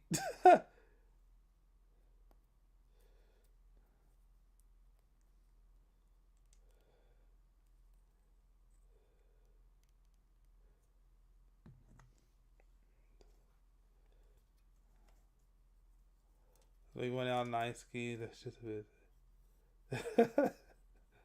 Yeah, I said nope. 90% of the time. That's crazy. Yeah, now I know. Now I don't know much about G.I. Joe lore, so you could definitely fill me in on that. The only thing I do know is in what's called a recent comment. I mean, my fault.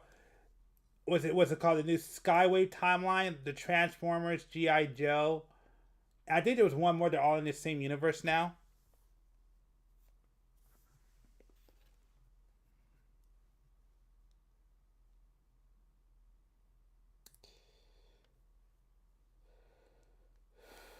That's the only thing I know about it.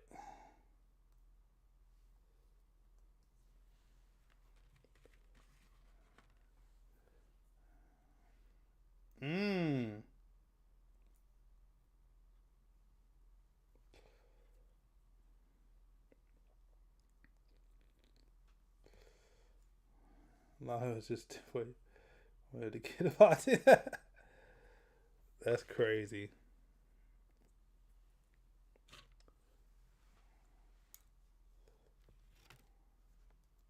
Yeah, I gotta go back.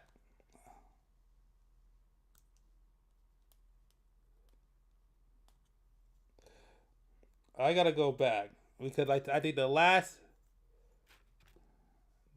like Cobra because they're not allowed to do anything that any American can do.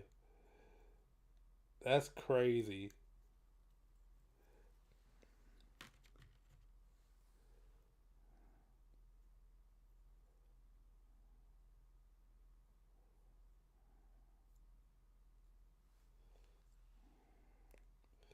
Yeah, I never looked into it. Like, so I'm never the biggest fan of G.I. Joe, but that's interesting. I never. Well, I mean, of course, I never thought about it because when G.I. Joe was out, I was like a super little kid. I think I was like, what, probably like a baby? No, I was like a little kid.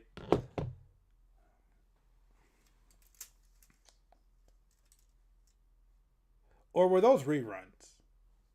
Those might have been reruns, to be honest.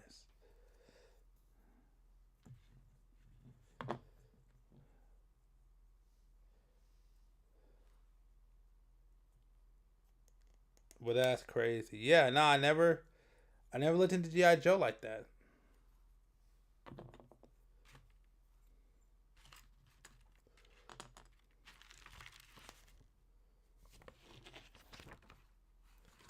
Wait a minute. Where is...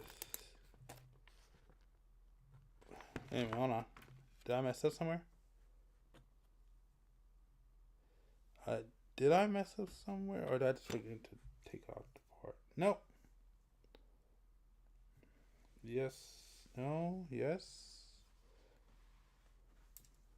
Hold on. Did I forget to take out the part somewhere? Uh-oh. Oh! Yeah! Ha! Found it.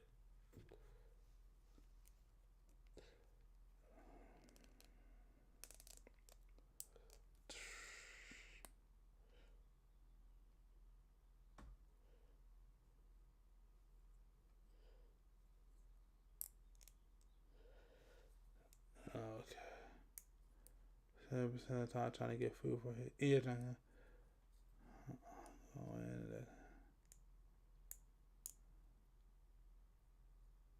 True.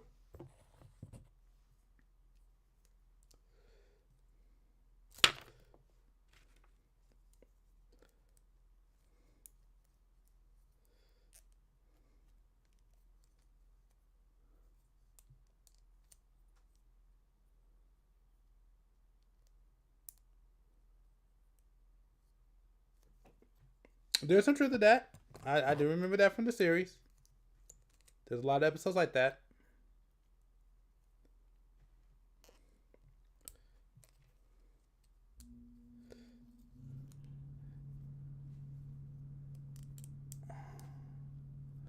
But, in fairness, and again, this is only going from the series I saw, Megatron did not care for humanity at all either. From my understanding, at least what the series I saw, he was always trying to enslave humanity or looked at them like ants. So, and in a self-preservation sense, can't really rock with Megatron. But that is true. There were plenty of times where Megatron be trying to get Energon Q, and all of us would come in and stop him.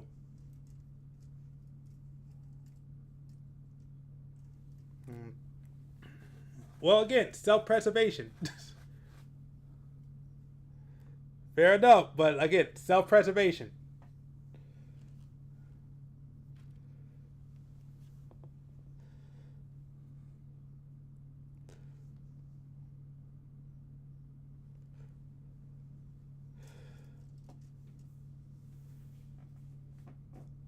Put it like this, I would not be mad if spiders came together and started biting humans to survive so they wouldn't get stepped on no more. It kind of makes sense. I mean, I would be mad, but, you know, makes sense.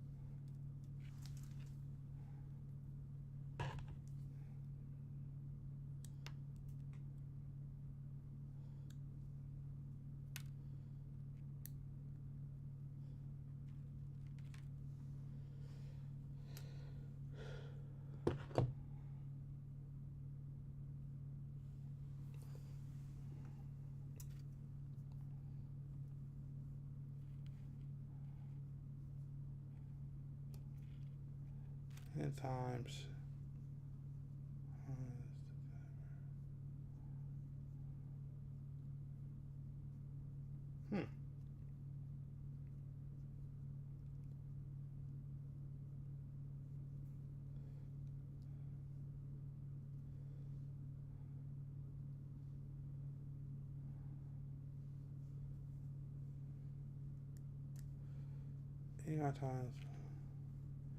Times said the good guys are really the oppressive ones, and the show said the other side was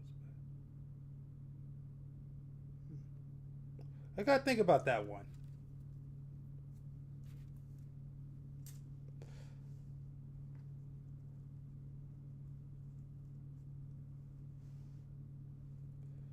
Gotta think about that one.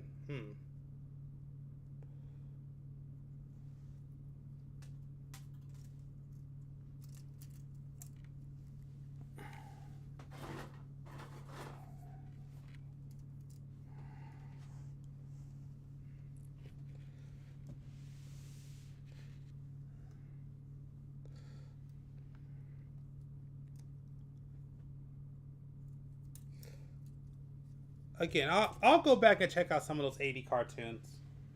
Like I said, I recently just got, well, I recently just watched an episode of Power Rangers because it came up on my YouTube timeline, and I'm not gonna lie, that was a brutal watch. Definitely a show for kids.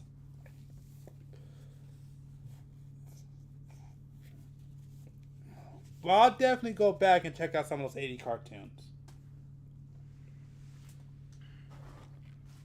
Because there's a couple of channels that I watch. Yeah. Yeah, I mean that's what they did with Transformers. Now again, I was too young, so I didn't really have the impact when it went down.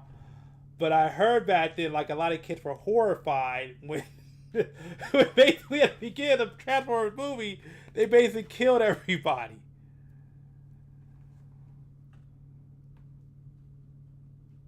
They killed majority of the cast, from my understanding. Well, I mean, I did watch the movie, so they did kill the majority of the cast.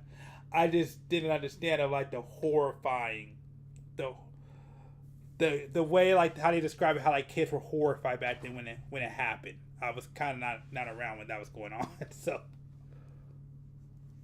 I was a little bit older when I finally got a chance to watch the movie.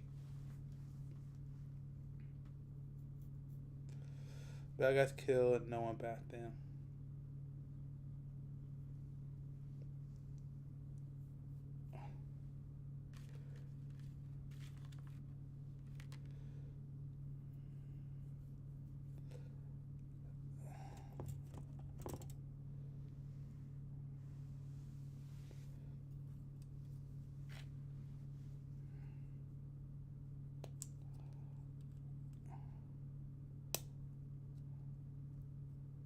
Okay.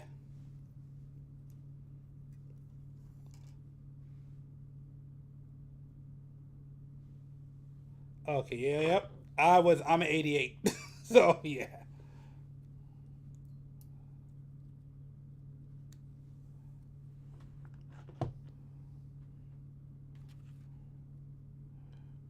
So, definitely missed out on the 80s. Like I said, I grew up more in the 90s, so I grew up with things like X-Men, Spider-Man, Power Rangers. Like they say, the generation, like they say about my generation, my generation had one of the best childhoods. So, it's all the 80s stuff was kind of reruns. And some of that stuff was kind of dated. That's why, for example, it's one of the reasons why it's hard for me to ever finish Gundam. Because it's a little too old for me. It's a little too old for me. When the first Gundam series I watched is Gundam Wing.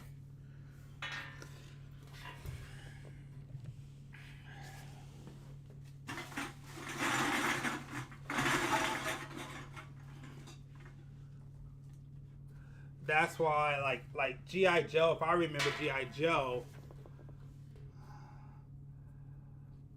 I think by the time I got around to watching G.I. Joe,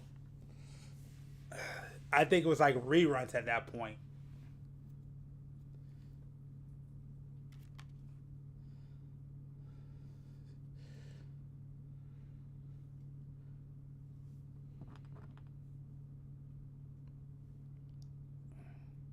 Okay, that's...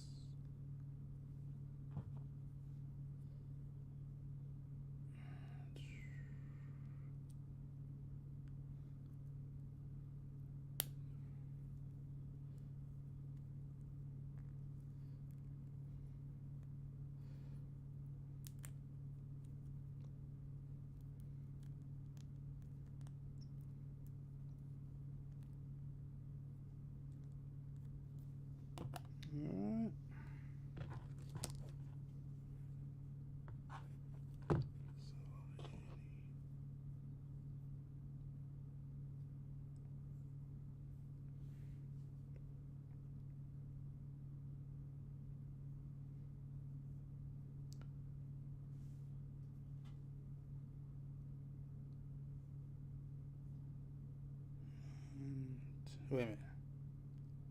Hold on. Something happened. I messed up somewhere, didn't I? She lied to BMX. Yeah.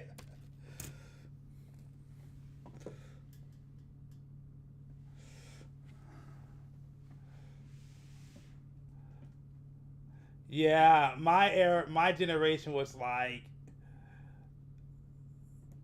that was like the beginning early on, and then we came up with the computer. So I mean, we still went outdoors, all that stuff, but yeah, all probably. Yep. Nah, yeah, we had the street life, but nah, we also like. Well, I mean, again, millennials. So I grew up with. I was the first generation to grow up around with raised on computers.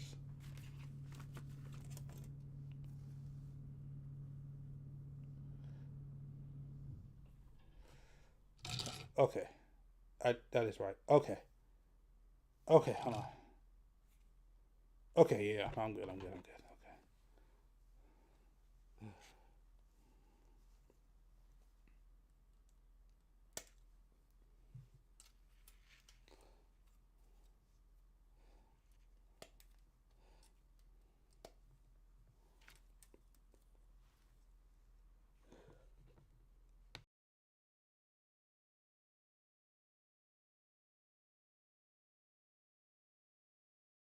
Man, I have a friend that's a Gen Xer.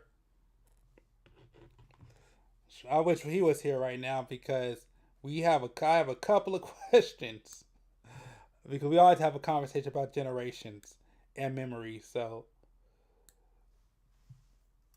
absolutely wish he was here right now. Because I would definitely have some questions for you. Is it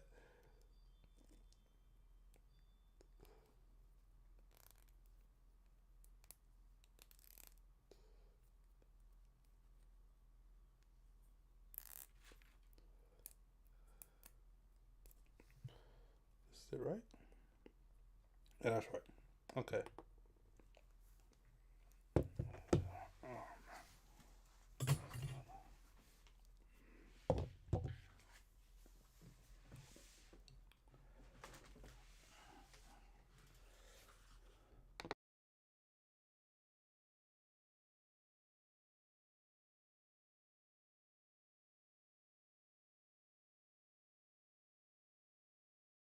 Alright.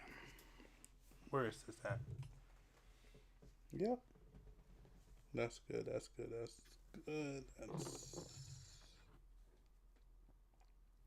this.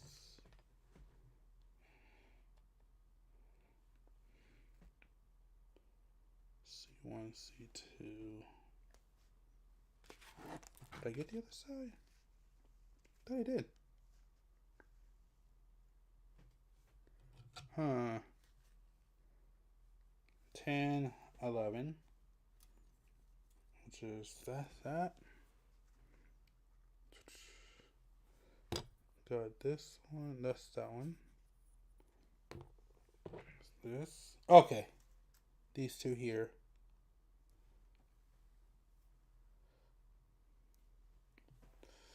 No need to. Okay,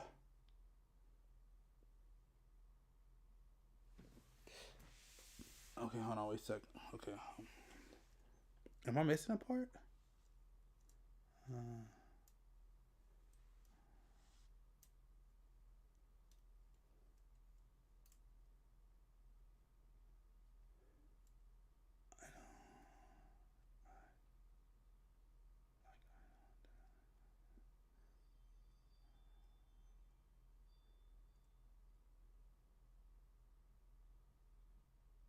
Yeah.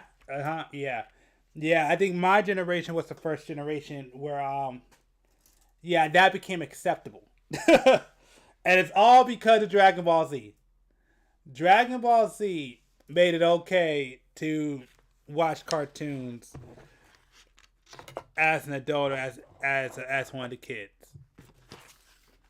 Cause I remember when that happened because that's how it was. That's how when I was growing up, that's how it really was until I got to high school. And then everybody was watching Dragon Ball Z, and then it just became acceptable.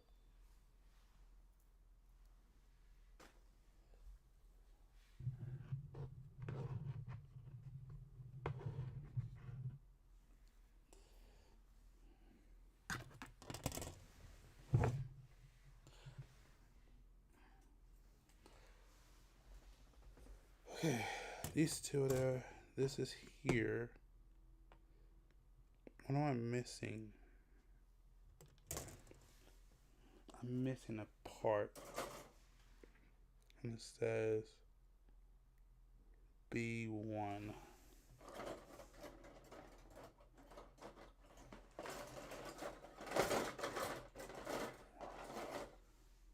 Okay.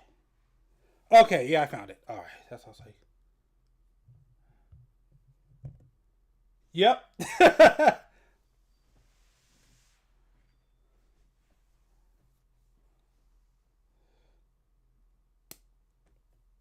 Yep, absolutely. I will agree with that.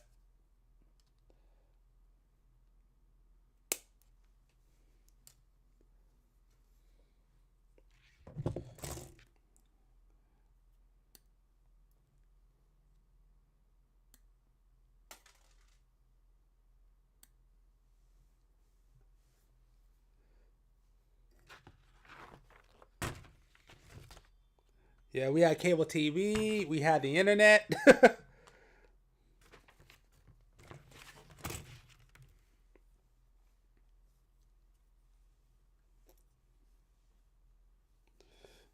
That's why I say I appreciate the older generation because y'all had to crawl so we could walk.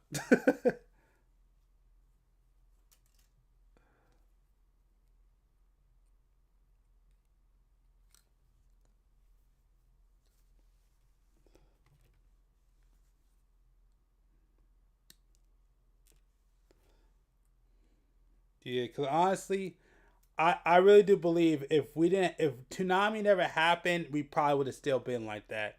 But Toonami changed that. And like you said, we had cable.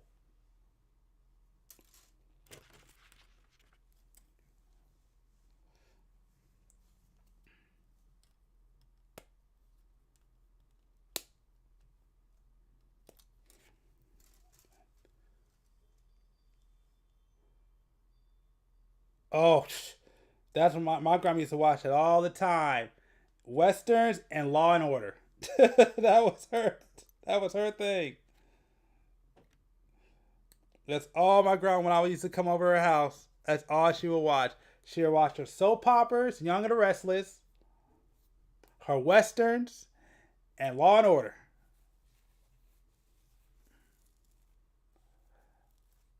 And there was a couple other ones back then too. I can't remember.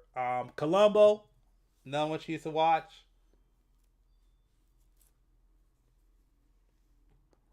My grandma loved her shows.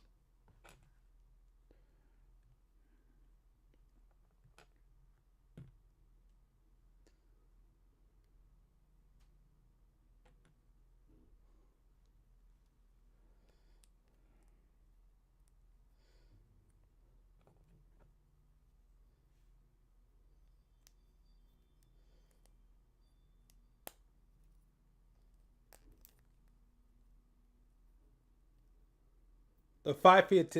Yeah. You see, I came in when those things were growing out. It's like my grandma had that, but it was like for me when I came up, it was like a toy.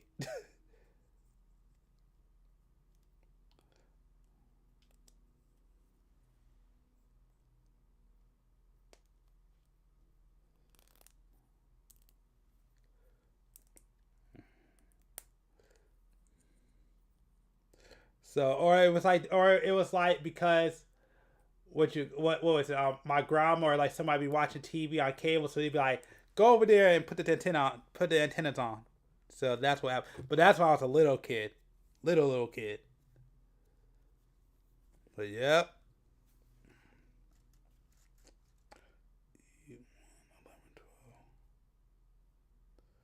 He won 11-12 PC8.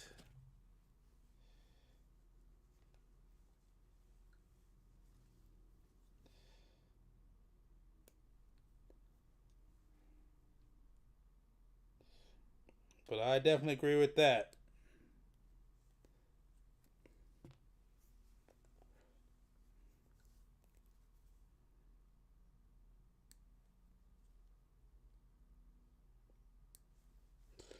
Oh man, those were some great times. E112. E111, E112.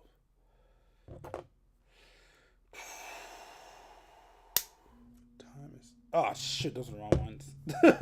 I mean to use those ones for those. Oh god, that's. Dang it. That was an accident. So.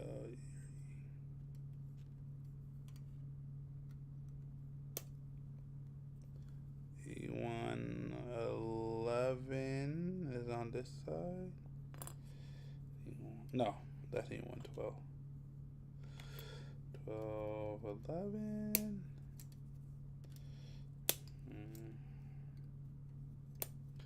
1211.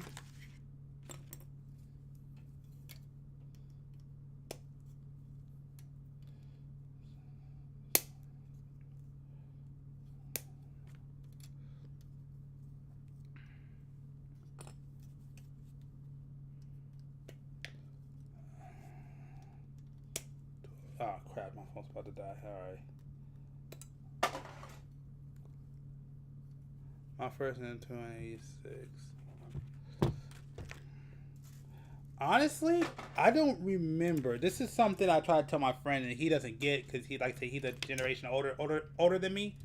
But I always tell him, I'm like, man, I don't remember never not having a computer. The computer I remember, the first computer I can remember ever having was, I should say I can remember seeing, was the old Macintosh floppies.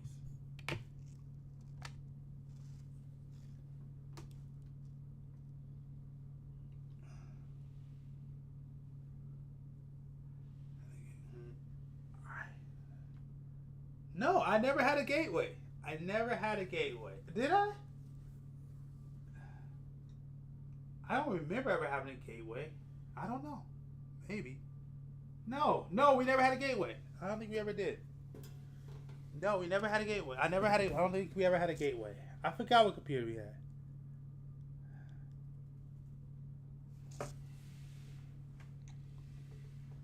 No, like, yeah, no, the one I remember the most, the earliest one was the old Mac with the floppies. I remember having that one.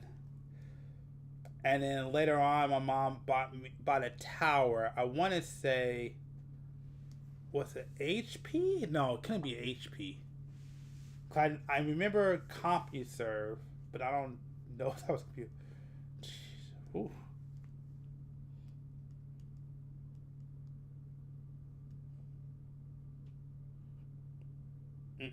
I only ever had one of those. The school had one of those. I remember that. No, that was a TV. The school had a TV on wheels. I don't think I ever had a computer on wheels. Never went without. Yeah, that was the first one I remember. I can remember. But again, I was a kid, so I just came into the world like, oh, hey, go play games on the computer. What's this? I don't know who bought it. It's the same way like with my first Game Boy. I know where I got my first Game Boy from my grandma's house. I remember seeing it. It was in the back bedroom of my grandmother's house. And I saw a Game Boy. I'm like, I asked my grandma, "Can I have it?" She said, "Yeah, go ahead." That's how I got my first Game Boy. My first Game Boy was just grandma just said, "Take it." I don't know who the Game Boy was. I don't know where it came from.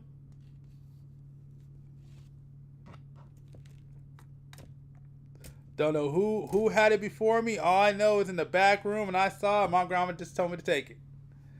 I still have that Game Boy to this day. I still have that game. Let me see. I think I have it here. Let me see. Yep. Here it is. I still got the Game Boy to this very day. This was the one my grandmother just told me, just go ahead and take it. Still have it to this very day. The very first Game Boy was just my grandma just throwing it to me and just saying, take it home. This was my very first Game Boy. Have no idea where it came from. Mom didn't buy it for me. My grandma just said, take it. So.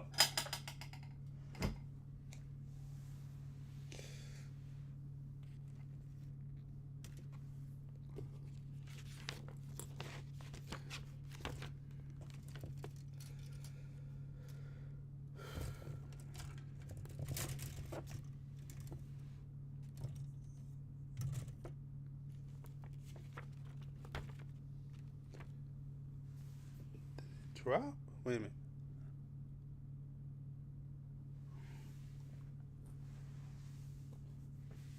What happened to the other? What? Wait a minute.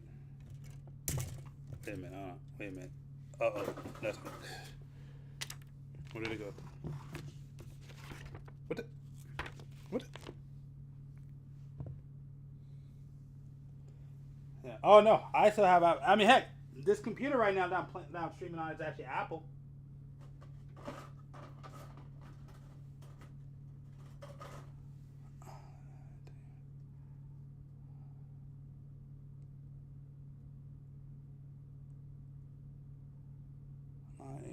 I never went into Apple products when I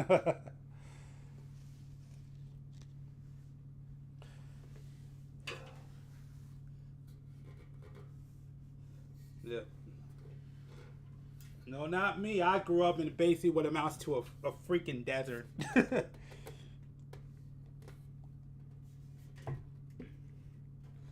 That's what. Well, okay, that's not true. I technically, like I said, as a kid, grew up starting in the Bay Area, which was great. And then I got moved to basically what amounts to a desert.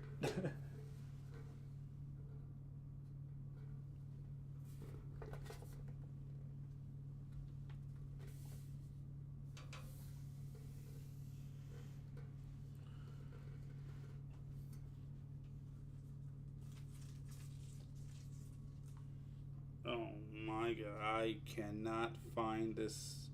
Did I just miss a piece? Did I just lose a piece? It makes no sense. 1, 2, 3. Where did it go? I just had it. What the heck? It just disappeared. What did I do? Oh, there it is. Okay. Okay, there it is.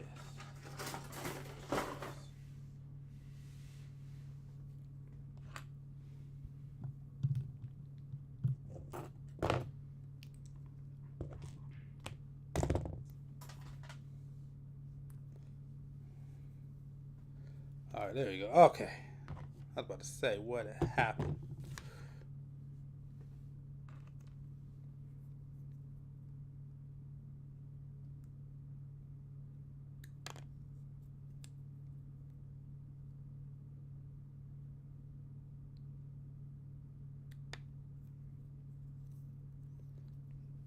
All right.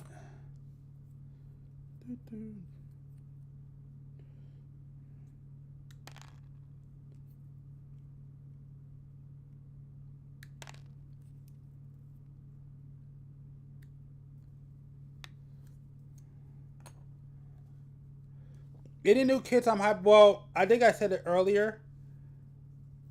The newest one that's coming out that I'm really happy about, but I wish I can get it. Most of it's all P-Bondi, but I would say it's the Shadow Gundam or the Gundam Spiegel. I'm very excited about that one. That's one I really want. I'm only happy about the Sandrock because the Sandrock is the Sandrock EW being released finally means the rest of the EW kit are finally being released, which I'm happy about in high grade. What is that one called?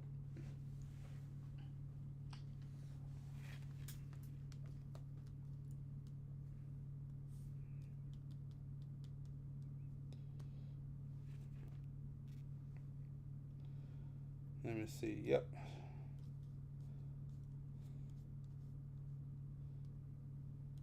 Oh no. Think it. Okay.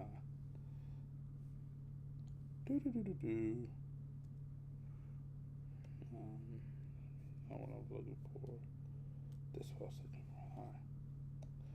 Okay, here we go. This is helpful. Okay.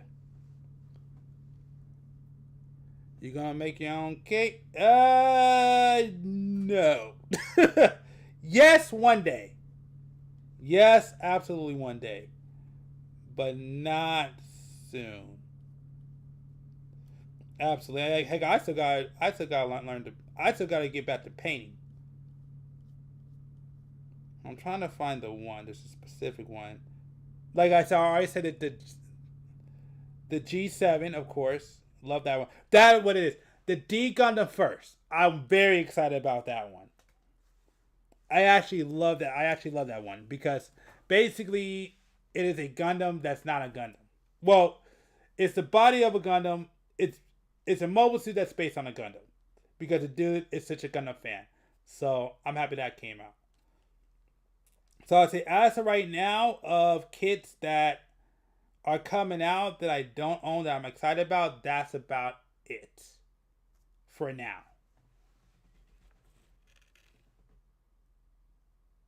I know, that's why I'm freaking happy because I've been wanting the EW kits to be re-released, and they finally are. Again, I'm looking forward, like that. The ones I'm looking forward to all of them. The only one I never really liked was Sandrock. Sandrock's the only one I never really liked, but I loved all the other four. So I'm happy that we're finally gonna get another. Actually, you know what? I'm hoping.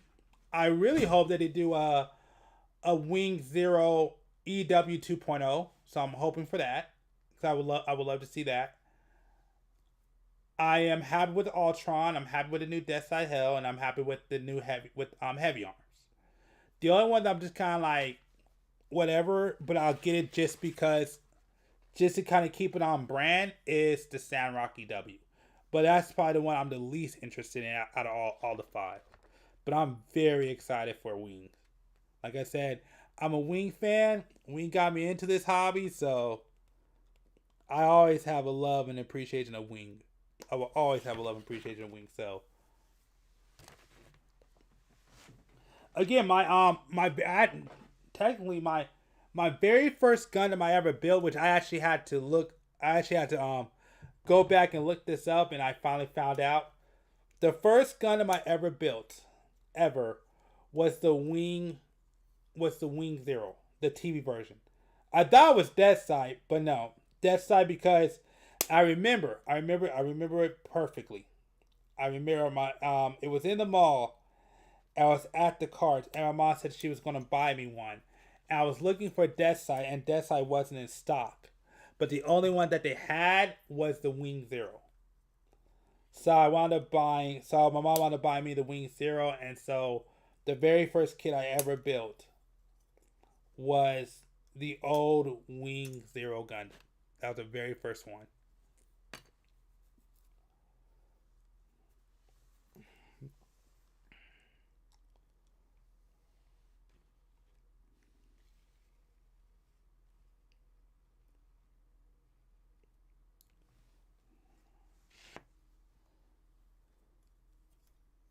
Oh, Banshee. Okay.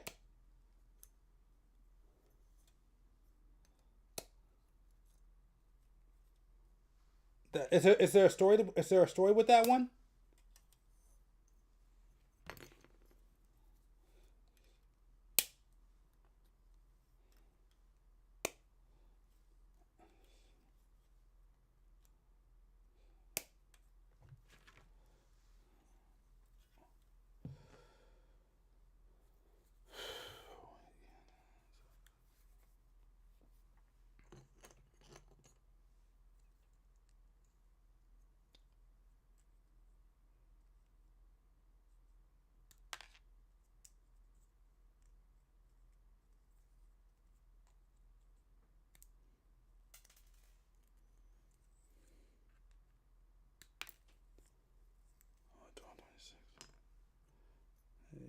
trying to speed up a touch.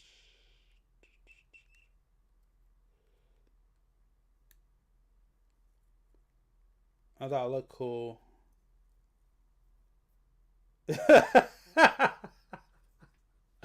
Oh shit, that is so true.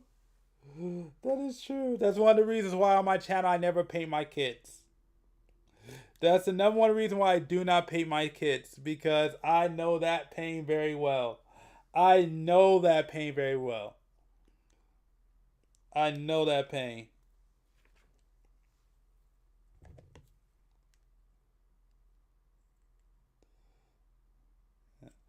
So the thing is that the wing kits and the wing throw are always so I'll tell you the other story. So I think I told you before, like I started building kits in the early 2000s, then I stopped because, you know, high school became a thing, girls became a thing, so, you know, I kind of had to, you know, cut out all the geeky stuff, which I you know, I had to cut all that out. And then like I said, I got back into it because of my friend buying stuff at the con. I'm like, man, I want to get a souvenir from the con too. And every year I couldn't do it, and finally I had a chance. I wound up getting kits. And the two kits that got me back into Gundam building and why I build to this day, it was the wing Gundam from Build Fighters. I forgot the actual name, but it's the wing Gundam from Build Fighter, which is the Finish, I think it's called.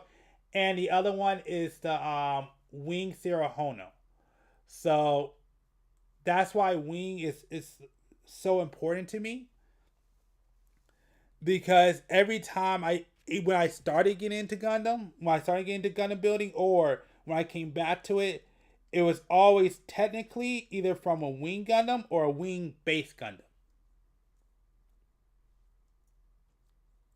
So that's why I said to keep it on brand, I gotta support the Wing stuff.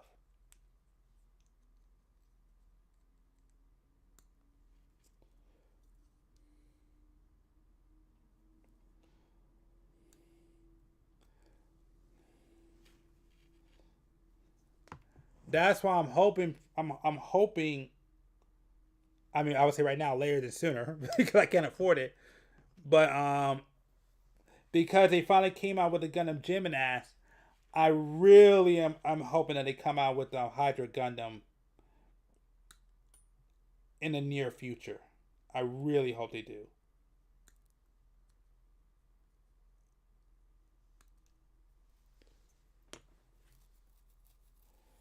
Alright, that. Is that all?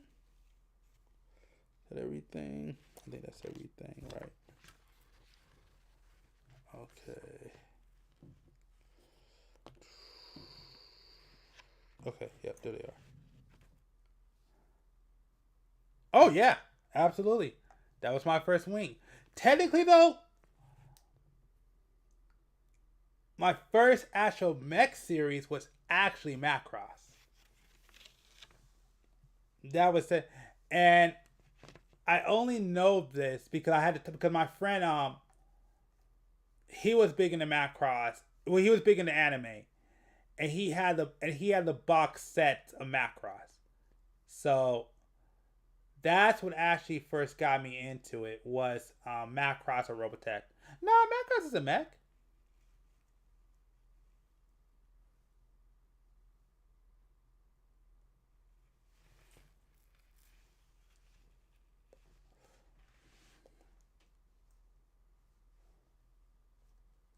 Yeah, Macross was really the first mech series that I got into.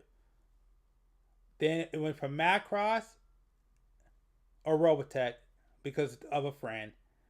Then, well, okay, if we go further back, I guess you could technically say Power Rangers if you want to be technical. But when we're talking about straight up...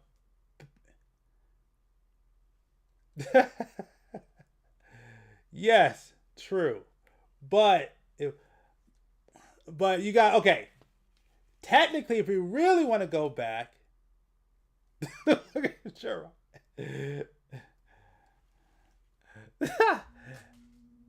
Oh man, it's a bet to both worlds. It's the mobility of a standing and the speed. Well, and it's basically just it's a more what you call it, has more agility. I think it was. I can't remember. Yeah, that was funny though. So if we technically if I had to go back, I would probably say yes. I probably started, if I really want to think about it, it probably was Transformers where I really started when it came to mech. So I want to say it's probably Transformers. Then I think it had to be like, was it Iron Man? I want to say had to be Iron Man. I think because of the cartoon. And Technoman. Technoman were the two. Well, I don't know if that came first, but I know Iron Man, Technoman. Then I remember Macross because I'm just going. Oh no, I'm not saying there weren't others, but these are the ones that I remember watching. Yeah, Massive. Yeah, I didn't really watch those though. I learned about those later. So I'm not saying those weren't there. Just like what's that one? But I hated that. That one was weird. What was that one? God, what was it called? I hated that one though. It was like they were like in an exoskeleton. It was like that. It was like an exoskeleton, and then one had like a spider walker. No, not GoButs. No, not GoButs. What's it called? What is it called? It was like a military thing. I remember it was old cartoon. I was not into that one though.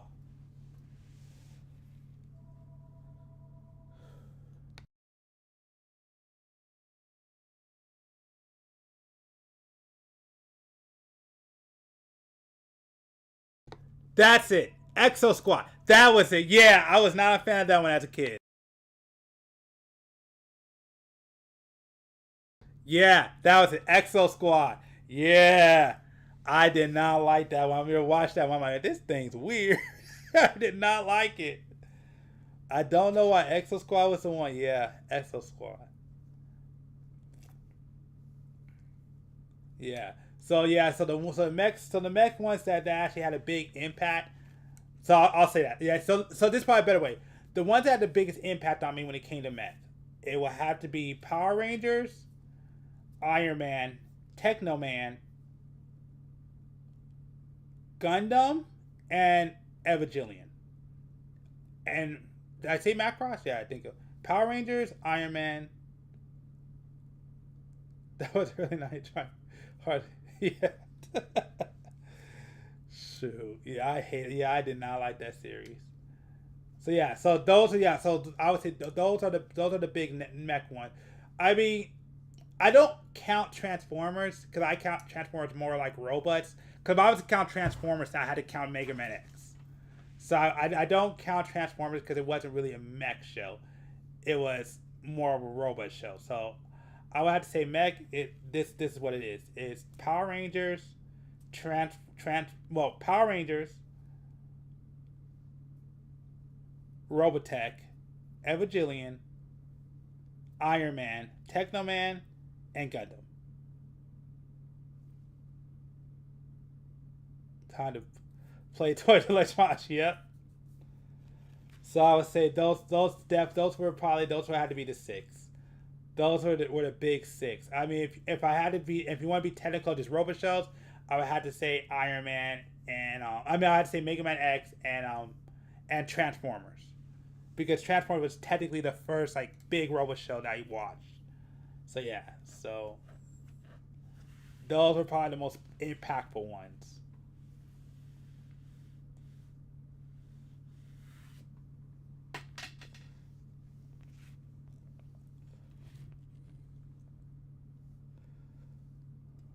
That was a time to play Toy Electronics.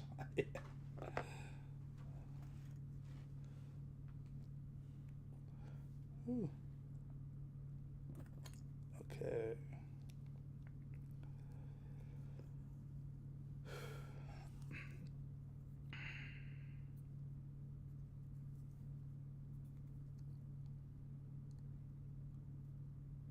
Only stupid figure toy.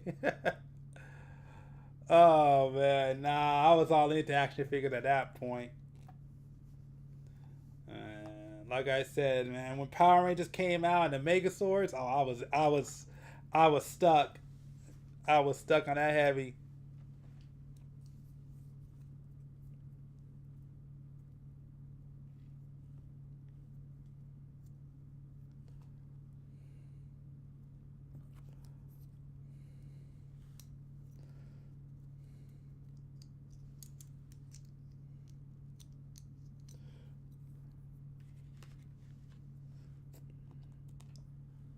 Yep. Yeah, once Power Rangers became a thing, now that was it. That was it for me.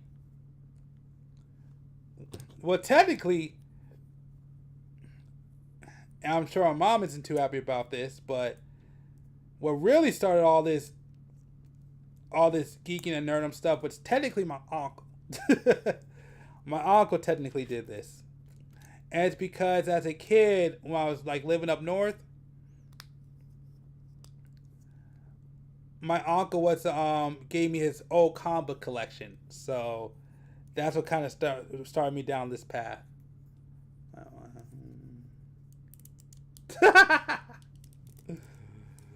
I was too young to think like that at that time. I'm not mad. You see, at that time, I was at the age where girls had cooties. Shoot.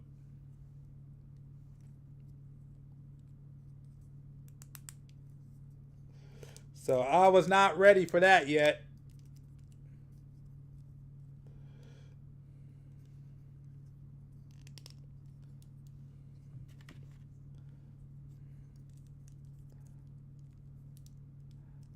I was not there just yet.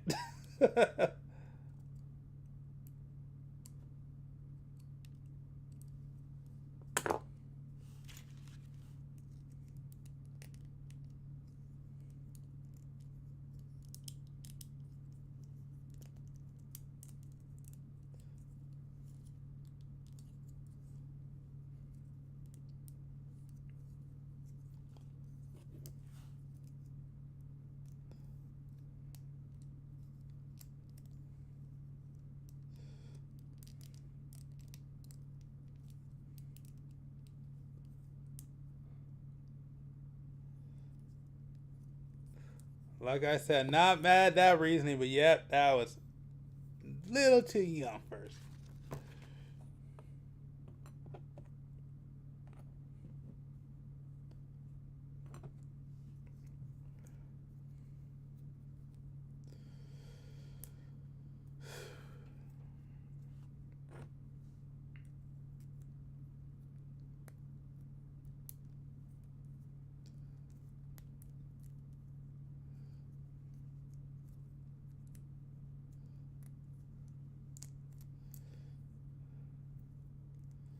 Is it this way? Oh, yes, this way. Yes, this way. Okay. Okay. We got it.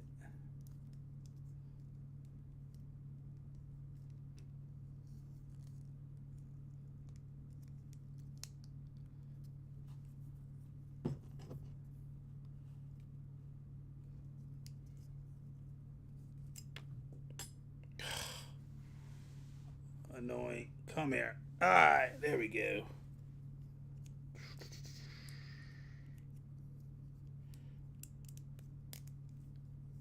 Boom, and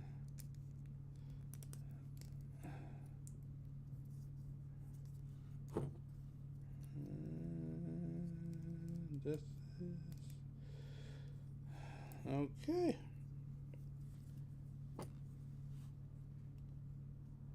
Oh yeah, absolutely. What you call it? The He-Man just came back with a movie. Boom. All right, legs are done. Cool. So what are we left with now? What are we left with right after this?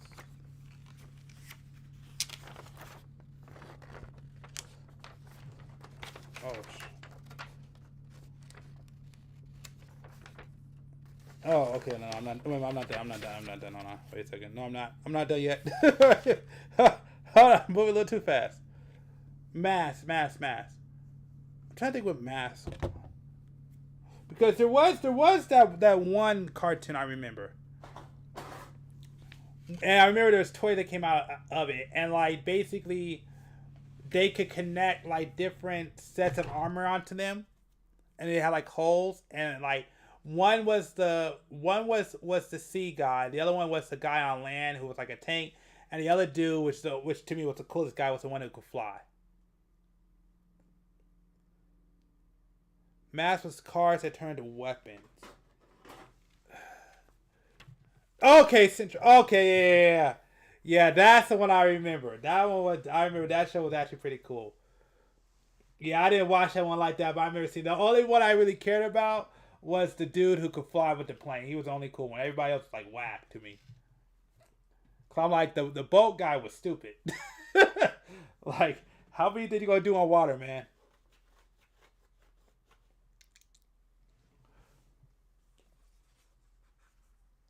Okay, yeah. So I remember that one.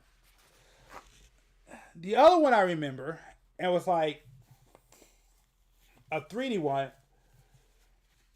when it came to turning cars into weapons. It was this old shit series. It was kind of in the vein of Power Rangers, but basically it was something van. And I guess a meteor came down. These kids jumped into cars. And then when they came out, they were like Transformers in a way. I mean, they didn't transform, but they came out like as car guys. Like it was like early 3D. I forgot what that one was called, but that's the one. That's one I remember.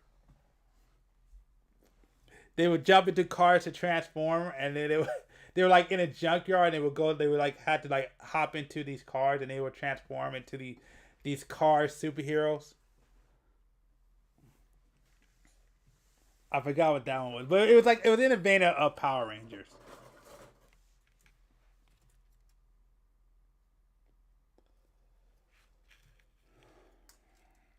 I forgot what that one was called.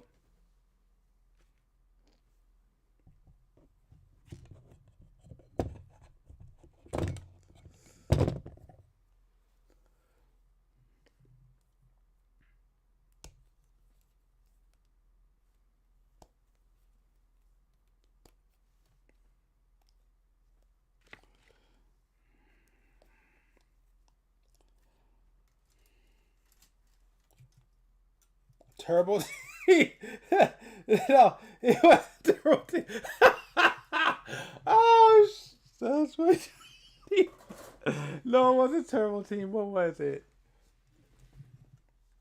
It was Van something. Hold on. If he's looking at Turbo Team. Turbo Team. Oh, what was it? Oh, I'm trying to think what it's called.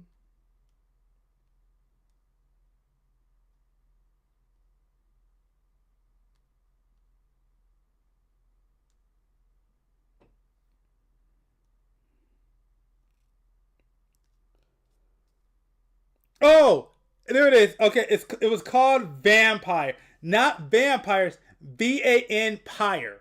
It was Vampire. That's what it was called.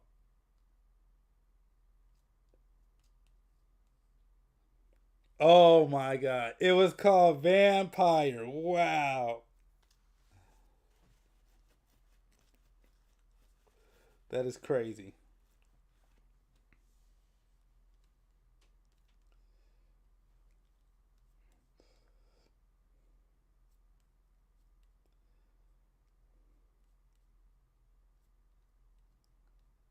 Damn, I don't have pictures of it.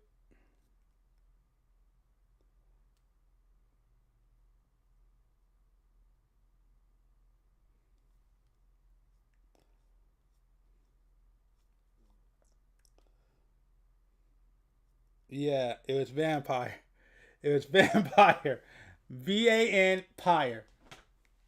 That's what it's called. Turbo Team. That was good. Turbo Team. Yeah. Oh man, I remember that one so well. Oh man.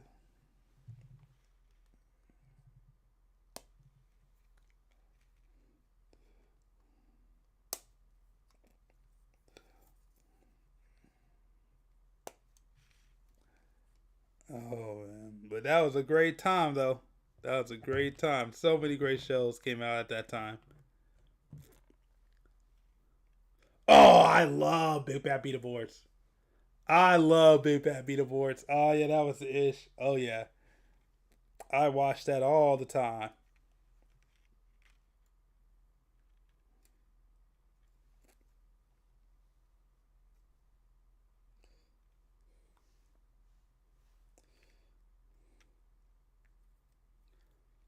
I love Big Bad Beetleborgs. That one, or VR Troopers. That was another one. VR Troopers, another one I used to watch all the time.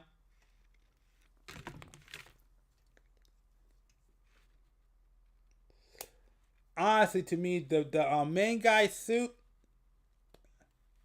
Yep, we are VR. Yeah, that's my ish.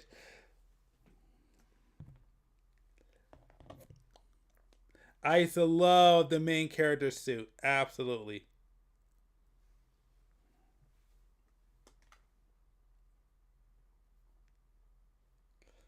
Yeah, there was that one. What else was there? There was a couple of them that were like that. I remember that night one on Fox. That one was terrible. On Fox Kids. Oh, that was so bad.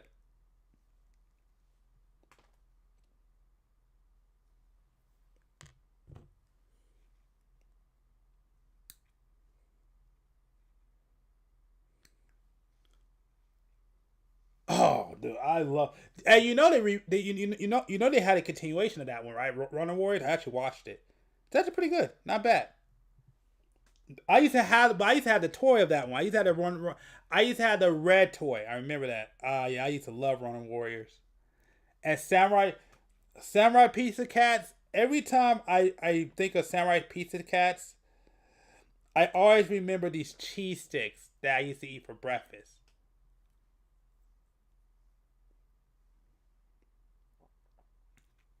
Yeah, I gotta look it up because yeah, I had the Ronin Warriors.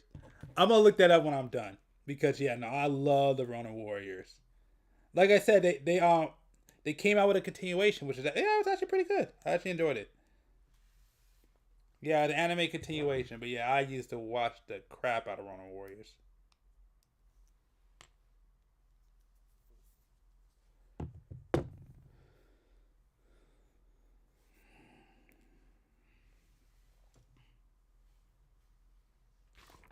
And yeah, like I said, Samurai Pizza Cat. I just every time I think of that show, I remember I used to watch that. My grandma used to have these cheese sticks.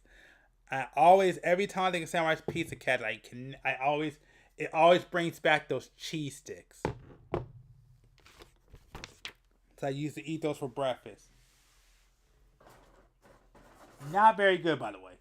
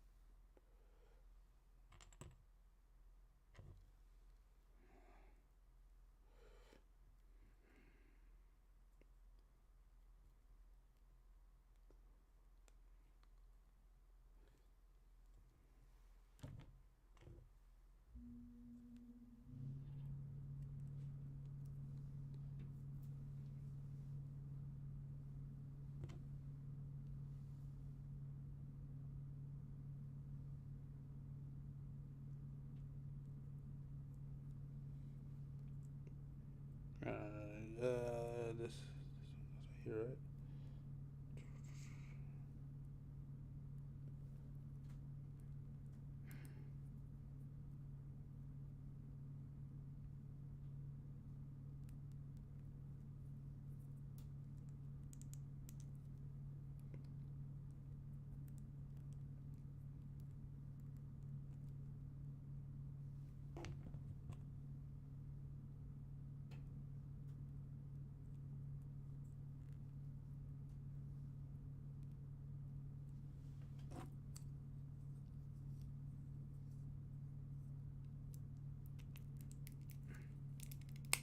Alright, cool. And now, finally, I'm officially done. Oh no, you're good, you're good, you're good. Don't even worry about it. Finally finished up the legs. Now I'm done with the legs. Now I can go to the waist.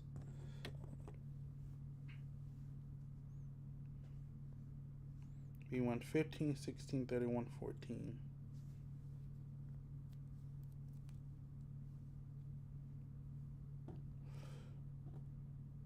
B1 15, 16, 31, 14.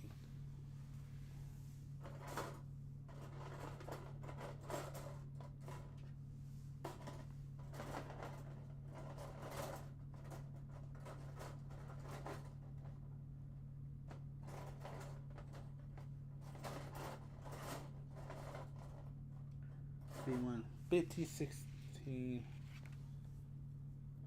Oh shoot! Which one did you get? That sounds freaking tight.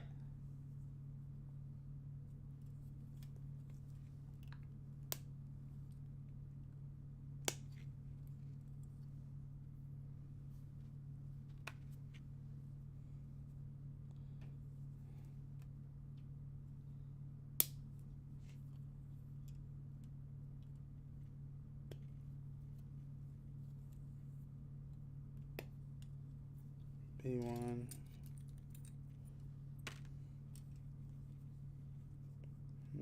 16. 3 kits. I wish I had a drum roll. I need to add a drum roll effect. Do I have a drum roll effect? What is this? Well, that was terrible. Never mind. That was horrible. B1 was 14.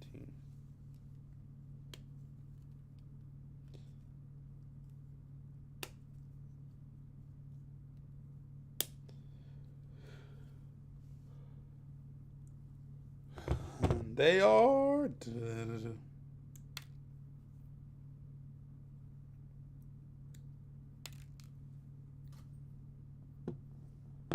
fat 100 I-782. Okay, cool. HG is Octa F.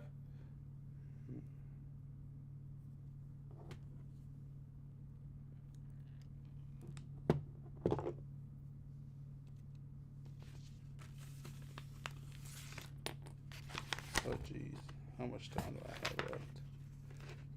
I can get this. I can get this done in time. I can get this. I can get at least some done for sure. Okay, where is? Oh no! Oh no! No! I think I do got a replacement, but I just want to find it.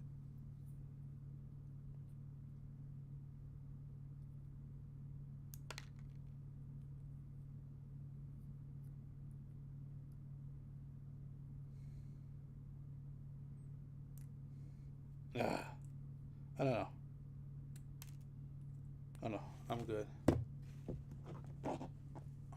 Grams upscale to 100. Yep.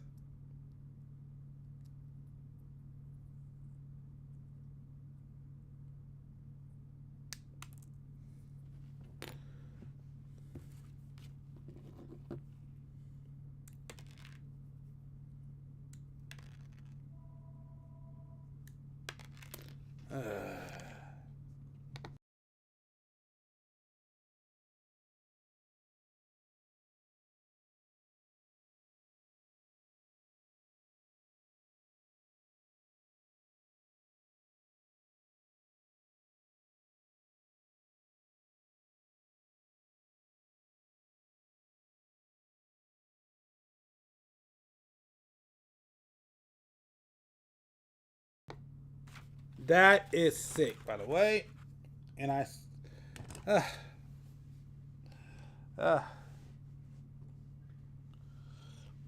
depression now sets in because I think I dropped the part that I need and now I gotta go down and look for it. I was doing so good too.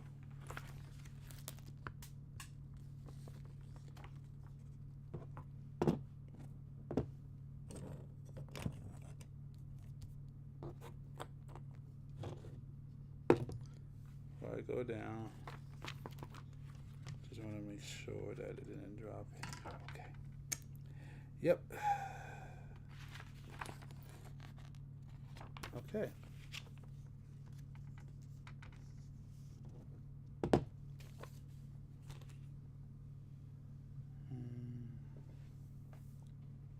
That is freaking sick. Okay. Let's go down.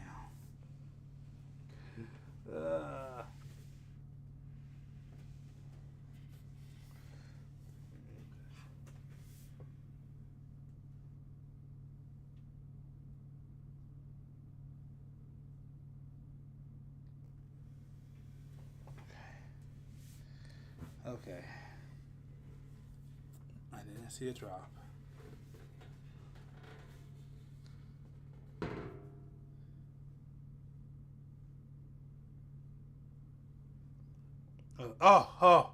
Oh, thank God. I found it quick. I found it quick. I found it quick. Yes. I didn't have to go to the land of the lost. I'm so happy. I'm so happy. I'm so happy. Okay.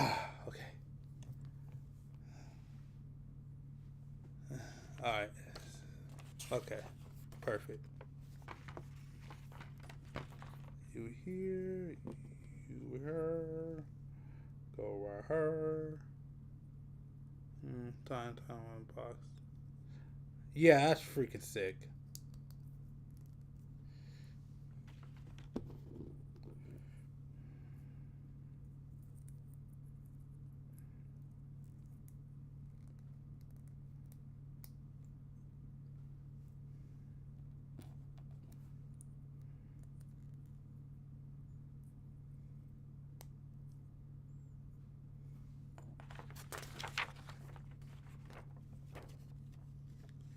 Okay, there we go.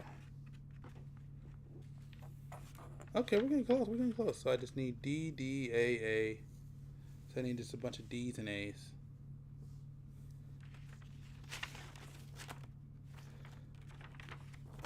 So I need a bunch of D's and a bunch of A's. Okay, let me find D's and A's. Anything else from B? I want to make sure I don't need anything else from B. Nope. Oh, yes. Okay. Yeah, just the hands. Just the hands. I'll deal with that later, though. D's and A's. C.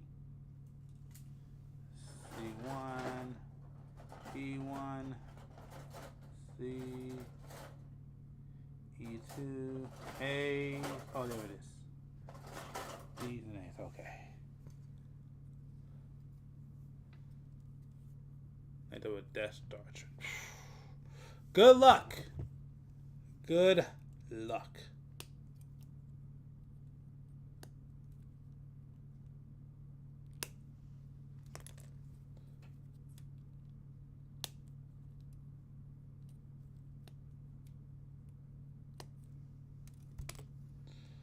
One, two.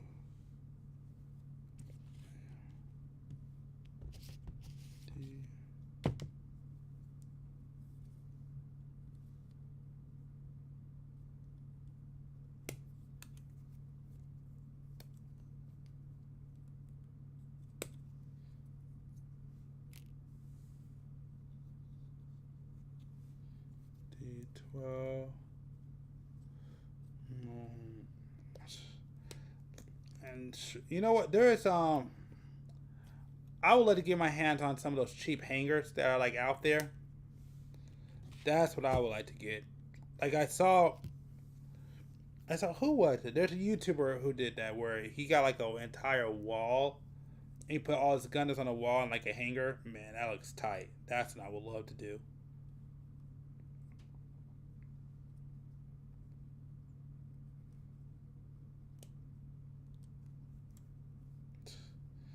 Yep.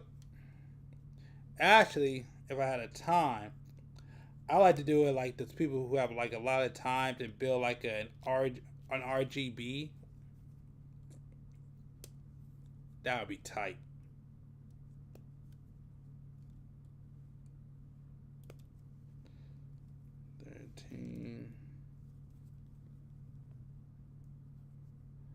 Gundam Dome Base Pack 10.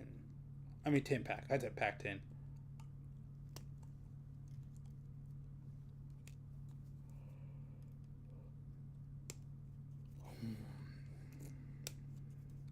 Yep.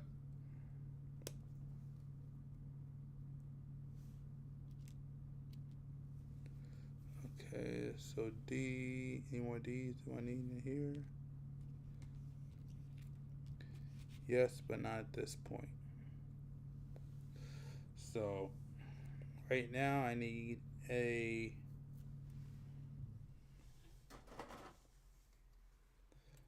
Okay.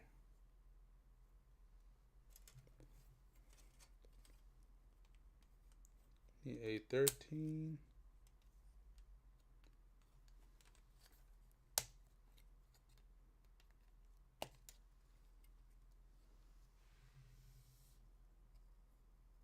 Do I watch It's a Gump?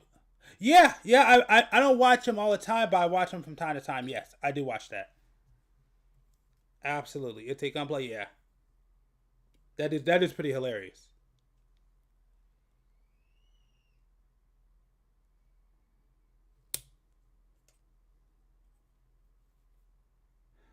Yeah, I'll definitely look it up. What time is it? I just want to get a little bit further.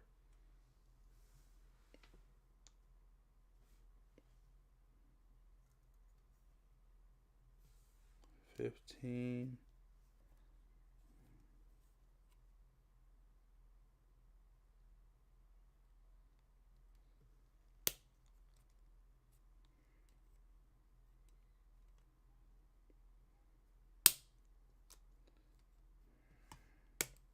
Speaking of that, I may be bringing back my shorts pretty soon here.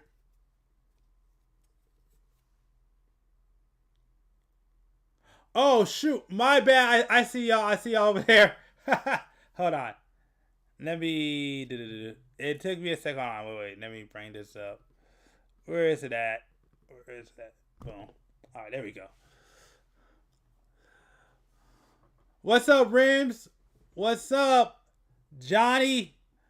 I am building the Deathscythe Hill. My fault. It just populated. I hope I didn't miss your chats. I'm over here chatting right now, as you can see on the screen.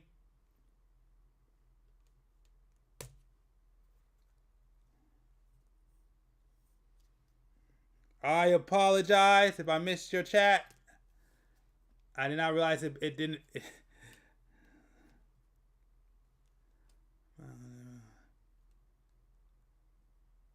Yeah, I have seen some of those. I don't know if I saw necessarily that one. From what? How do you pronounce it? Kotobuki or Kotobisha? But yeah, I am building the Deathscythe Hell High grade right now. I think it's a pretty good time. But thanks for coming on the stream. Appreciate it. You know, hopefully you stick around.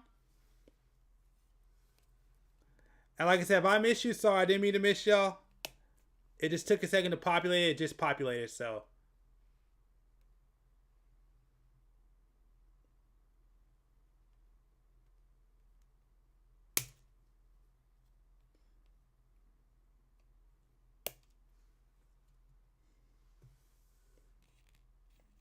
Okay. But the build's been going great. I've been having fun. Man, talking to the Lord, Bob, the builder. Good dude. Had a great time, man. Having a good conversation.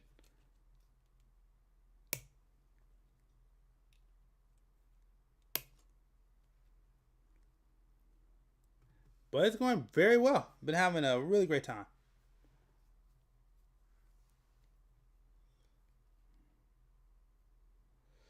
Okay.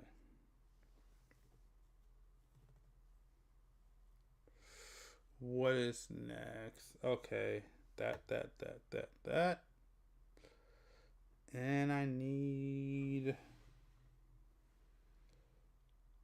to...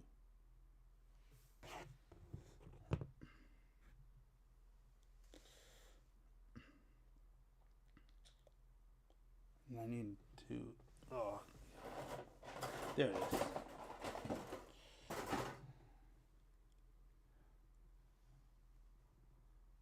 Yeah, I actually got a whatchamacallit.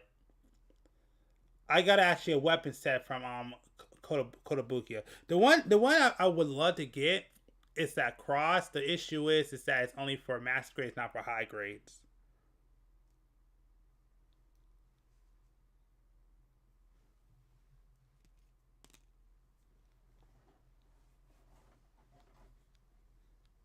Alright. Let's go ahead and start knocking this back out. That sounded crazy, but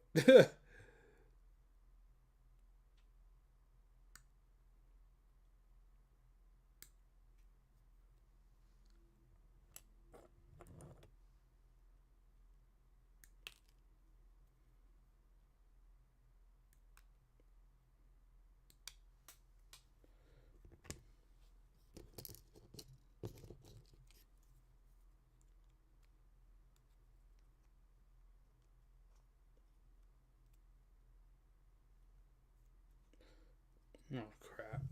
Dang it. Dang it. No, I screwed up. Well, the build was going good. Dang,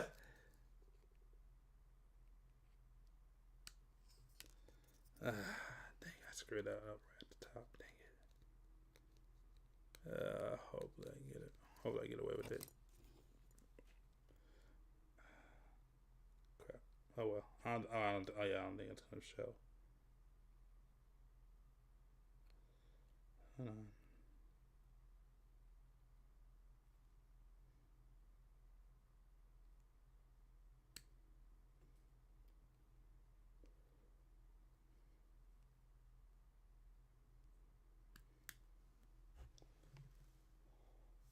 Ha! Right? Exactly. Exactly. I love that answer.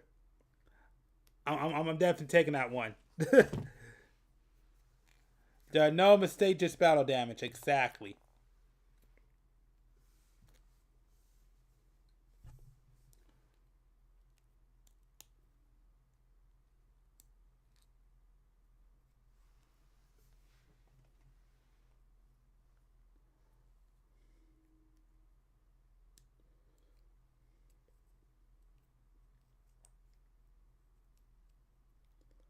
It becomes a custom. At that point, might as well kit bash it.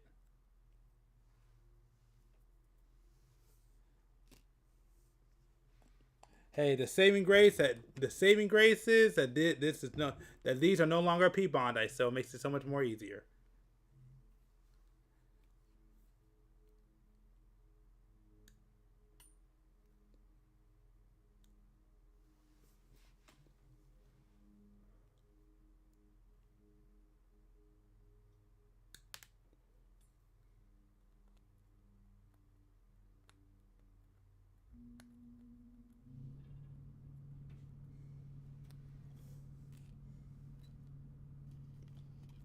Alright.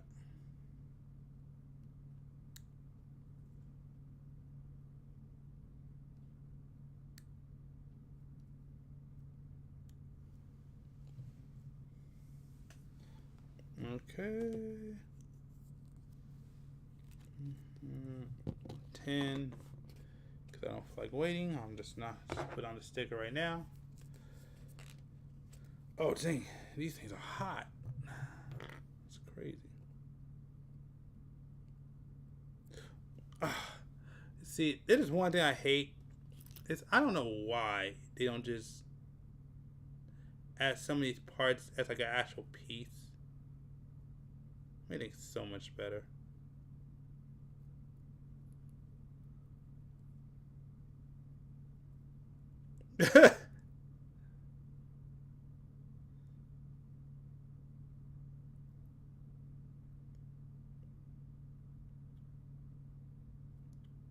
You know, that's one thing I can honestly say I will say, at least my era of building that I'm grateful for. That outside of losing parts, because there are a couple parts that I lost, I'm happy that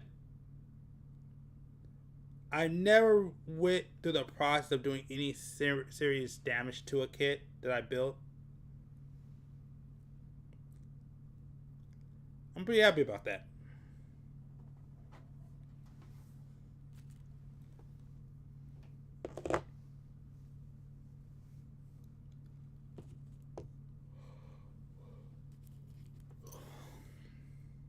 And there were some times where I got close too, especially when I was younger.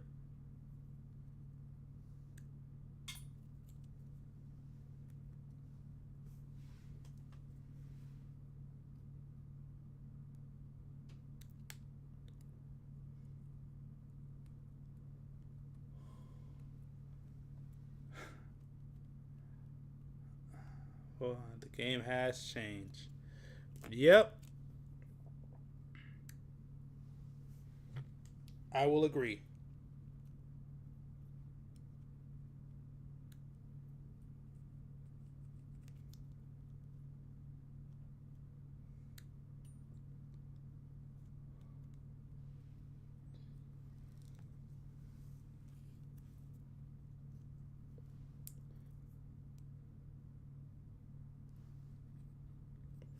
Okay, I think I have it all ready.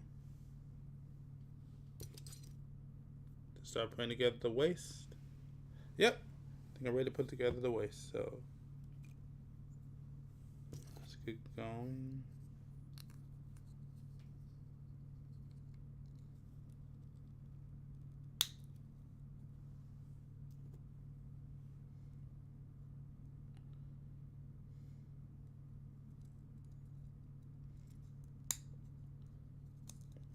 Okay. Heat warp parts and craft filament ejected to Molly. Now kids are just assembly. Yep. I ain't gonna lie. I enjoy it. Like I said, I respect the builds that came before me, but I'm so happy at how it is now. Because even from like when I was younger, and the quality of the kits till now are like completely a different level.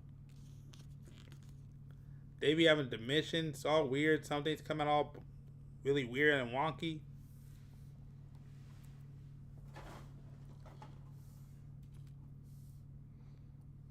Okay, this goes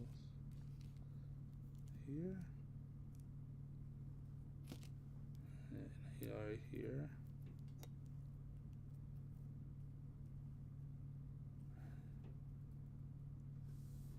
Oh, so where?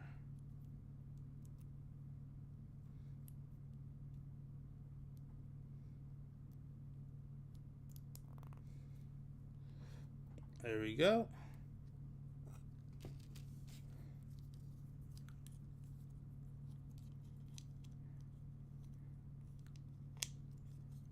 One,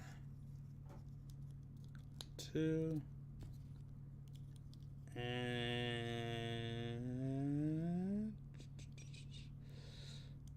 three. All right.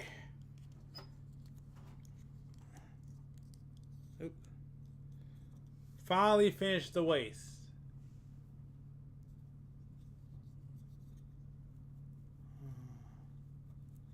Yeah, I've been hearing it coming up, but I also think it's the prices too. The prices are ridiculous at this point.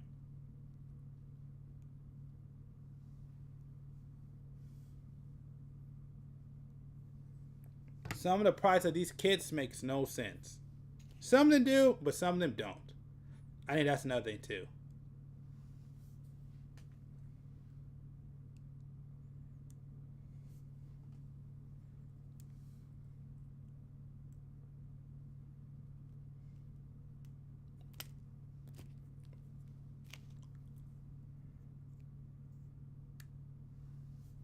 Now maybe the movie might save them, but we'll see what happens.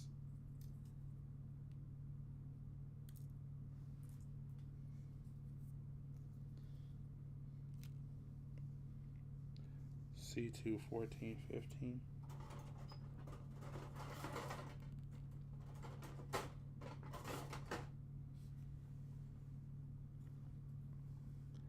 Yep.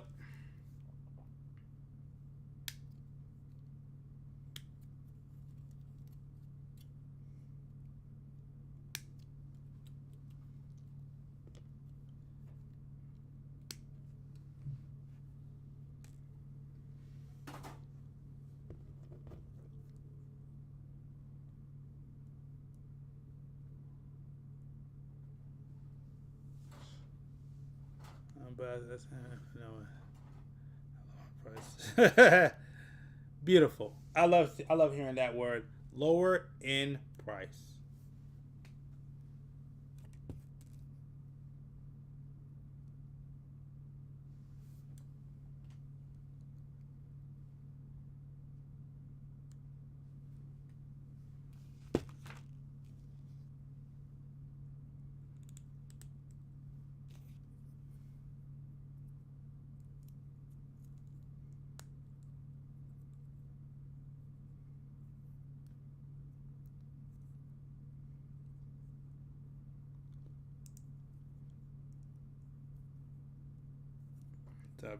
Okay, you know what? When I get out this show, I'm going to look at some of these third parties. I'm very interested in a lot of these third parties you're bringing up. Some of them I've probably seen, some of them I probably haven't, but I'm definitely, when I get done with the stream, I'm going to definitely check it out.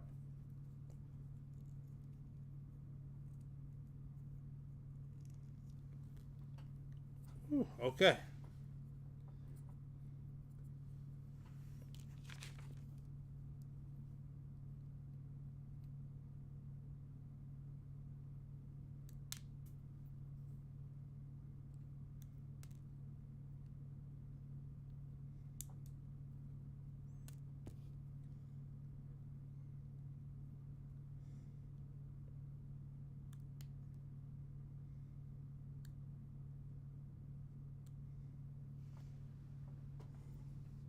I just still need to pay for all the startup outside. Oh, yeah. Okay.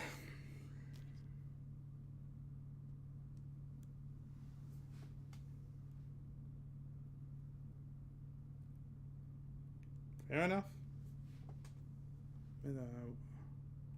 Oh, really? That's crazy. I didn't even know that. I realized that. That's wild.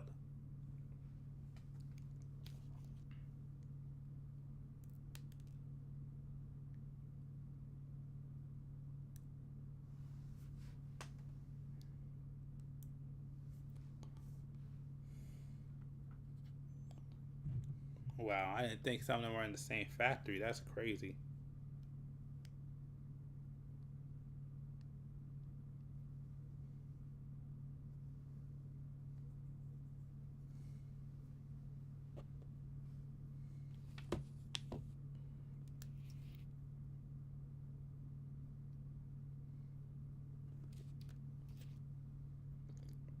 All right.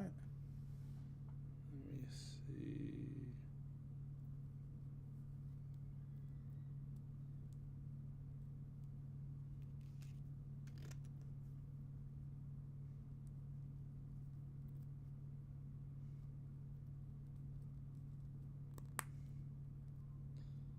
Okay. This one. Judging machine do not care what you're making a buyout. Okay.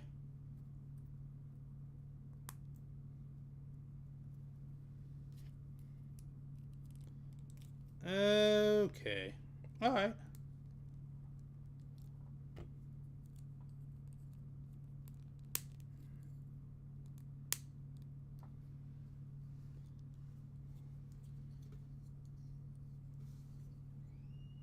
The original backpack is done.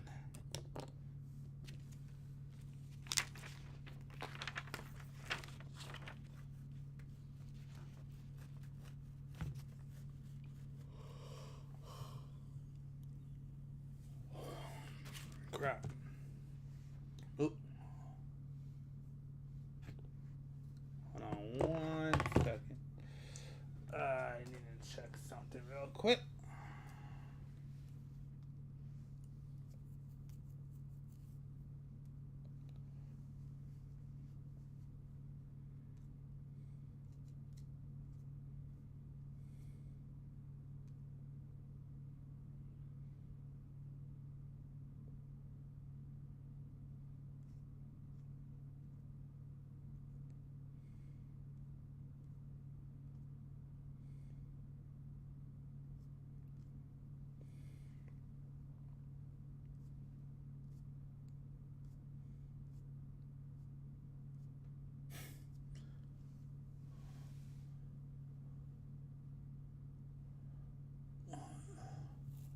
So when they say Apple and Samsung made the same fact, it's true, but also know they just use the same machines.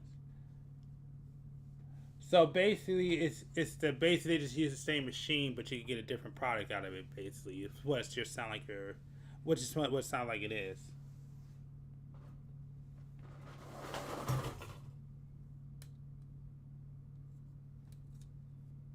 So basically, it's not to be like nefarious that's happening. It's just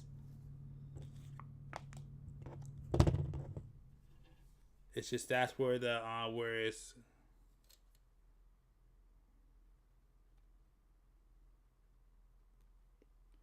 it's concentrated at, basically, correct? Oh. Okay. All right. Okay.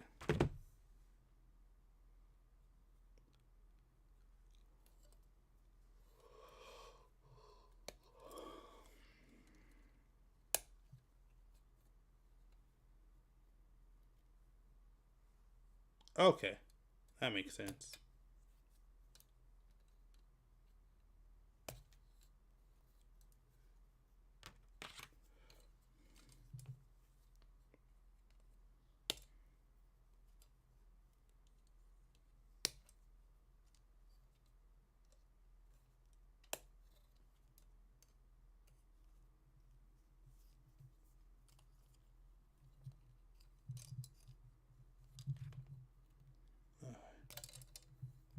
Okay.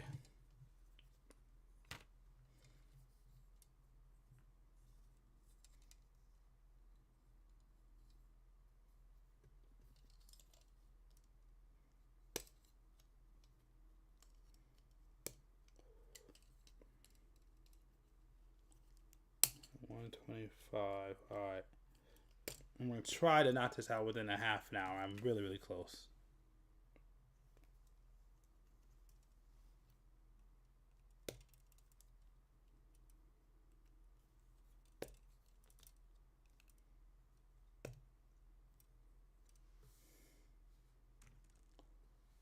Oh. Done with the first one. I'm about to be done with the second one in like 2 seconds.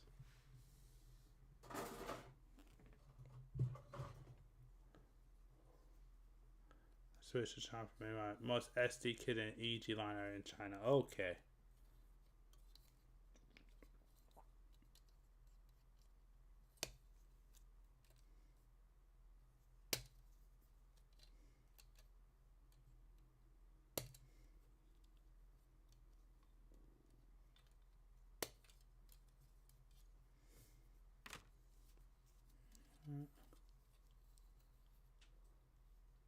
Really? How?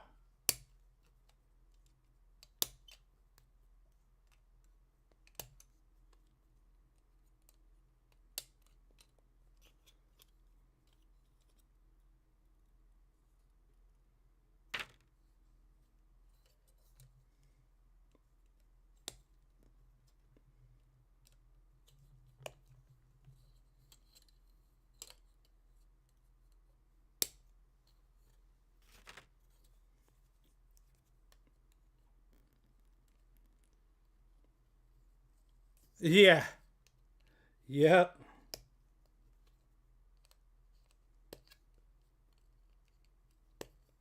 I do remember that.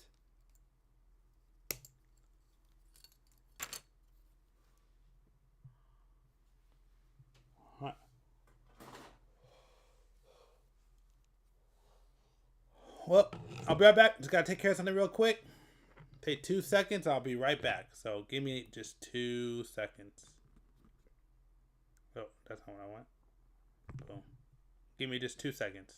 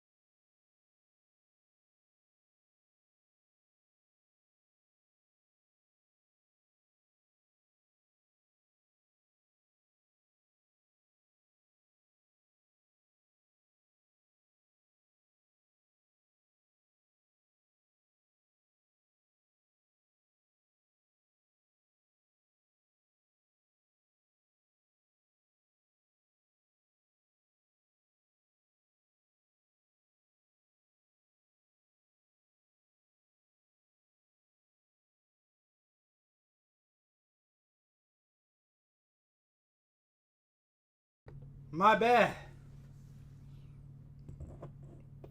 Nature was calling. So, I'm glad you said come on and answer this. I've had this conversation already on this channel multiple times. Well, I would say a couple of times, say multiple. It's not like I did this a lot. But I've always said that if they were to do a one-to-one statue in America, I like how you said oh. I like that.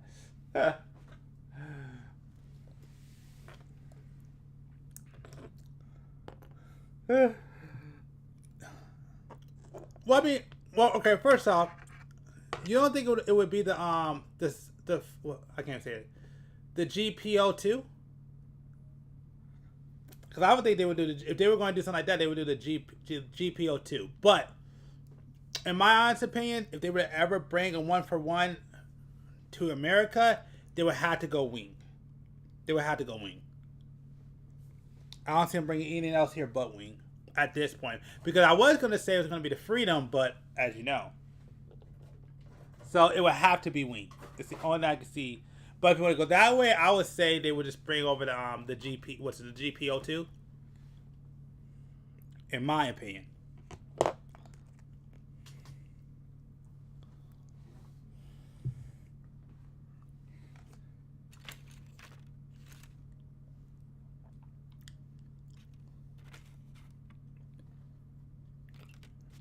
A34.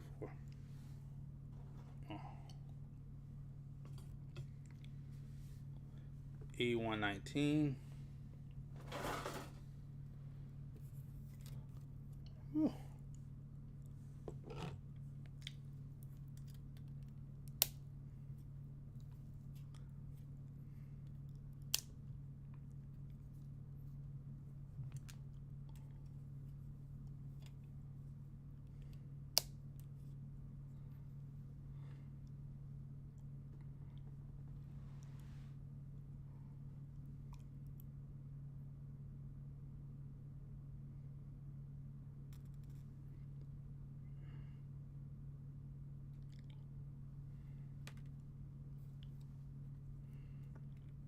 Okay. We'll just say number.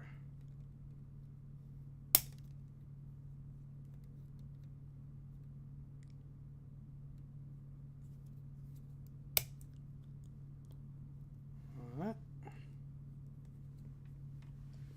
What are we doing with power? All right, let's go here. Boom. Boom. And boom.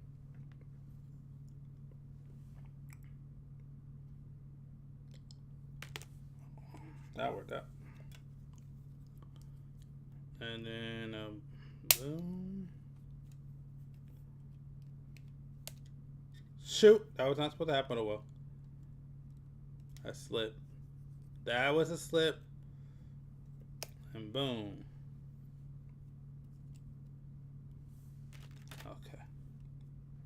And we finished another runner. We're getting close.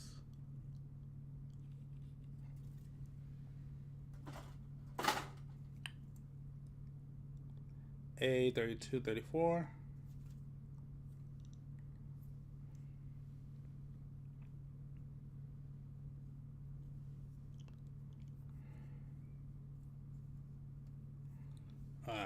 That one.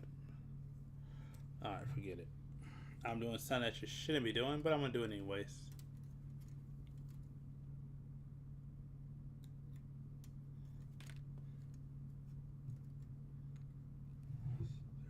$34 at the bottom.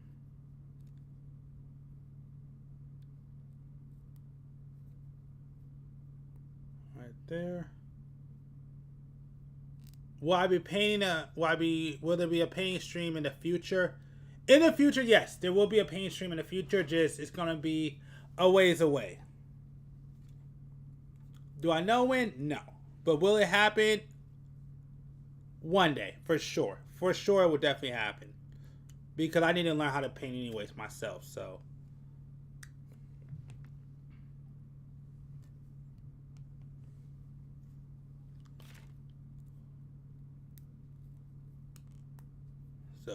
So I'm just warning you, just in case you're wondering if I'm an expert.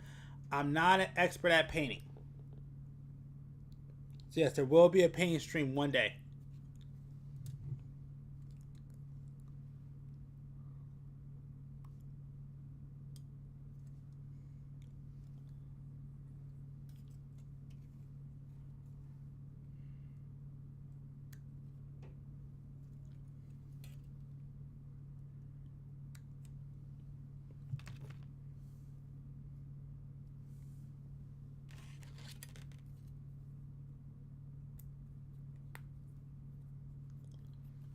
Okay.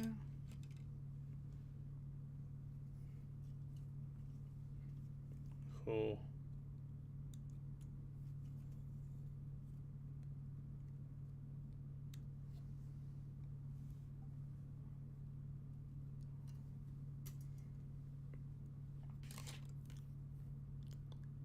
All right.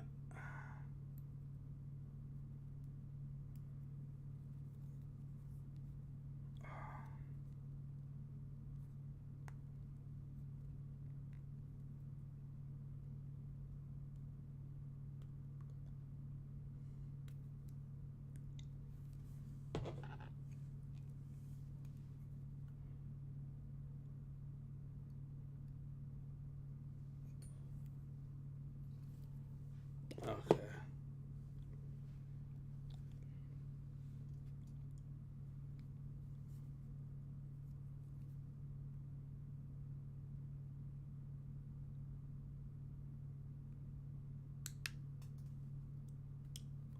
All right.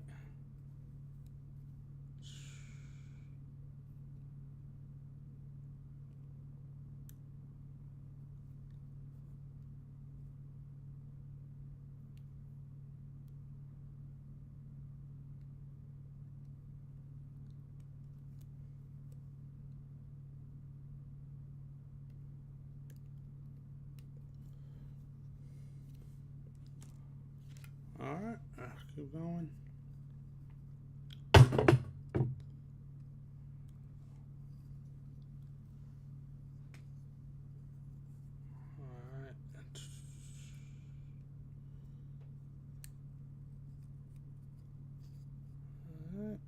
Keep going.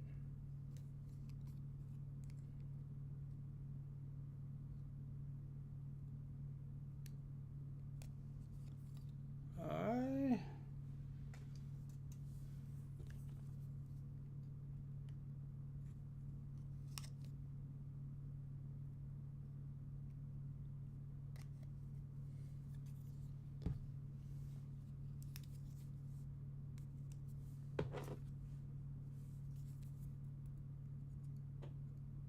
Crap.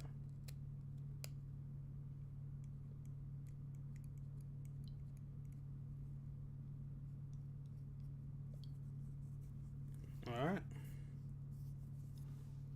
Do that way, that way.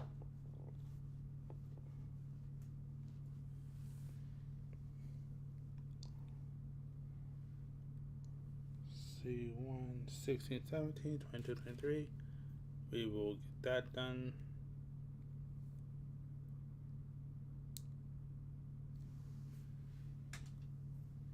So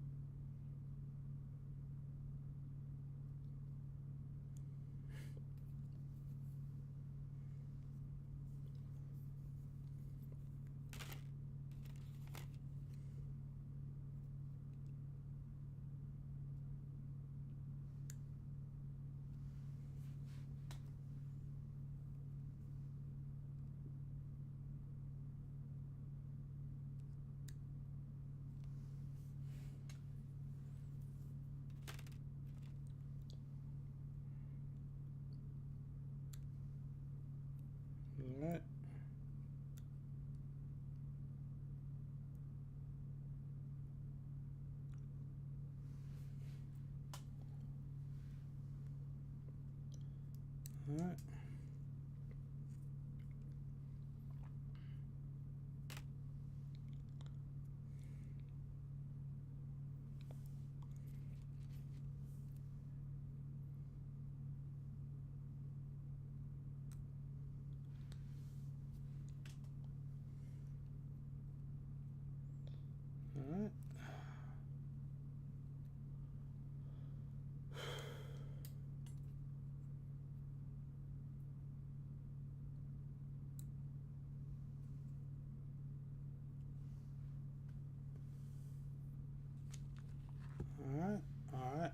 All right.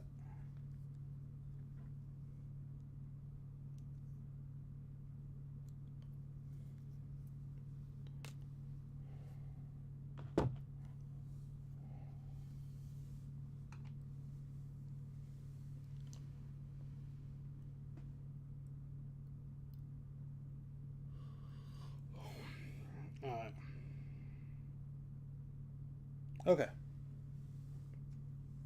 Let's see what else we have.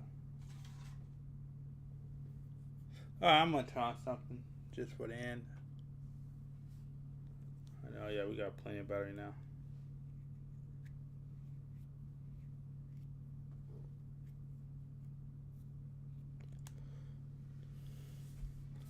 Alright, let me knock you over.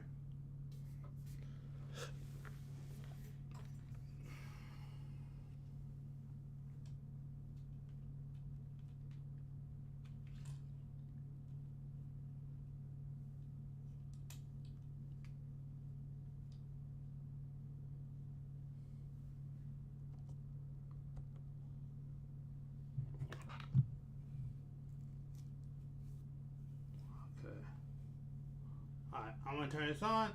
And yeah, if you guys want to talk, I'm here. The newest Digimon mobile game, which we're hoping is releasing in the next few months, has been showing off more.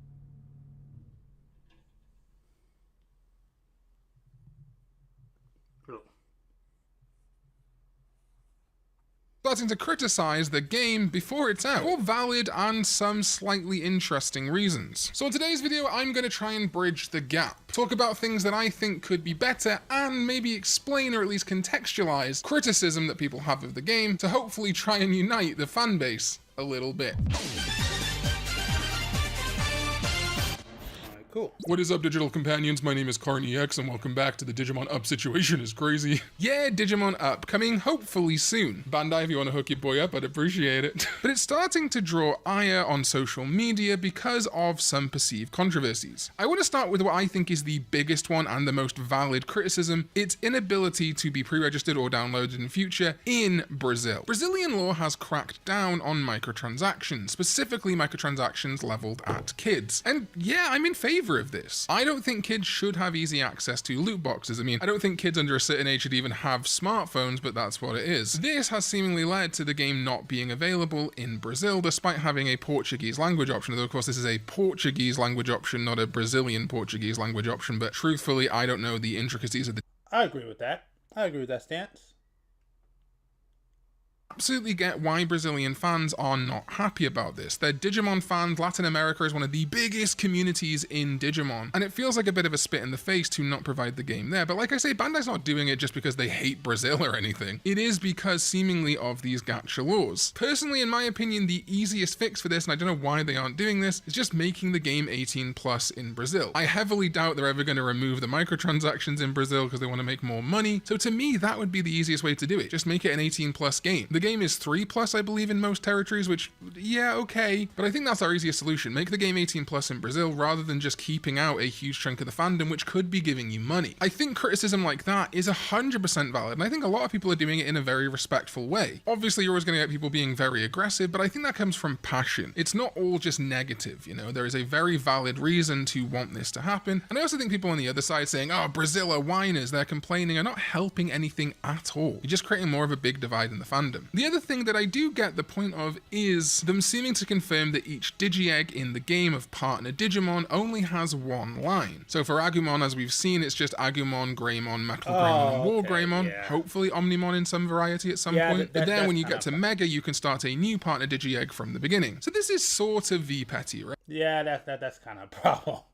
In as much that you're training up through to Mega and then you reset, kind of like a death mechanic, but not. But obviously the big thing it's missing to make it like V-Pets is branching evolution lines. So maybe having a Koromon which can become Agumon or Betamon like in the original Digital Monster V-Pet, and then on from there. Here's the thing though, Digimon Up never claimed to be a V-Pet simulator. I think when we first saw the trailer, that's what a lot of us just assumed it was, a mobile game version of a V-Pet. They've actually never advertised the game. Kevin Hart here to tell you all about Taco Bell's new jalapeno citrus salsa. Hey guys, I kind of feel like you're chopping off my head a little bit. It's spicy, balanced with a sweet and tangy citrus touch.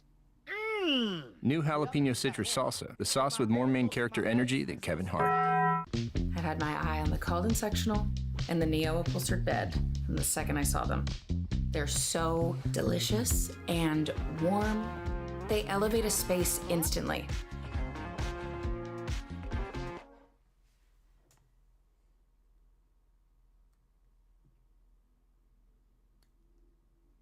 So I can't really be mad at Digimon Up for this because they never claimed it to be what a lot of fans were hoping it would be. Now, would it be great if it was? Of course, but you can't really get mad at something for not being something we made up. We can hope for more, of course, but if the game never set out to be a virtual pet simulator, I don't know if I can be mad at that. What it's actually starting to remind me of specifically is not virtual pet toys, but Digivice toys, and I'll talk more about this in a little minute. But growing up, I didn't play the V-Pet toys, I played the Digivice toys. There wasn't really branching evolution on those. I mean, on the D3 toys, of course, you had the different armored Digi-Eggs, but it was more like an adventure with your Digimon, which we've seen in the Color Evolution toys recently. Not really having feeding or poop, and certainly not death mechanics like the V-Pets, but they were still a popular toy, a very popular toy, I would say. I mean, growing up, like I say, I knew way more people with Digivice toys than I ever saw Digimon virtual pets. So I think that's what Digimon Up is doing. It's more of a Digivice style toy, which we actually see in the game itself, because you have this kind of like blank Digivice, which they've showed off, which you can then equip parts of other Digivices from other seasons. The Adventure Digivice, 0, 2, and onwards, and I'm actually really surprised to see how many seasons of Digivices we've already got that are going to be in the game. In addition to the Hyper Colosseum cards, which they've brought into the game as things that you can gacha pull, I guess, or summon, but function as upgrades for your Digimon, which reminds me specifically of the D-Arc toy, where you could card slash to augment your Digimon in battle. And recently they announced their new pre-registration goals, having smashed the 500,000 for Numemon, which caused a lot more contention, because for 600,000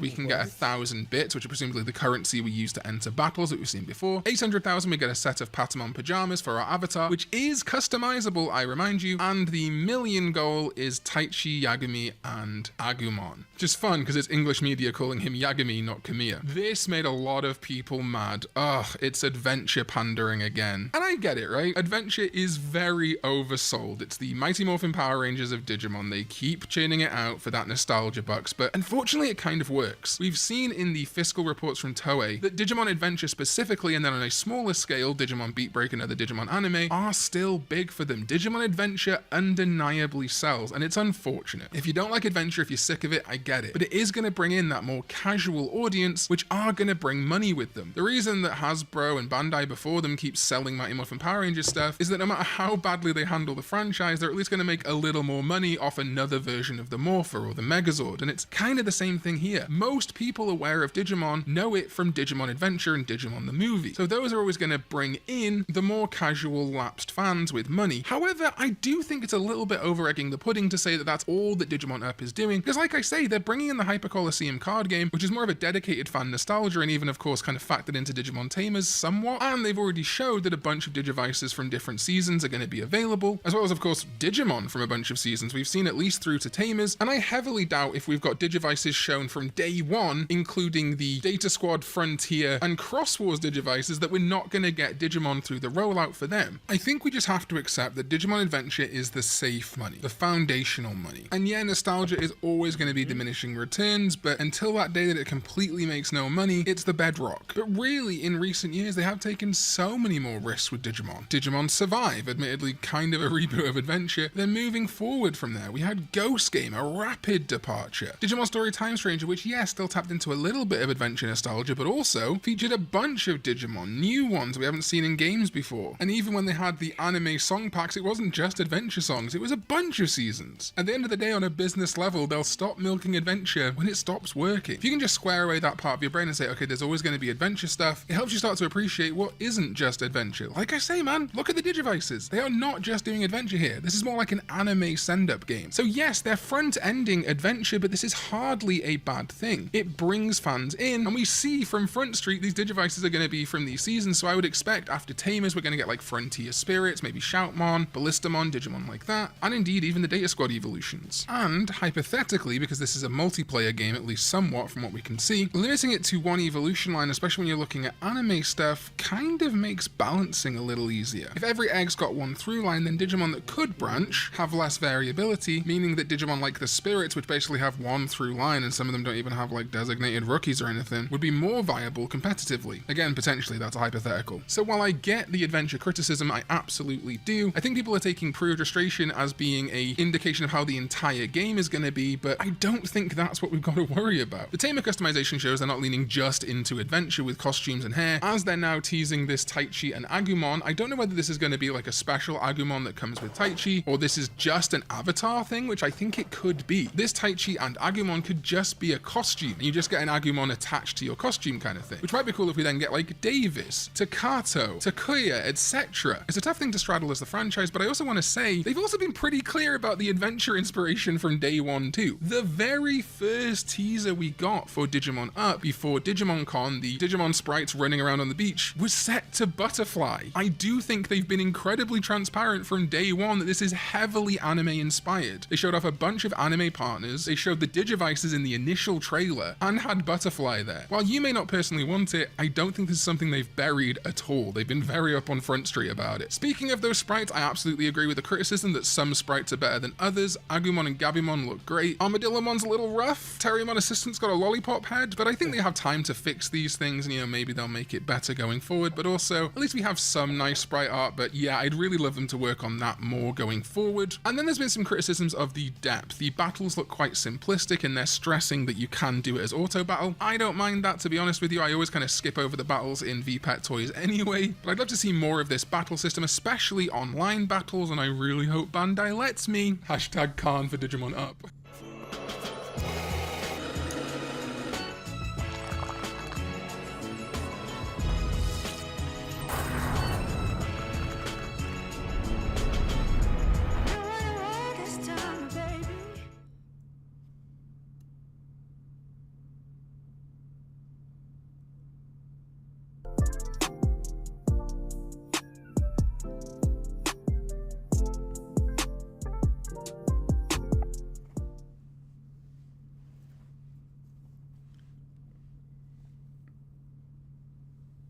So yeah, I definitely think it's a mixed bag, but for me, I'm always just looking for more Digimon stuff. I've lived through like 2 or 3 Digimon droughts now, some of them because of where I live, like in the UK, I don't think we got Frontier or maybe even Data Squad, and then there was a big gap until Fusion, which then didn't fully finish getting dubbed. I've sat through the drought between kind of the Vital Bracelet launch and its death and into finally Time Stranger getting announced, which was a rough year or so, and some other times in between. For me though, I just love Digimon, so it's super hard for me to be incredibly negative until a piece of media really lets me down. We started this year only expecting one mobile game, Digimon Elysian, so to me, anything Digimon Up is just a bonus. If the game's good, great. If I enjoy playing it every day, great. If I don't and fall off it in a few weeks or a few months, fine. I don't have the gacha gene. I don't have that thing where I want to pull, because frankly I can't afford it, but also I just don't get rewarded in that way. I'm more of a physical collector than a digital one, and I do see the difference. So for me, I'm probably going to be entirely free to play on Digimon Up. Personally, I hope that the Bandai trend doesn't continue of them cancelling live service games for Digimon very early in, and instead at least find a way, if they are going to stop service for it, to leave as an offline mode, or maybe even ideally one that lets us do peer-to-peer multiplayer when the game is shut down. But also Digimon Up doesn't seem like it needs a lot of money to justify its existence. It's sprite-based, it's more of a simplistic game, and there are still those VPET elements, like there's feeding and training we see Gabumon doing, so I think there's going to be something there. But my biggest hope, my biggest criticism is going to be if they don't include a home screen widget like Rear Eyes had. Also, also we have our own options. We can kind of take our own life into our own hands. There are tons of amazing fan projects that emulate and simulate the VPET experience. I've really loved Digital Tamers and Digital Tamers 2 by Dragonrod. I know a lot of people really like NetDriver. I've not really given that a go yet. There's Digitap Unoff, which just came out, and a bunch of other things like emulated versions of the Digivice toys, if that's your bag. I personally, to get my VPET fix on my phone or PC, I'm always going to go for Digital Tamers 2, and I'll probably continue to. On the tail end here, I do want to go over the article that they put on Twitter on May 26th after Terriermon Assistance Lab. A lot of stuff we've already seen, like I say, the evolution line for Agumon, the partner Digimon that are going to be in here to start the game off with, the fact that you can have 1 partner Digimon and 5 support Digimon on your team in battle, and that the cards will let you do skills in the game. But yeah, this like default Digivice design I actually really like, and I like the way you can equip different skins to it of the different Digivices. And again, from day one, they're showing off 7 seasons worth of Digivices. I think that's pretty cool. Though I don't know whether we're going to get Digivices outside of the main protagonists of the shows. They showed off Tamer customization, and they are leading with Gekomon and Numemon showing the pre-registration bonuses. So again, we have got Gekomon from the most recent season of Digimon anime that's going to be, I think, a support Digimon in this game because we pre-registered from the off. Ultimately, I think the mixed bag is fair. There are absolutely things to criticize and there are things to love, but I do think we tend to really lead with negativity in this fandom sometimes and don't really appreciate all of the nuance to things. Like, the game isn't even out yet, and if it proves to be a big adventure specifically nostalgia milking, sure, that sucks, but it actually looks to me, if you actually read and look through all the details, a lot of this is focusing on other Digimon, and they never promised to be a VPET simulator. To me, this feels like a Digivice toy simulator, which I'm okay with. Really, it's just going to come down to whether or not you actually enjoy the game when it's out, and whether you can be bothered putting time into it if it doesn't have enough rewarding gameplay for you. But for me, something to do once a day with Digimon, indeed another Digimon game to stream and talk to you guys, it's a bonus. They could make a Digimon Fortnite collab and I'd play it because I just love this franchise so much. So of course, I'm very blinkered in that respect. I think we need to stop telling people what they can and can't enjoy. So if you don't think it looks good and other people do, let them enjoy it, and vice versa. If someone's critical of the game, it's not the end of the world. Just go, they're not into it. It doesn't affect you. So just enjoy the game. If you enjoy it, that's fine. I do think we get a little bit too obsessed and a little bit too negative in both directions. Intense negativity, ignoring things they're actually trying to do that are good, and also almost a toxic positivity where no criticism is allowed. So let me know your thoughts in the comments down below on Digimon Up. Are you looking forward to it? Are you not? Both are valid. I'm of course going to be checking it out the second I can because I'm actually really excited for it, just because again, I wasn't expecting Elysian till later in the year anyway, so having a new piece of Digimon media to try out is always exciting for me. Thank you to my Sovereign, ZDK14, and Jeremy Babineau, and everyone else who supports me over on patreon.com/KhanEX, and my YouTube channel members here on YouTube. You guys are amazing. I'll see you next time when we go digital.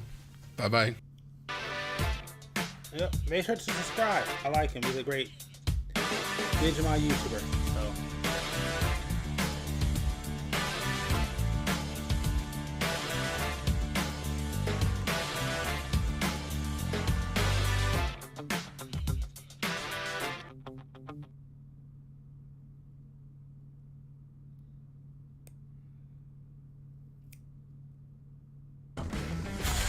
You know you missed a spot, right? There we go. Alright, okay, we're done. Alright, I think are we done? Oh, no, we still got one more sticker. Let me close this out. Close this out.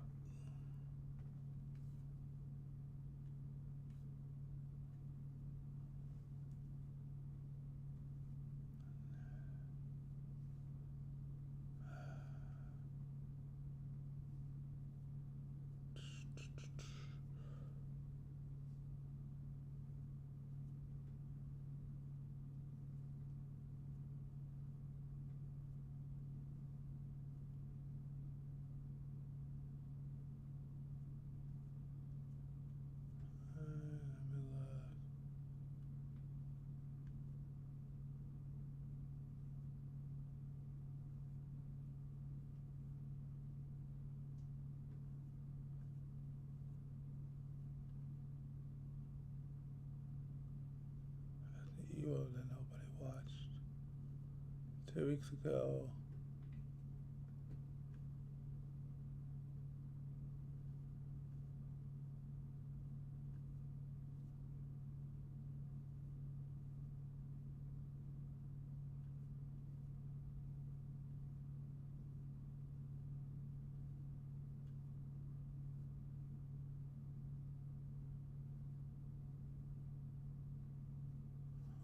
Let's keep looking.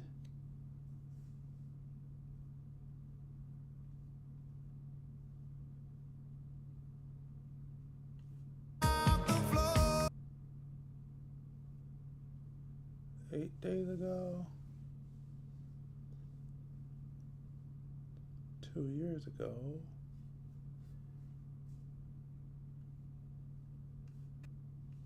Never a dull moment in the world.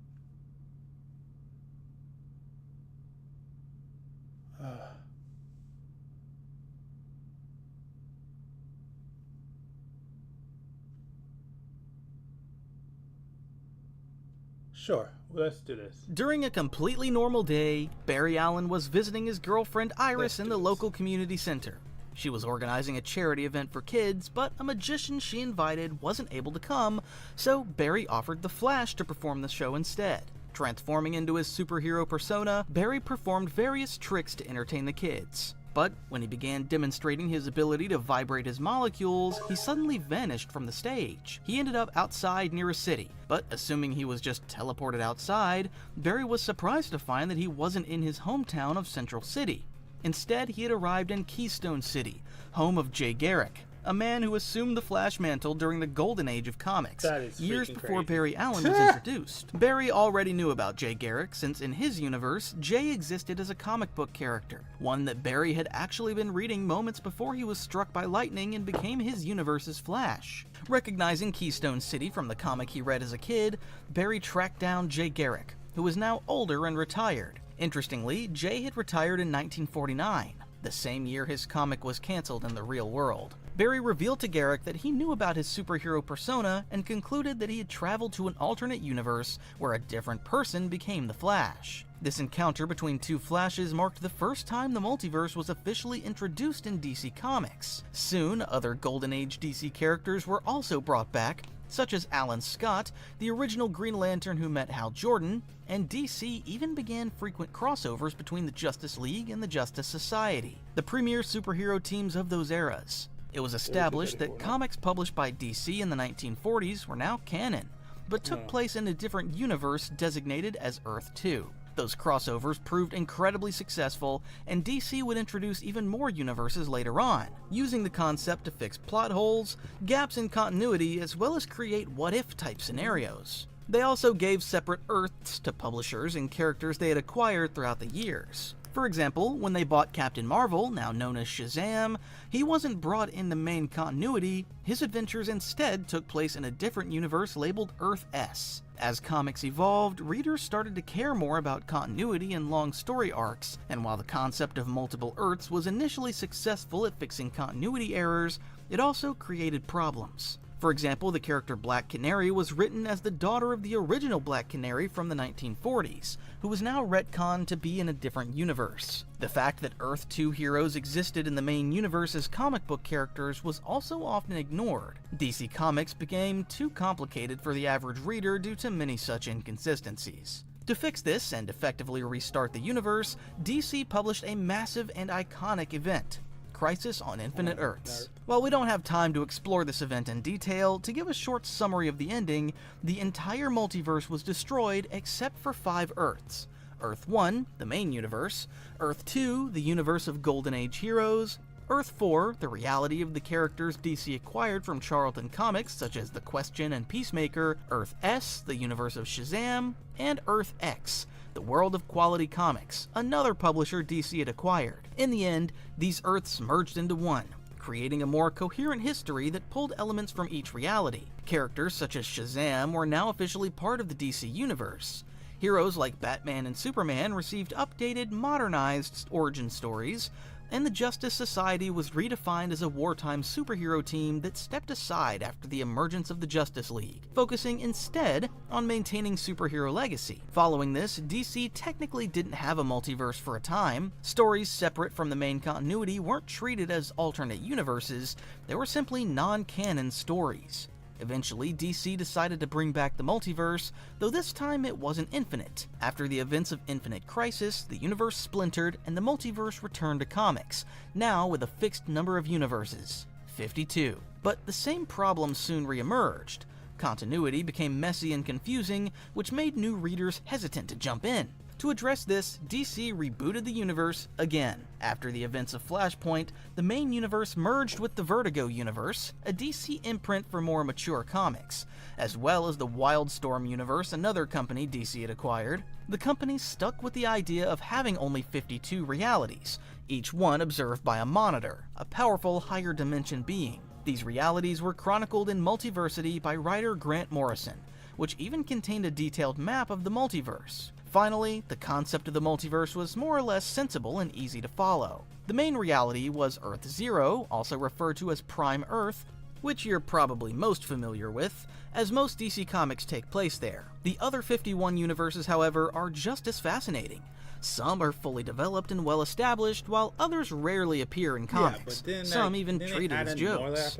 So in today's video, let's take a closer look at these realities and what makes them unique. But before we begin, there's something that needs to be addressed. Multiversity was published more than 10 years ago and is now a little outdated. Since then, DC has introduced universes beyond the original 52 and even brought back infinite realities, not to mention the introduction of Dr. Manhattan to the main continuity, and the addition of the Dark Multiverse, which is its own can of worms. To make this video easy to understand, we'll explore the realities as they were depicted in Grant Morrison's Multiversity, released in 2014. And since we've already explained the history of Prime Earth, let's dive into the first alternate reality, Earth 1. For a limited time, take up to 70% off at Ashley's Overstock Accessory Sale. Thousands of in-stock accessories priced to move fast. Mirrors, pillows, lamps, wall art, and more up to 70% off while supplies last. Only at Ashley.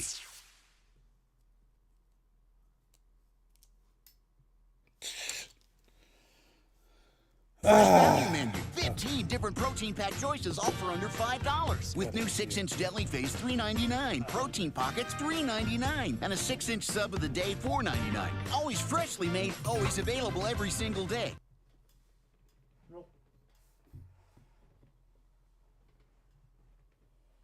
In the late 2000s, DC announced a new line of graphic novels that would feature modernized, more grounded versions of their characters, designed as an easy jumping-on point for new readers. The line began with Superman Earth 1, which depicted a younger Clark Kent and focused more on his internal struggles as an alien trying to find his place on Earth, while still remaining faithful to the core essence of the character. The comic even explored possible alternative lives Clark could have pursued, such as using his powers to become a world-class scientist or a professional athlete. Batman also received a reimagining, portrayed as less competent since he was just beginning his career as a vigilante and had not undergone the extensive training his mainstream counterpart had. His origin and Gotham itself were given subtle changes. For example, Penguin is the mayor of Gotham who tried to murder Bruce's parents, and Alfred is far less supportive of Bruce's crusade, even physically opposing him at one point. Other heroes such as Wonder Woman, the Teen Titans, and Green Lantern also received Earth 1 reinterpretations, with Aquaman and the Flash expected to receive their own series in the near future. What makes this line particularly unique is that even during massive multiversal events, the Earth 1 characters were largely left untouched and avoided major crossovers, suggesting that DC intended to keep this continuity separate from their mainline comics. Earth 2. This new multiverse borrowed many ideas from universes that existed prior to Crisis. If you recall, Earth 2 was originally the home of the Golden Age superheroes, but the current Earth 2 reimagines those characters not as wartime heroes, but as modern-era figures, while also introducing new concepts. Think of this Earth as a what-if scenario. What if the Justice Society first appeared in the 2010s instead of the 1940s? In this reality, Batman, Superman, and Wonder Woman were killed by Steppenwolf during Darkseid's invasion of Earth, which led to a new generation of superheroes rising in their place. The first issue introduces Jay Garrick, a 21-year-old college graduate uncertain about his future, who is approached by Mercury and granted super speed moments before the god's death. Another Golden Age hero modernized for this Earth is Alan Scott, the original Green Lantern, who survives a catastrophic train crash and is chosen as a champion by the mysterious Green Flame. Other Justice Society members also received modern reinterpretations, including Dr. Fate, Hourman, and Hawkgirl. This universe introduced unique twists as well, such as Thomas Wayne serving as its Batman and a new character, Val-Zod, taking up the mantle of Superman. Earth 3. This universe is often considered to be the reverse Earth, as it is basically a polar opposite of the prime reality. Here, the morality of heroes and villains is flipped. Justice League is known as the Crime Syndicate, a ruthless criminal organization that took over the world, while villains such as Joker and Lex Luthor are heroes opposing their rule. This concept has been around since the original multiverse of the 1960s, but was reinvented following a reboot. The Crime Syndicate is led by Ultraman, this universe's equivalent of Superman. When Krypton was destroyed, his parents sent him to Earth, not to save him, but as a way to exact revenge on the being who destroyed the planet. They made sure to instill the idea that only the strong will survive, and any sign of weakness is unacceptable. He landed in Smallville and forced Jonathan and Martha Kent to adopt him, who in this universe are a couple of drug addicts. When he felt he no longer needed parents, he killed them at the age of 7. This Earth's equivalent of Batman, known as Owlman, is Bruce Wayne's older brother, Thomas Wayne Jr. His parents, however, were complete psychopaths, and the person responsible for their deaths is actually Alfred. The villainous equivalents of Green Lantern, Wonder Woman, and Flash are known as Power Ring, Superwoman, and Johnny Quick, respectively. Interestingly, Ultraman has recently made an appearance in James Gunn's Superman, but as a clone and not a multiversal variant. Earth 4. Originally, Earth 4 was the home of characters DC acquired from Charlton Comics, which were The Question, Peacemaker, Captain Atom, Nightshade, Thunderbolt, Judo Master, and the original Blue Beetle. This iteration of Earth 4 brought back those characters, but with some alterations. As admitted by Grant Morrison, this newly reimagined Earth 4 was influenced by Alan Moore's Watchmen, a story that originally intended to use Charlton characters until DC editorial decided to bring them into main continuity, forcing Alan Moore to alter them for his story. So Peacemaker became the Comedian, The Question became Rorschach, and so on. One thing that makes this Earth different is that there's only one superpowered being on the planet, Captain Atom, also referred to as Quantum Superman, who in his characterization is probably closer to Watchmen's Dr. Manhattan than his Charlton Comics counterpart. Peacemaker is a superhuman soldier fighting against terrorism, while The Question is a vigilante who often acts irrationally and overly violent in his fight against crime. Their superhero team is known as Pax Americana. Earth 5. Old ways of working can be hard to let go of. 1 beam equals $1. This is the mother pile. You could theoretically count the entire universe worth of stars. Hey, Fred, Hey, do you Melissa. have that revenue forecast? Oh, I'm still working on it. Fred, I thought you were going to pick up some new skills on Code Academy. They have courses that teach statistical modeling, trend analysis, data visualization, all kinds of stuff. Wait, that can't be right.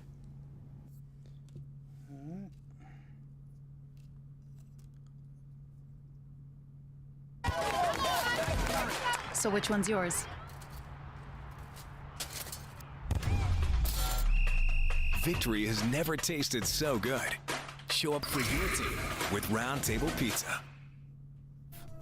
Another publisher DC acquired is Fawcett Comics, who created many characters, but DC only really cared about Captain Marvel, now known as Shazam. It might be surprising for some, but in the 1940s, Captain Marvel was the most popular superhero, outselling even Superman and Captain America, and even becoming the first superhero to appear in live action.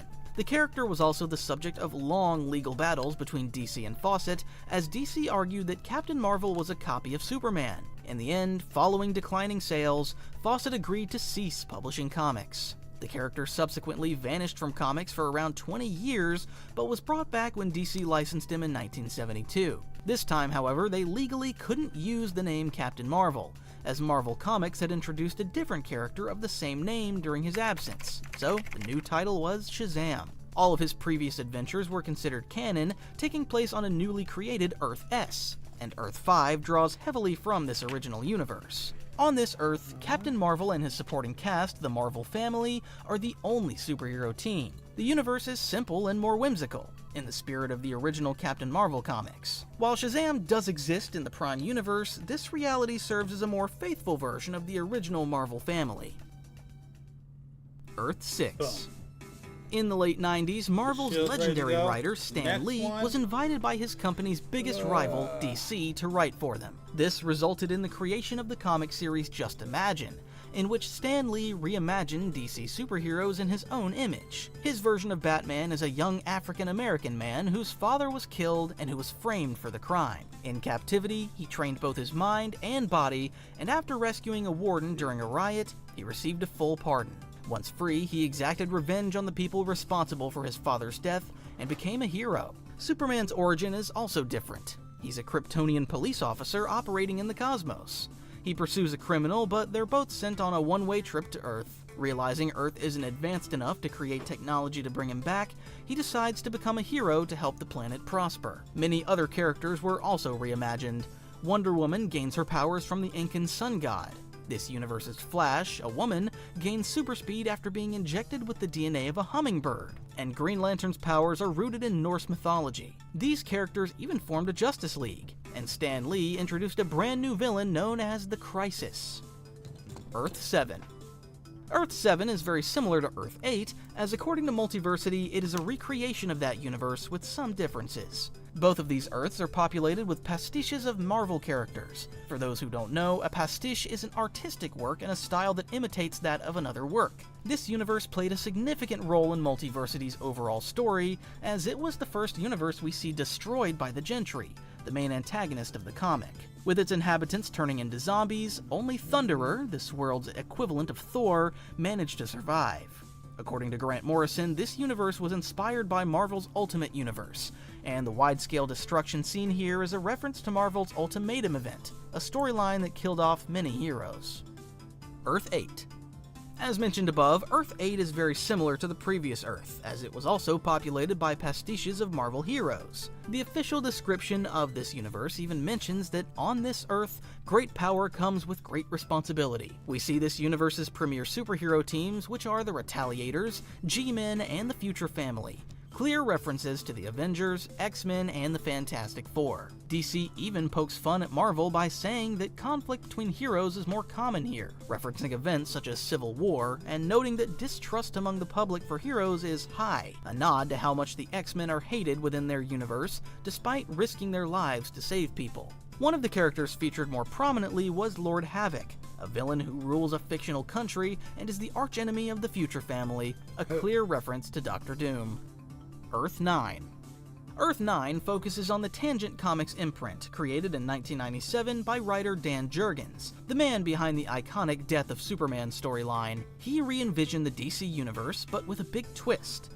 He explained that the mainline DC universe is mostly the same as the real world, just with superheroes. His newly created Earth focused much more on the political and cultural impact superheroes would have on society if they were to emerge. The first superhero appeared in 1960s, known as the Atom. He was exposed to atomic radiation as part of a US government experiment and was the only survivor out of all test subjects. On this Earth, the Cuban Missile Crisis turned hot, and the southeastern United States, along with some Caribbean islands, were destroyed in a nuclear war. In what used to be Atlanta, a new city called New Atlantis was built, serving as an important location in this universe.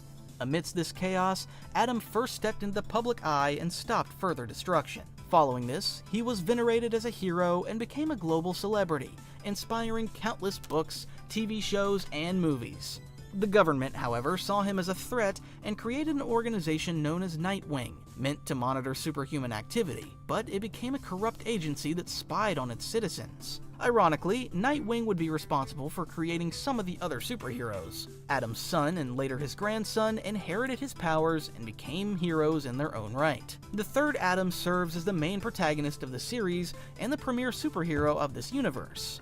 Strangely, the original Atom refused to get involved in politics after the Cuban Missile Crisis, later withdrawing from public life altogether. We eventually learn that he was responsible for the nuclear war. When the crisis began, he defied government orders and went to Cuba himself to stop it. He was mistaken for an American nuke, so the Cubans and Soviets retaliated, starting the nuclear war. Atom became a hero as a way to atone for his mistake and avoided politics to prevent repeating such an error. He didn't confess his responsibility until his grandson urged him to. Other superheroes of this Earth include Superman, whose real name is Harvey Dent, a powerful telepath whose mind evolves faster than a normal human's. This universe's Flash is a renowned celebrity and the daughter of astronauts who traveled all the way to Jupiter, and upon returning gave birth to a baby with superpowers. Batman's origin is tied to Arthurian legend.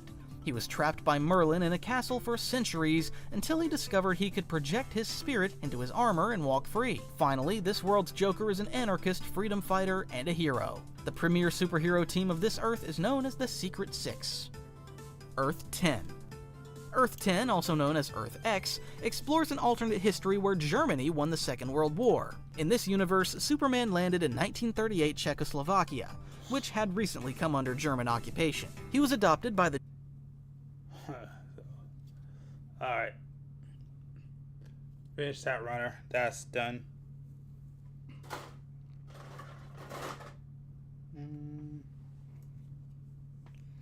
Yeah, so let me just put this together real quick. Goes right here. You go right here. Right here. Boom. Right here, right here, right here.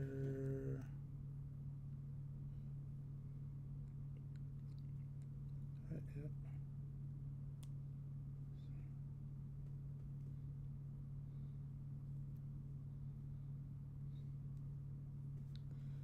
Oh, wait a second. Oh no, backwards. Come on, come on out. Come on out. Come on out. Oh, I'm almost done. Come on. Come on. There we go. It's this way, right?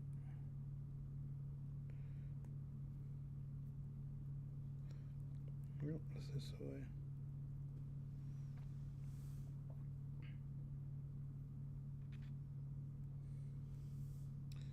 And then it goes this way, correct?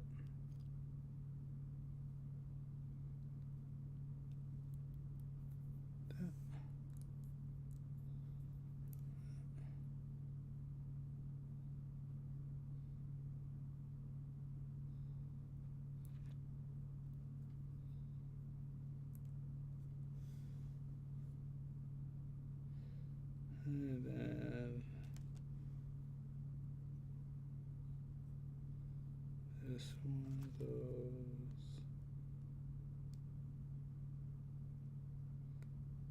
this way, right? Yeah. This way. This one goes this way. And then we go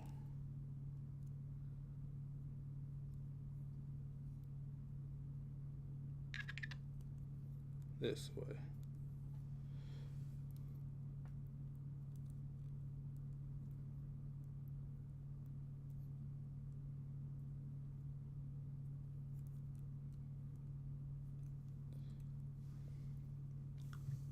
And with that, the main weapon is done.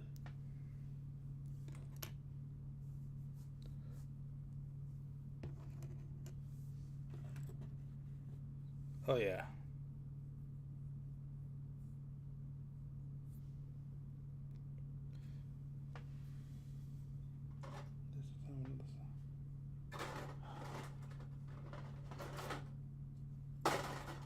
I hate this crap. Please make sure you have another side that closes. This is terrible. That sucks.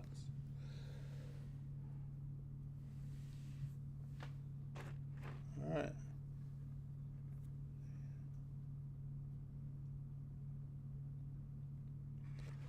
Okay. Alright, we're almost done. We're almost out of here. We're almost out of here. Known as Overman, by 1956, Germany had effectively conquered the world, though many continued resisting their rule. Stories set on Earth 10 usually follow the Freedom Fighters, a resistance group led by former athlete Jesse Owens and Uncle Sam himself. Yes, really. His powers are tied to the spirit of the American people, and when hope fades, he becomes weaker.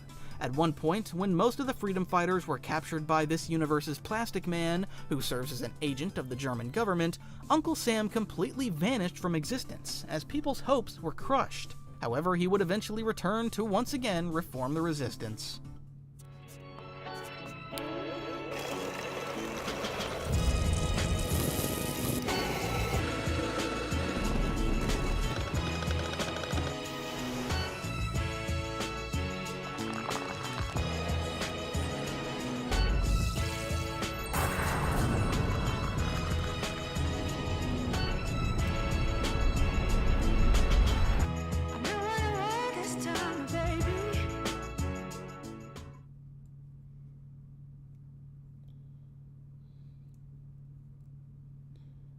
For living in the moment, but there's something magical about making it last.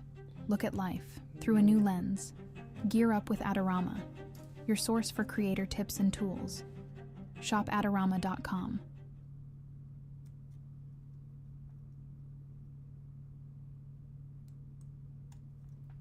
Earth 11. Earth 11 is a gender-swapped version of the Prime Earth. There's not much to add here, as this universe isn't explored much in the comics. All of the characters have the same powers and origins, with the only difference being that their genders are swapped. The only bit of information we have is that the Amazons of Themyscira didn't live in isolation on this Earth, and imposed their will on humanity, which inspired more women to become heroes and leaders. Earth 12.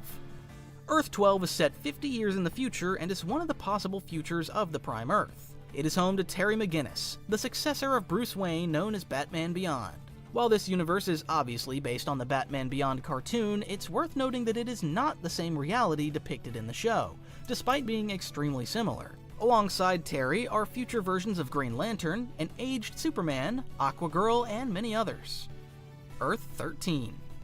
This Earth is magic-based and features characters with a supernatural twist. According to a description in Multiversity, this Earth is locked in perpetual magical twilight, where every day has 13 hours and every year has 13 months. The premier superhero team here is known as the League of Shadows, led by Super Demon, who's essentially a combination of Superman and Demon Etrigan. According to his origin, Etrigan was rocketed to an Earth of eternal twilight from the doomed planet Camelot, fighting evil in Merlin's name.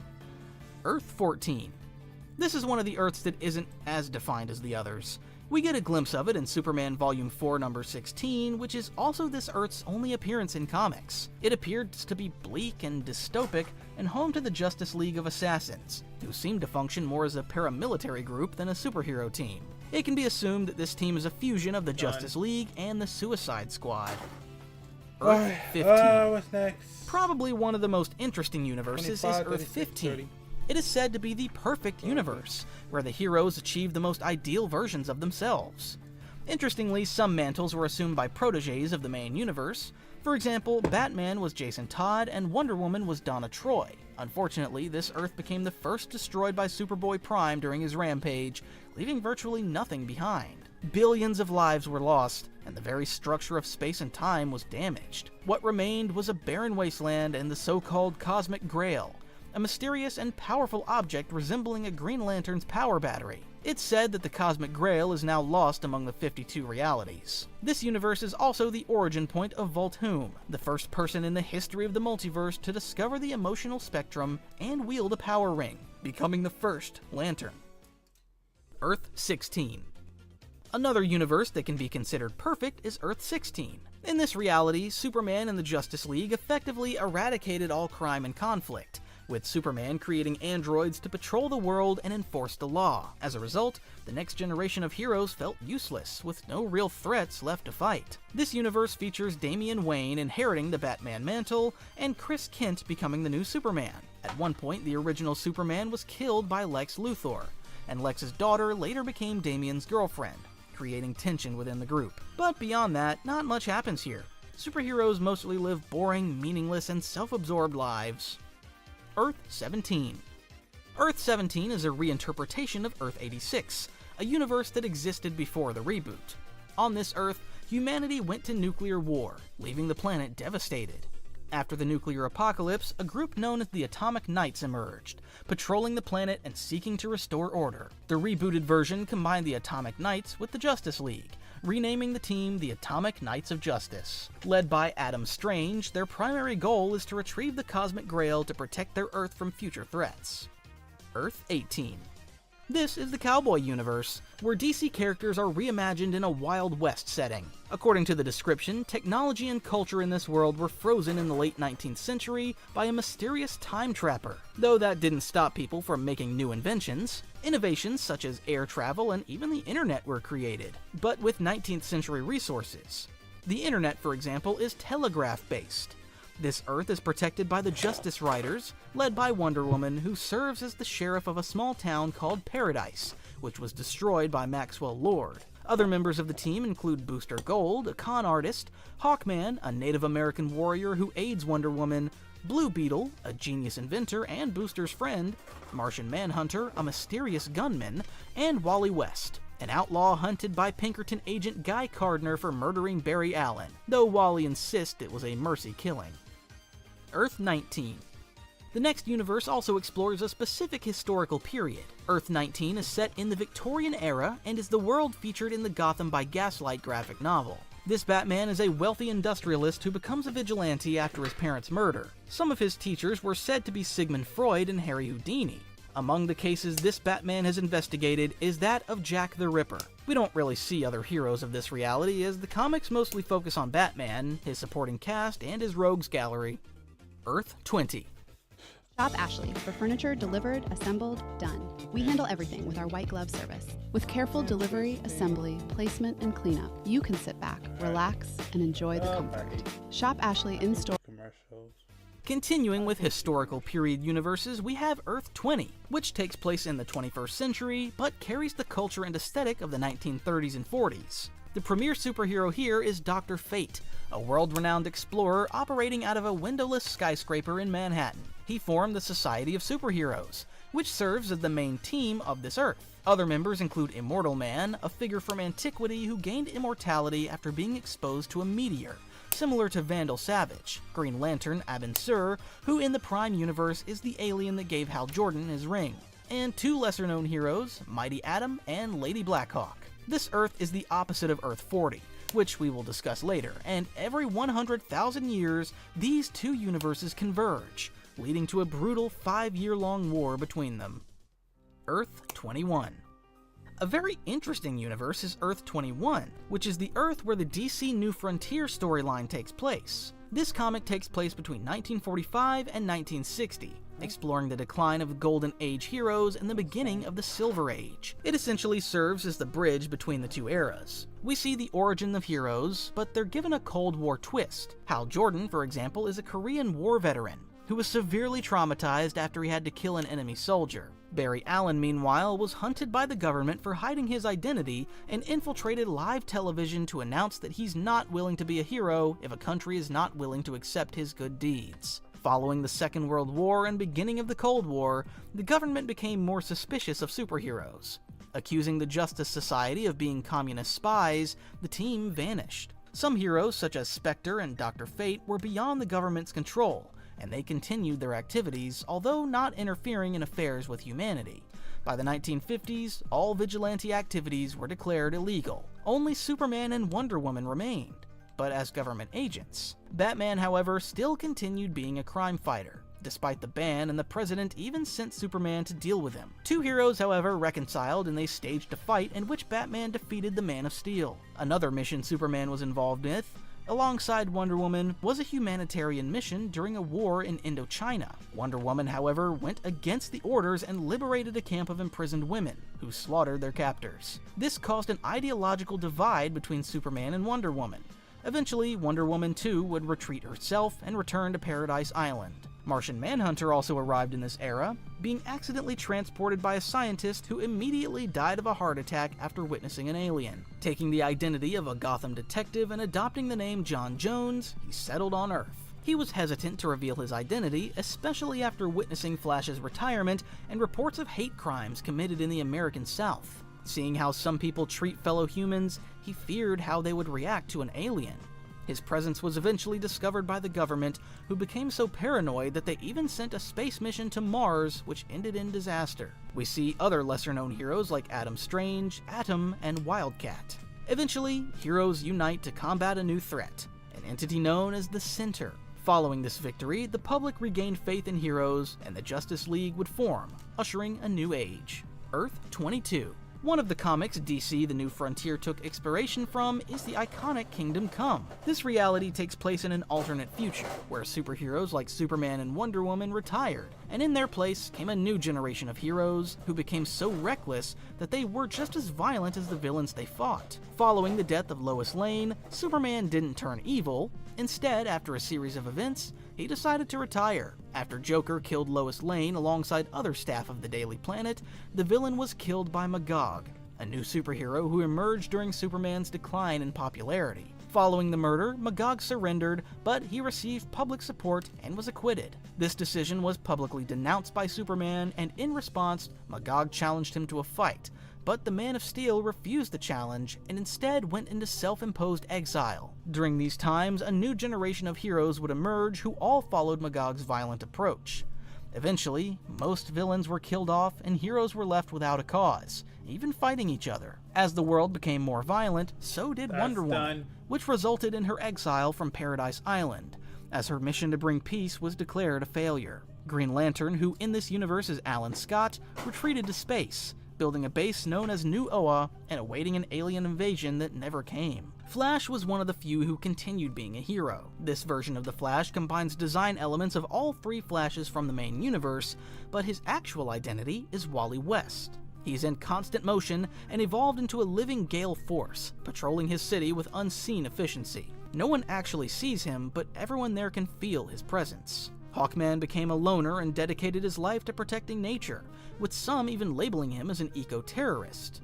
Batman also continued his vigilantism, but his identity was made public, which resulted in Wayne Manor being destroyed. Due to his old age, Batman relies on an exoskeleton, and he rarely leaves the Batcave, instead patrolling Gotham using androids, effectively turning it into a police state. The Spectre is also featured in the story and serves as the protagonist, alongside a pastor named Norman McKay. Spectre sought to determine who was responsible for the upcoming apocalypse, but needed human perspective, which is why he allied himself with Norman. The incident that brought Superman out of retirement happened when Magog's ally, Captain Atom, was injured, causing him to explode.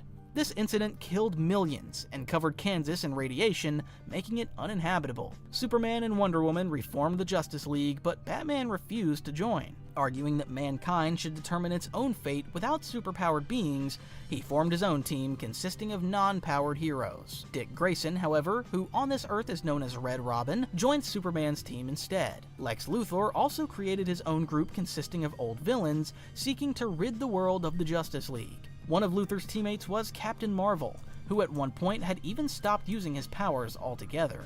Luthor later brainwashed him to join his cause. Probably the most controversial thing Superman did was opening a prison for metahumans, which was supposed to rehabilitate them, but it soon was filled beyond capacity. Captain Marvel would destroy the prison, unleashing rogue superheroes.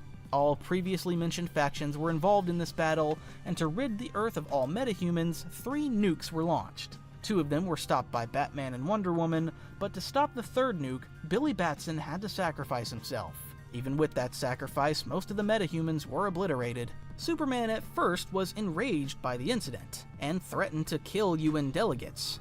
But after calming down, he blamed himself for the incident, admitting that these events were caused by his inability to adapt to the future, promised to work alongside the surviving heroes and humans to better humanity, beginning with restoring farmlands in Kansas. In the end, Wonder Woman was pardoned and allowed to return to Paradise Island, and Batman abandoned his crusade, turning Wayne Manor into a hospital instead.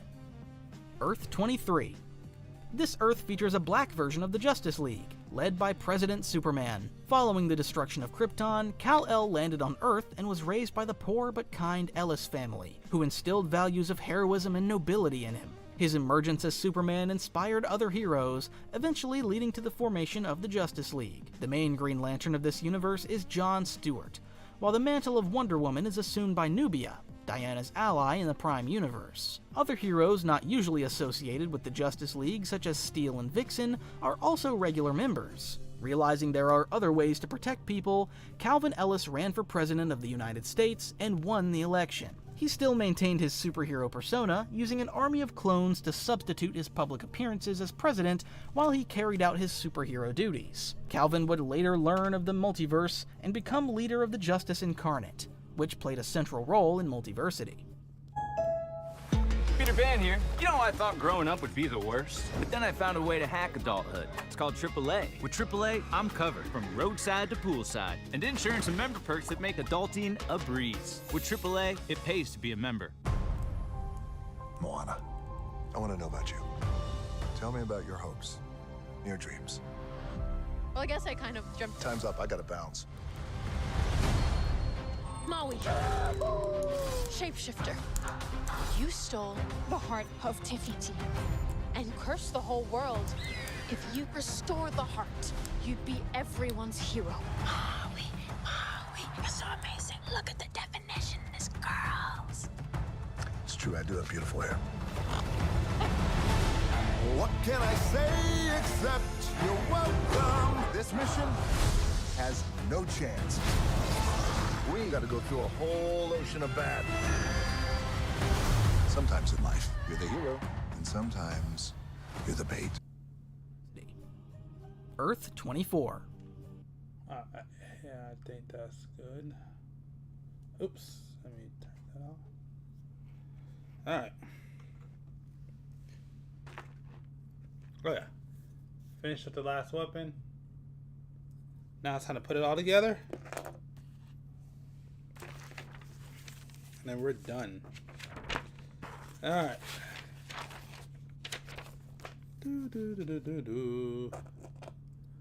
Let's go here. Boom. Boom. Alright, yep. We're pretty much done.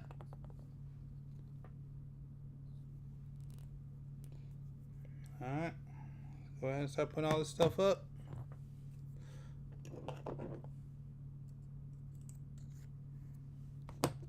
So I'm once again used up all the stickers too. Come on. There you go. All stickers are used up. Alright. Let's go ahead and put everything up. For the most part.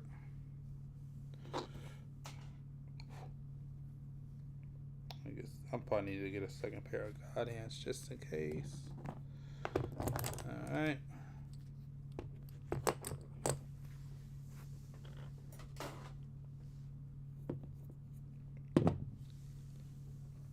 Yeah. Alright.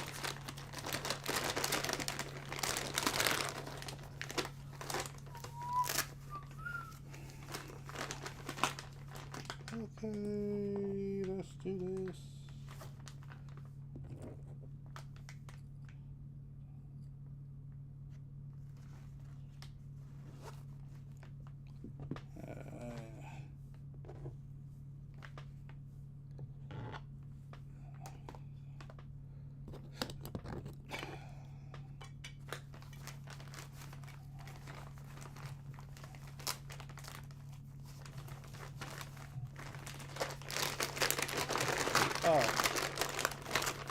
Alright.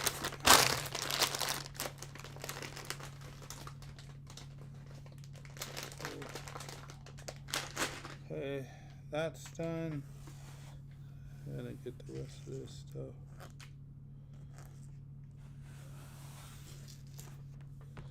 Put away.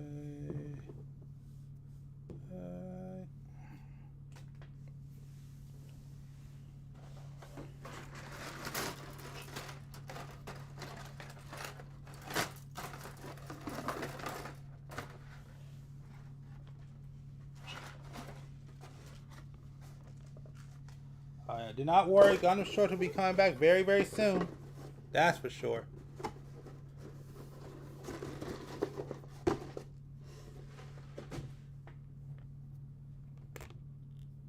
Anyways, now we're pretty much done, so let's go ahead and put everything where it needs to be. Boom.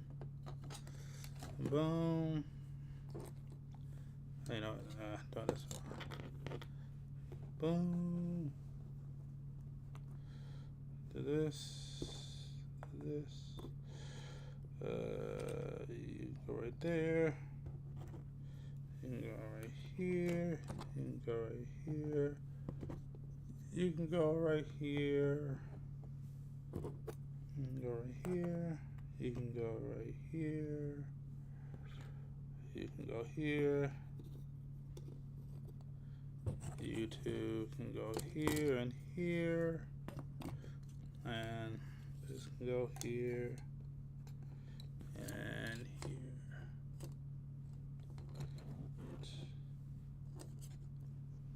I want to make sure that she can see everything. Alright, cool.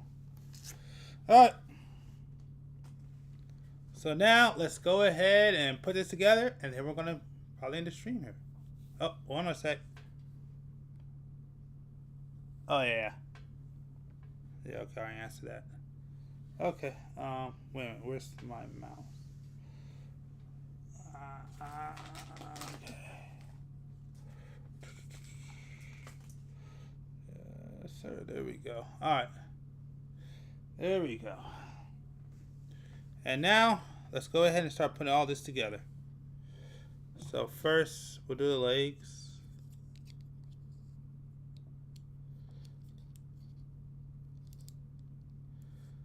Stop putting it on the seam line. I hate when they do that.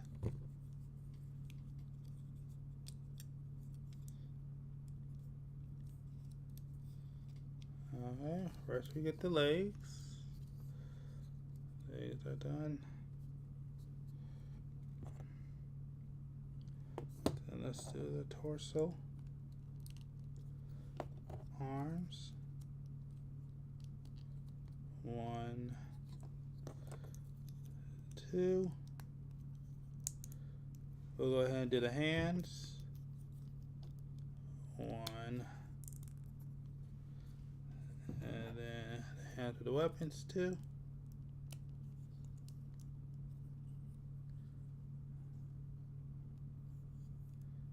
it like that. Put the shield on. The booster shield. Boom. Plug this in. Boom.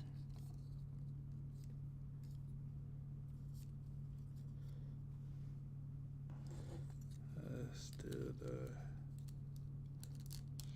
shoulders. Boom. 1.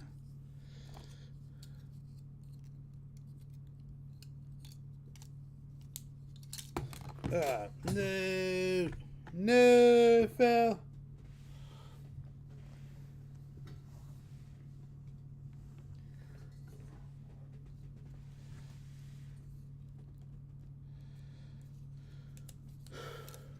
All right.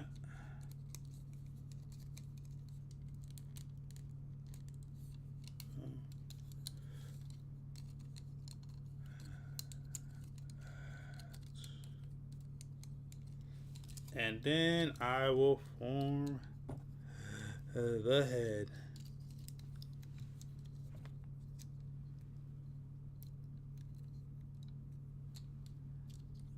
And there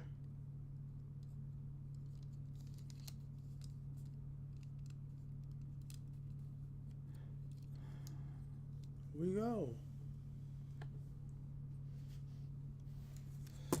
So there it is. The Deathscythe Hell TV version.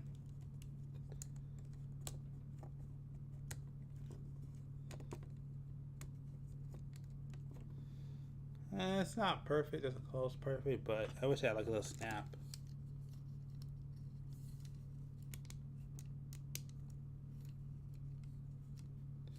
Here's that little snap, but either way, that is it. All right, give me what is. All right, yep. Give me one more second because I gotta change it up. Okay,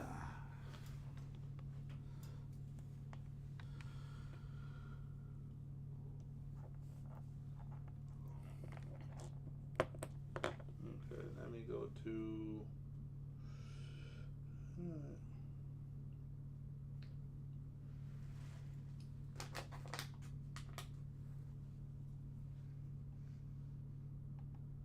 Oh, I don't want to do that.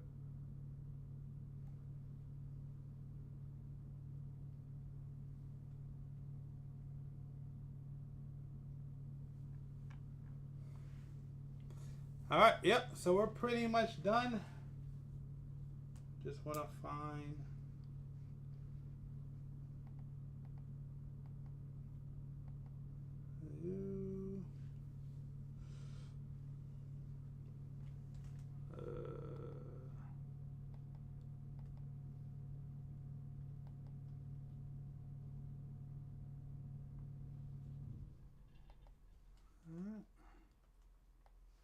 And with that, I want to thank y'all for checking out the stream.